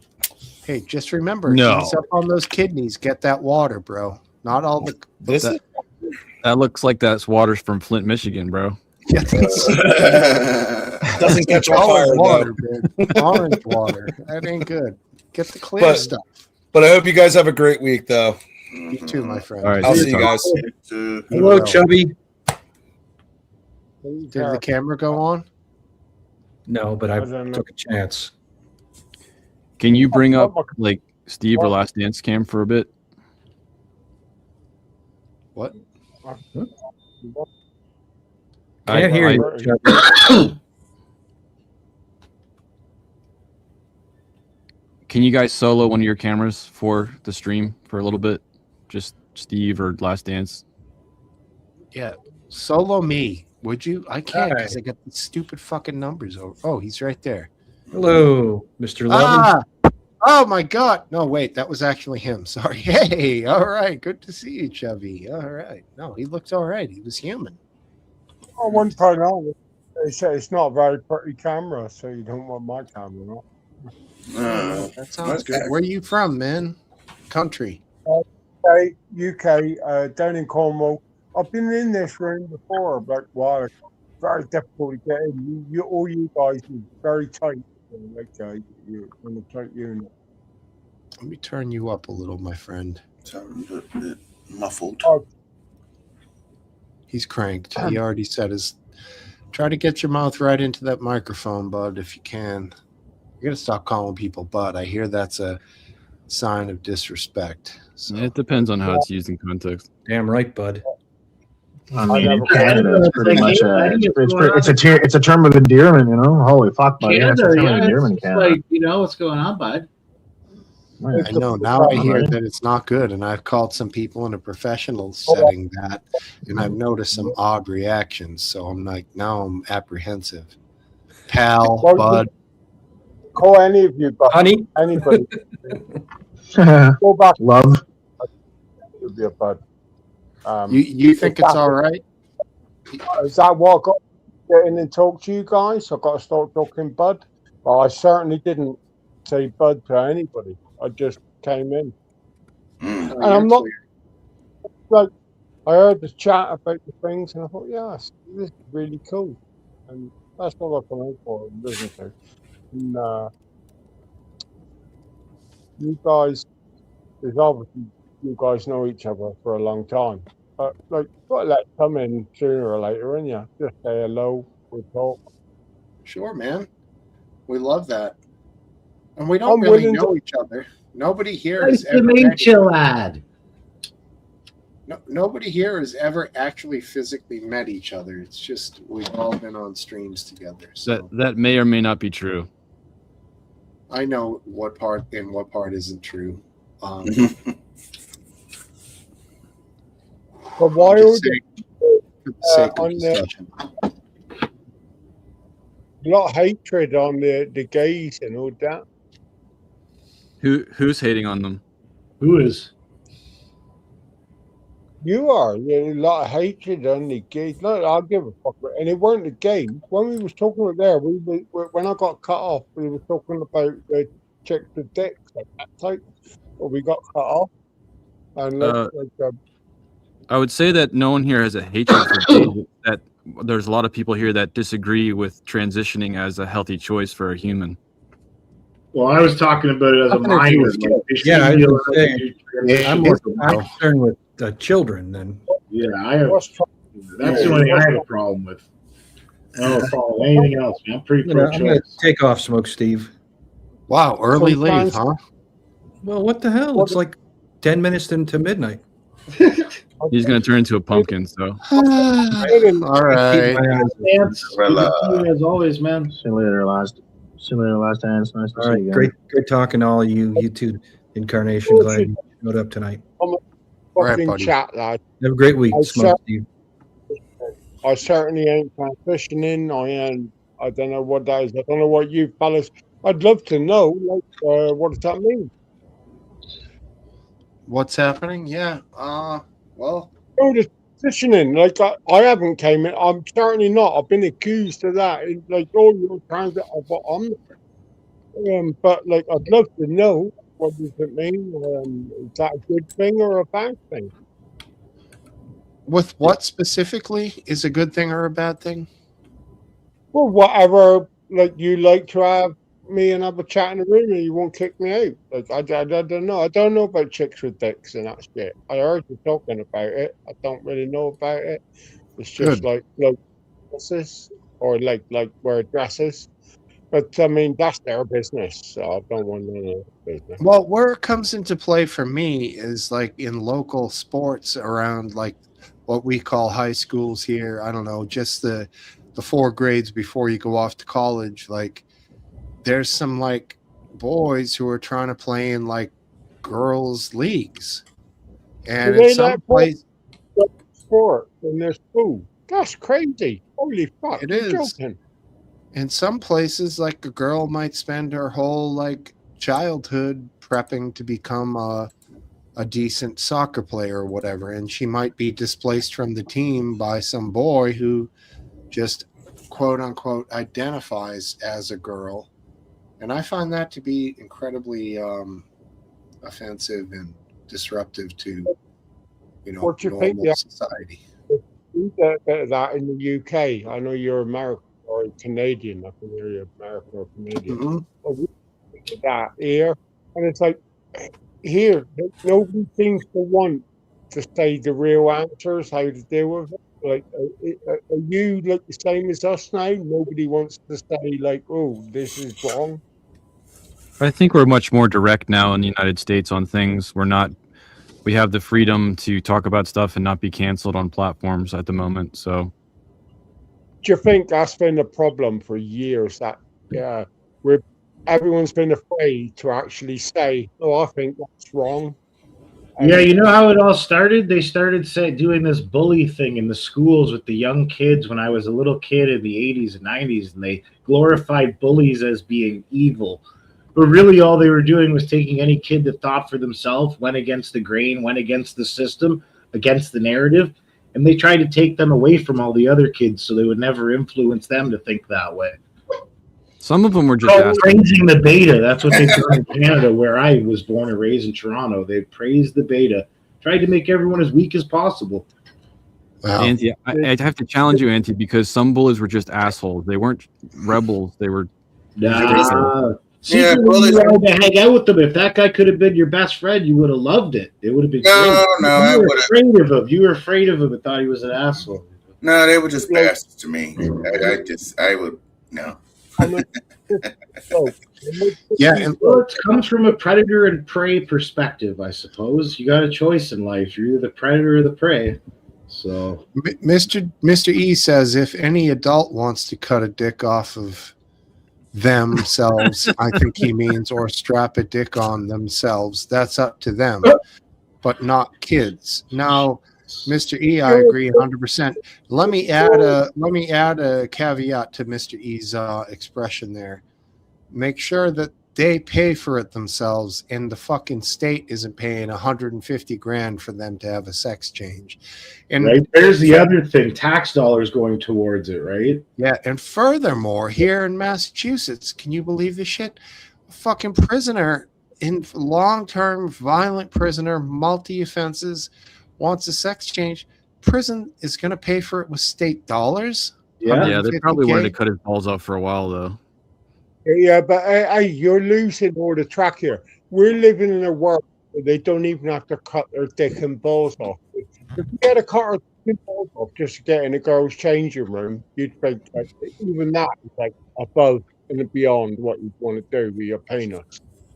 We live in a fucking world where these cunts can walk in there with their Johnston swinging about and say, "Yeah, I'm a lady," and I'll sit there with a 12-year-old kid while you get undressed, and I will. And there's something pretty wrong there. My rule would be, all right, chop her dick off. I'd have a bloke outside saying, "Let me have a look at your Johnston. Oh yeah, that's been chopped off. You can go in." That's right. The I other think Simon, I think you have a valid point. If a man is willing to take off the beans and franks, I think they're way more dedicated to their beliefs than an individual that's just cosplaying. Yeah, you're right.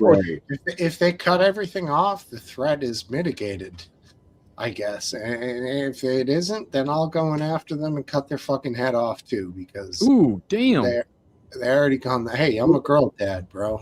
That's like the difference between cross-dressers and transgenders, right? Like some guys like to play dress up on Saturday night, but you know the other people are more serious and they're like mentally that's the way they feel and what they want to do, and they totally want to get rid of any of their anatomy of whatever, you know, male or female. Yeah, No one but here I judging you want, for your hobbies, Auntie. yeah, but I want. At what point did you decide? Say, I want to go in women's changing rooms. If that's if you want to wear a dress when you want to go on, that's your business. But at what point did you decide I want to go in a lady? If all the straight blokes did that, we'd be perverts. We'd be locked up. They'd be arresting us. But now we can say, no, I'm like, I identify as this. My pronoun is me, him, her, and it's like it's gone totally mad. It's gone totally mad. And You're right. Obviously, there's a few trans people in here, and I don't mean to offend the trans people in here. I do apologize. I don't go fuck with trans. I think you're good, bro. Yeah, I'm really offended. I'm so offended right now. You have no idea. You know, I think, funnily You'll be enough, all right. Shelby Lovin, your fucking echo cancellation was interfering with your accent, and I just shut it off. It's terrible. I'm Cornish. I come from Cornwall. The ship that went to America and Canada. Much better. So you can look at my accent is very bad, and I apologize. Well, no, I don't apologize, but it is quite hard. But No, there's nothing wrong with the accent. It's just the man. volume. Be yourself, man.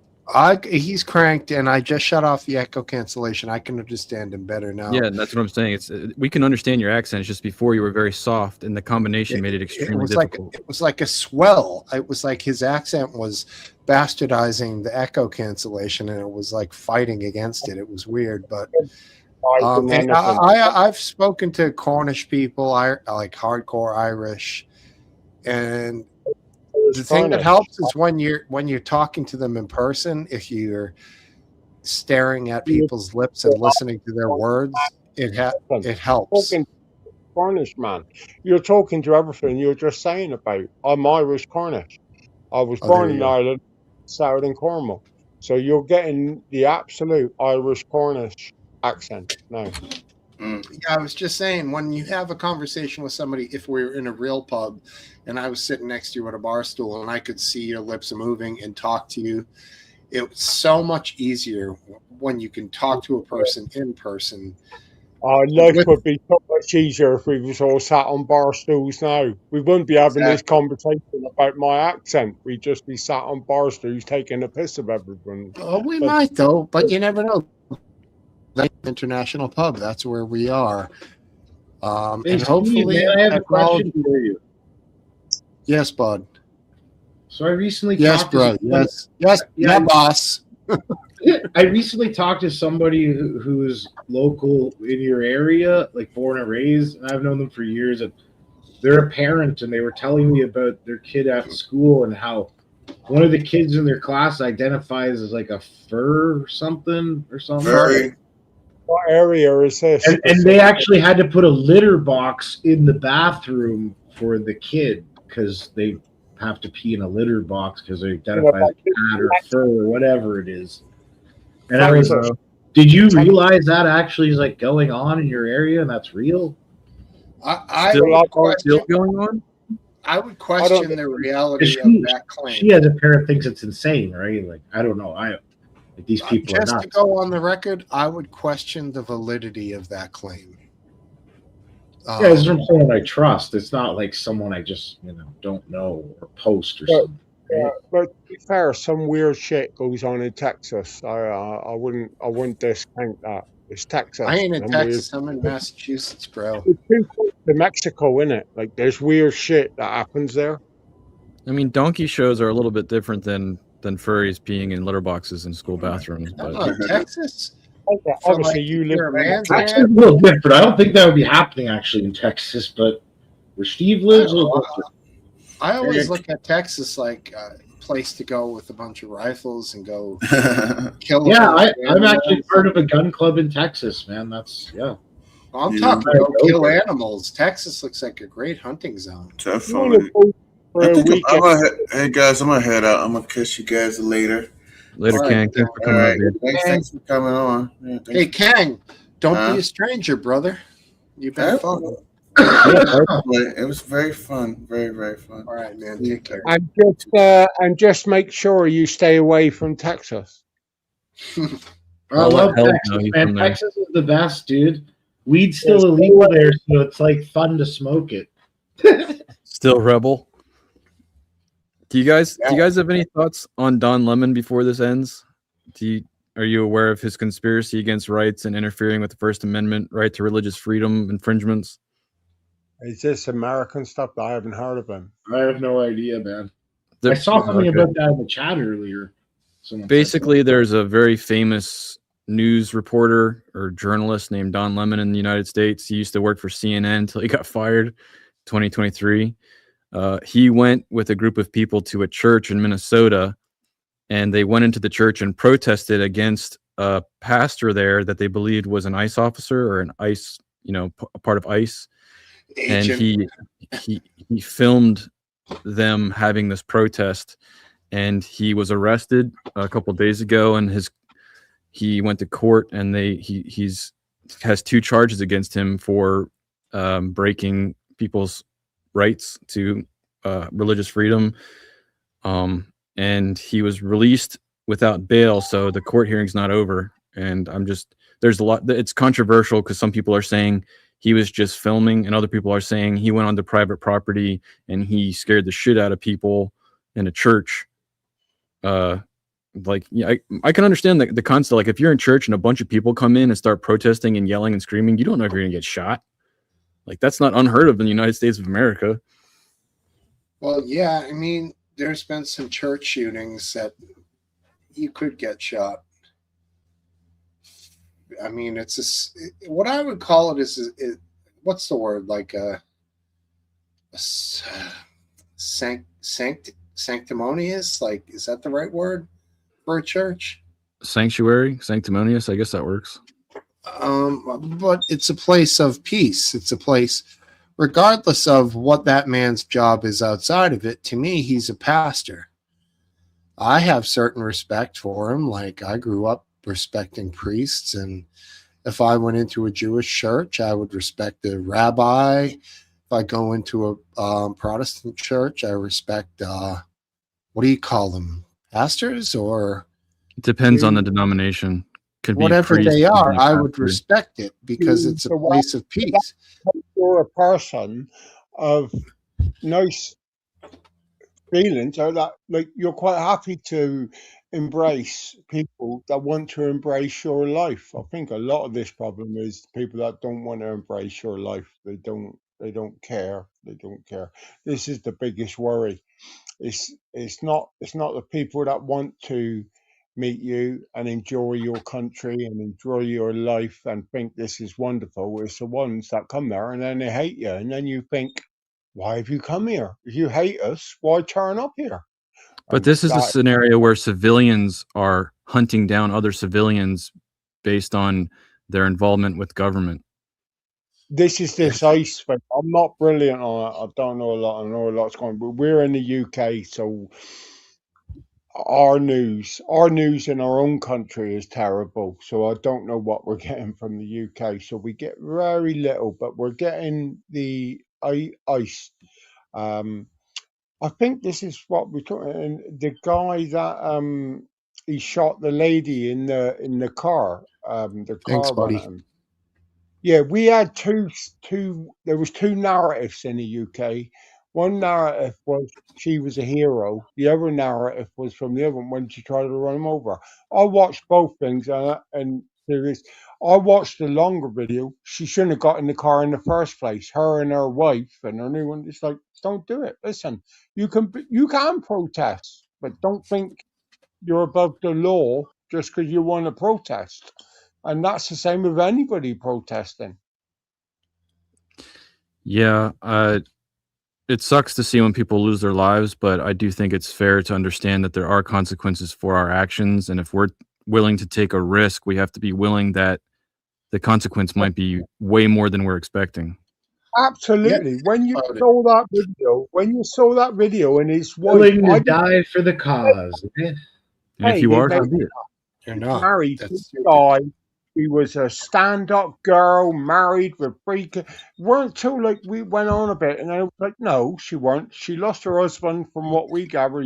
Then she was with a woman, and then the video came out, and the fucking woman told her, "Yeah, go, baby, go." And it's like, we're not getting the. But I don't think it's fair though to judge an individual's life and failings and whatever else with their action. Like if someone performs an action, that is the scenario and the subject that should be at hand, and to spin their character or anything else, I think is political and unfair to the cause. Yeah, but there is a consequence. She could have stopped. She could have stepped out of that car. She could have ended up just as much of a hero and said Nick had a Facebook account, and she got out, and she decided not to. She decided to go, and I don't agree with that discipline. But if you're in that situation, you got to know what you're dealing with. They are going to shoot at you if you fuck with them. Simple as. So Huge be a right. bit smart. I mean, it's a right thought. Like RW here, you or anybody else is in that scenario, and you happen to, be there. You're gonna just obey. It's a simple task. It's not a like laying down or being a pussy or anything like that. It's like, yeah, I'll just listen to these guys, and then they can cuff me, and then I'll probably get let go a few hours later because I really didn't do anything besides maybe be confused. But doing what she did, it was an active evasion that borderlined, and it was dicey, but borderlined in possibly pointing the car at the guy, and which was I don't think. Yeah. But listen, you can't blur the waters like that. She could have got out at any point of that car, and she could have ended up a hero. You got to be well, smart. not a hero, but at least alive. Accelerate towards an agent. It don't matter. Forget all this. What's going on? Just say it was a police officer, and you were driving out of Walmart. You do that, you got to take a chance. The guy's going to shoot you. Do you know what I mean? You could have just get out the car, say, "Yeah, nothing to hide." You know. I understand what you're saying, but at the same time, you said if I was in that scenario, first of all, I'm a law-abiding citizen. I'm not going to fuck with law enforcement. So I would never be in that scenario. So I'm at one extreme, right? I try and do the right thing.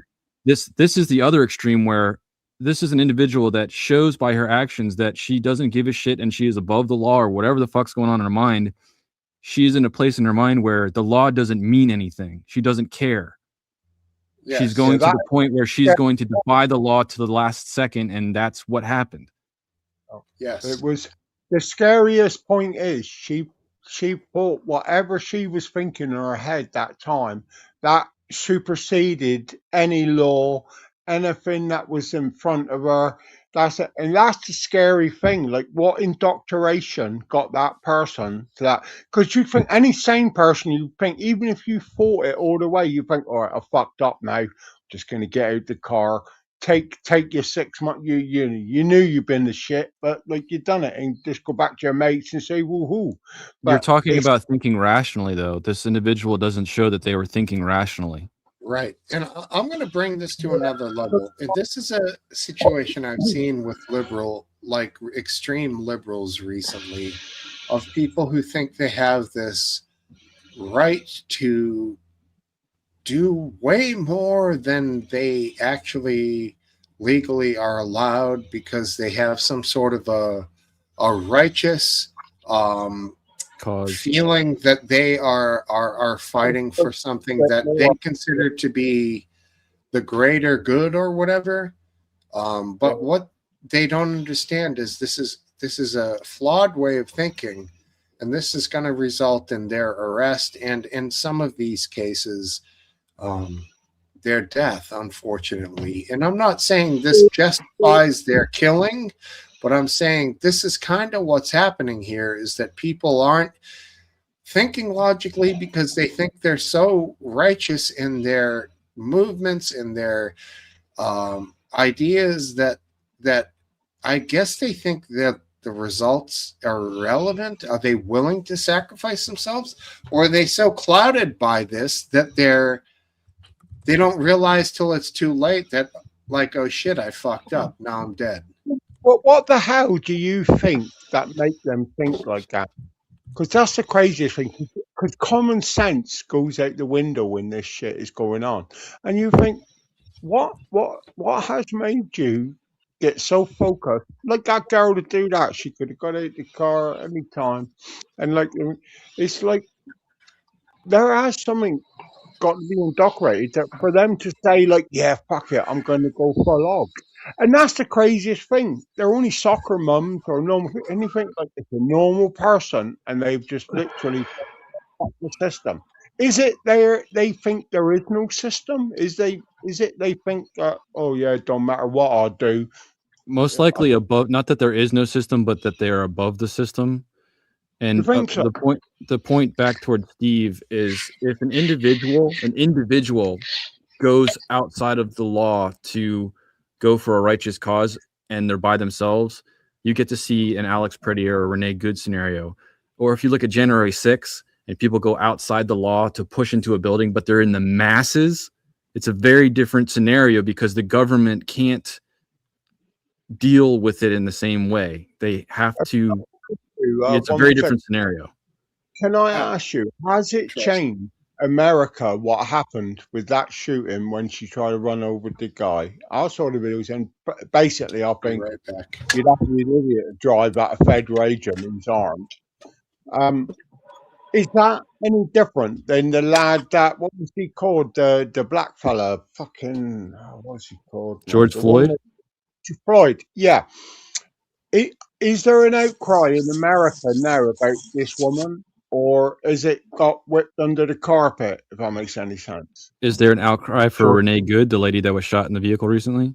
Yeah, that's what I'm saying. Is there a He's talking about if it had as what happened. Yeah, what happened to George Floyd was infinitely worse than what happened to Renee Good. Can you expand that? What way? There was Listen, there was an entire 8 minutes that cop could have changed that scenario. Whereas with Renee Good, there was literally like a millisecond that the cop could have changed the scenario. Like that cop in that moment, real fast. yeah, like in that cop in that moment when that car came at him, like anybody, you know, in that scenario could, for that very split second, have justification to shoot at the car. Whether or not it was a good shoot or not is irrelevant.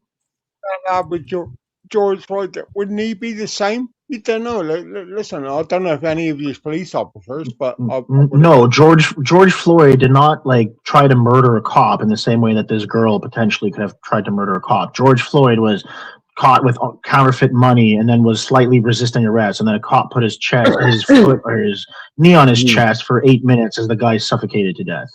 So like it's completely different scenarios. He didn't know that girl, and she wrote at him. But George Floyd, they were getting messages saying this guy had major convictions. He was dangerous. He was fuck knows Who what. cares? He didn't try.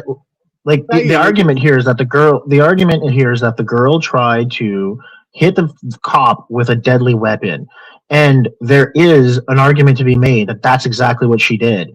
Whereas with George Floyd, there is no argument for why the cop had his knee on his chest for 8 minutes. That's why people went crazy, and the climate was a little bit different back then too. Yeah. No, it's just interesting. Like, I got my own opinion, and I think that Floyd and there's pictures. I agree. Bottle cap. That cop was never going to get hit by the car. He could have easily moved out of the way. He moved in front of the car. Like that cop did everything wrong. Like everything wrong. Yeah, but to be fair, you can only train someone so much, and if you train them, someone moves at you, you're going to pull the trigger.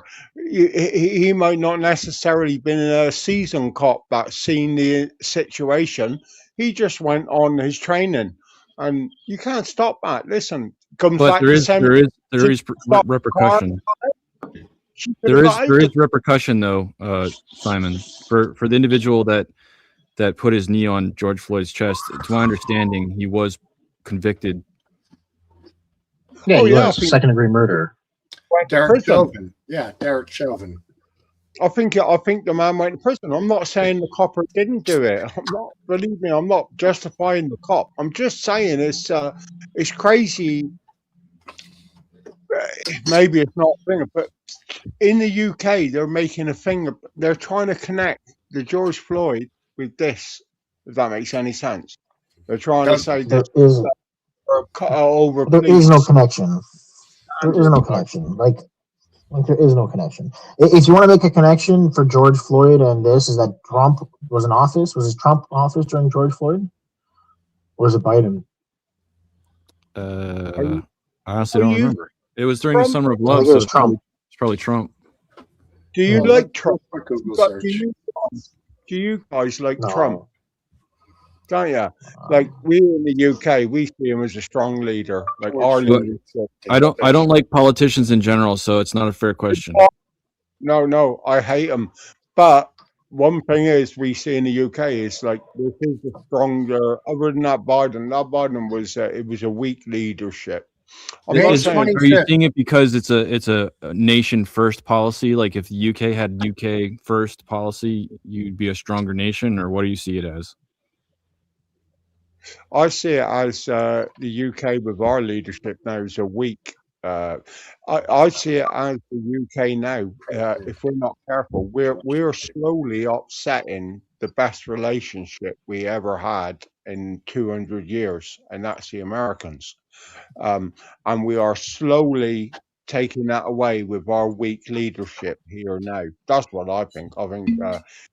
And Trump said it. Trump said like you're making a mistake on quite a few things, and the people here are saying the same. But our leadership are doing their own thing. When Trump is out of cabinet, when the pendulum swings back to the left if it does, which is most plausible. I think that relations with the UK are going to go back to pre-Trump era. You reckon? I reckon. Yeah, you'd I think assume politics every swing back all towards- relations, which is what like a very good trading relationship, like. A tariff, all the tariffs would basically be reverted to pre-Trump era. Actually, I don't know. They might keep. So that means less tariffs. That's a good thing. It depends on people's worldviews. The American relationship, as Britain has got now, is the worst I've seen in my lifetime, and my father said the same as well. We've, I think England has lost its way. But we'll see. On a political level, because most of the people from the UK that we interact with on the internet look at America as a good thing, like there is no bad relation. But you must be talking about on a political level. No. Oh yeah, absolutely. Yeah. No. Listen, if I turned up there and you turned up here, we'd have a lovely evening. Absolutely political. But our political system now are not treating America the way America should be treated. Hey, Scum, are you gonna go live, buddy? Scum? Sorry? I want to see if this guy's gonna go live, and I want him to put his link up here because I'm gonna end this. You just said gotta roll, Steve. Y'all, thanks, dude. Oh, Yeah, I'm gonna be heading out soon. But yeah. Thanks for chilling tonight, Incarnation. Tell you what, it's fucking lovely. I suppose you can talk about all the different places, and we can talk about this shit. Yeah, man. Yeah, thanks Put for up the letting me. link, Scum. Oh, God. Yeah, this is a rare place, Simon. Listen, put me down. I'm a straight shooter. Like, you know. I Yeah, am buddy. on it. You've been great. What are you smoking there? What is that? You don't want to know what I'm smoking. I do. No, you don't. It's very, very dangerous stuff.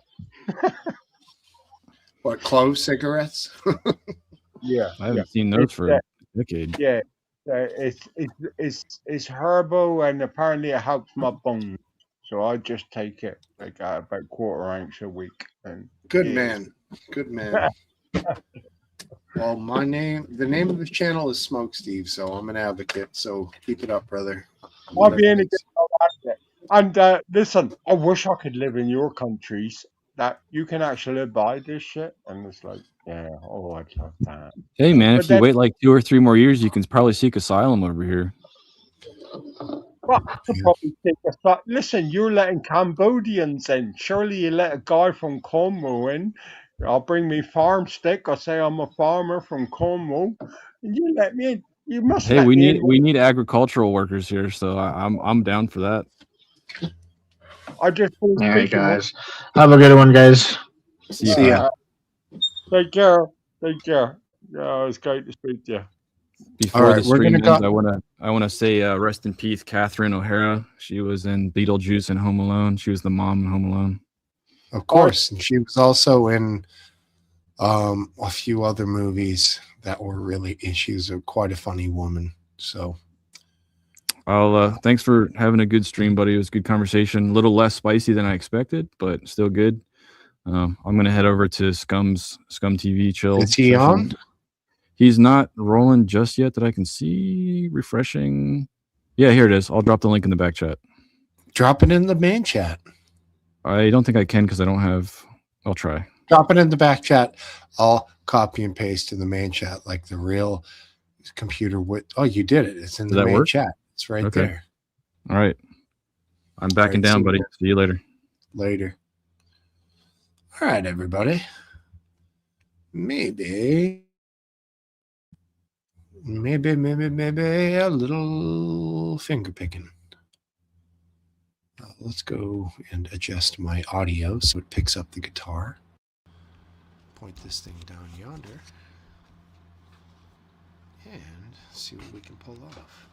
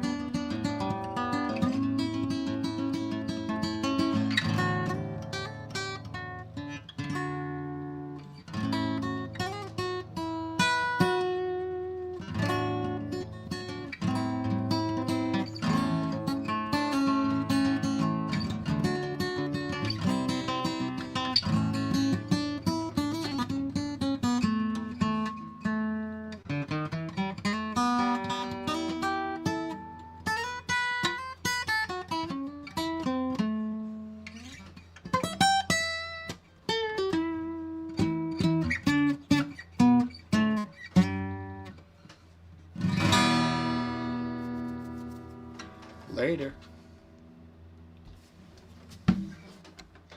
Love y'all.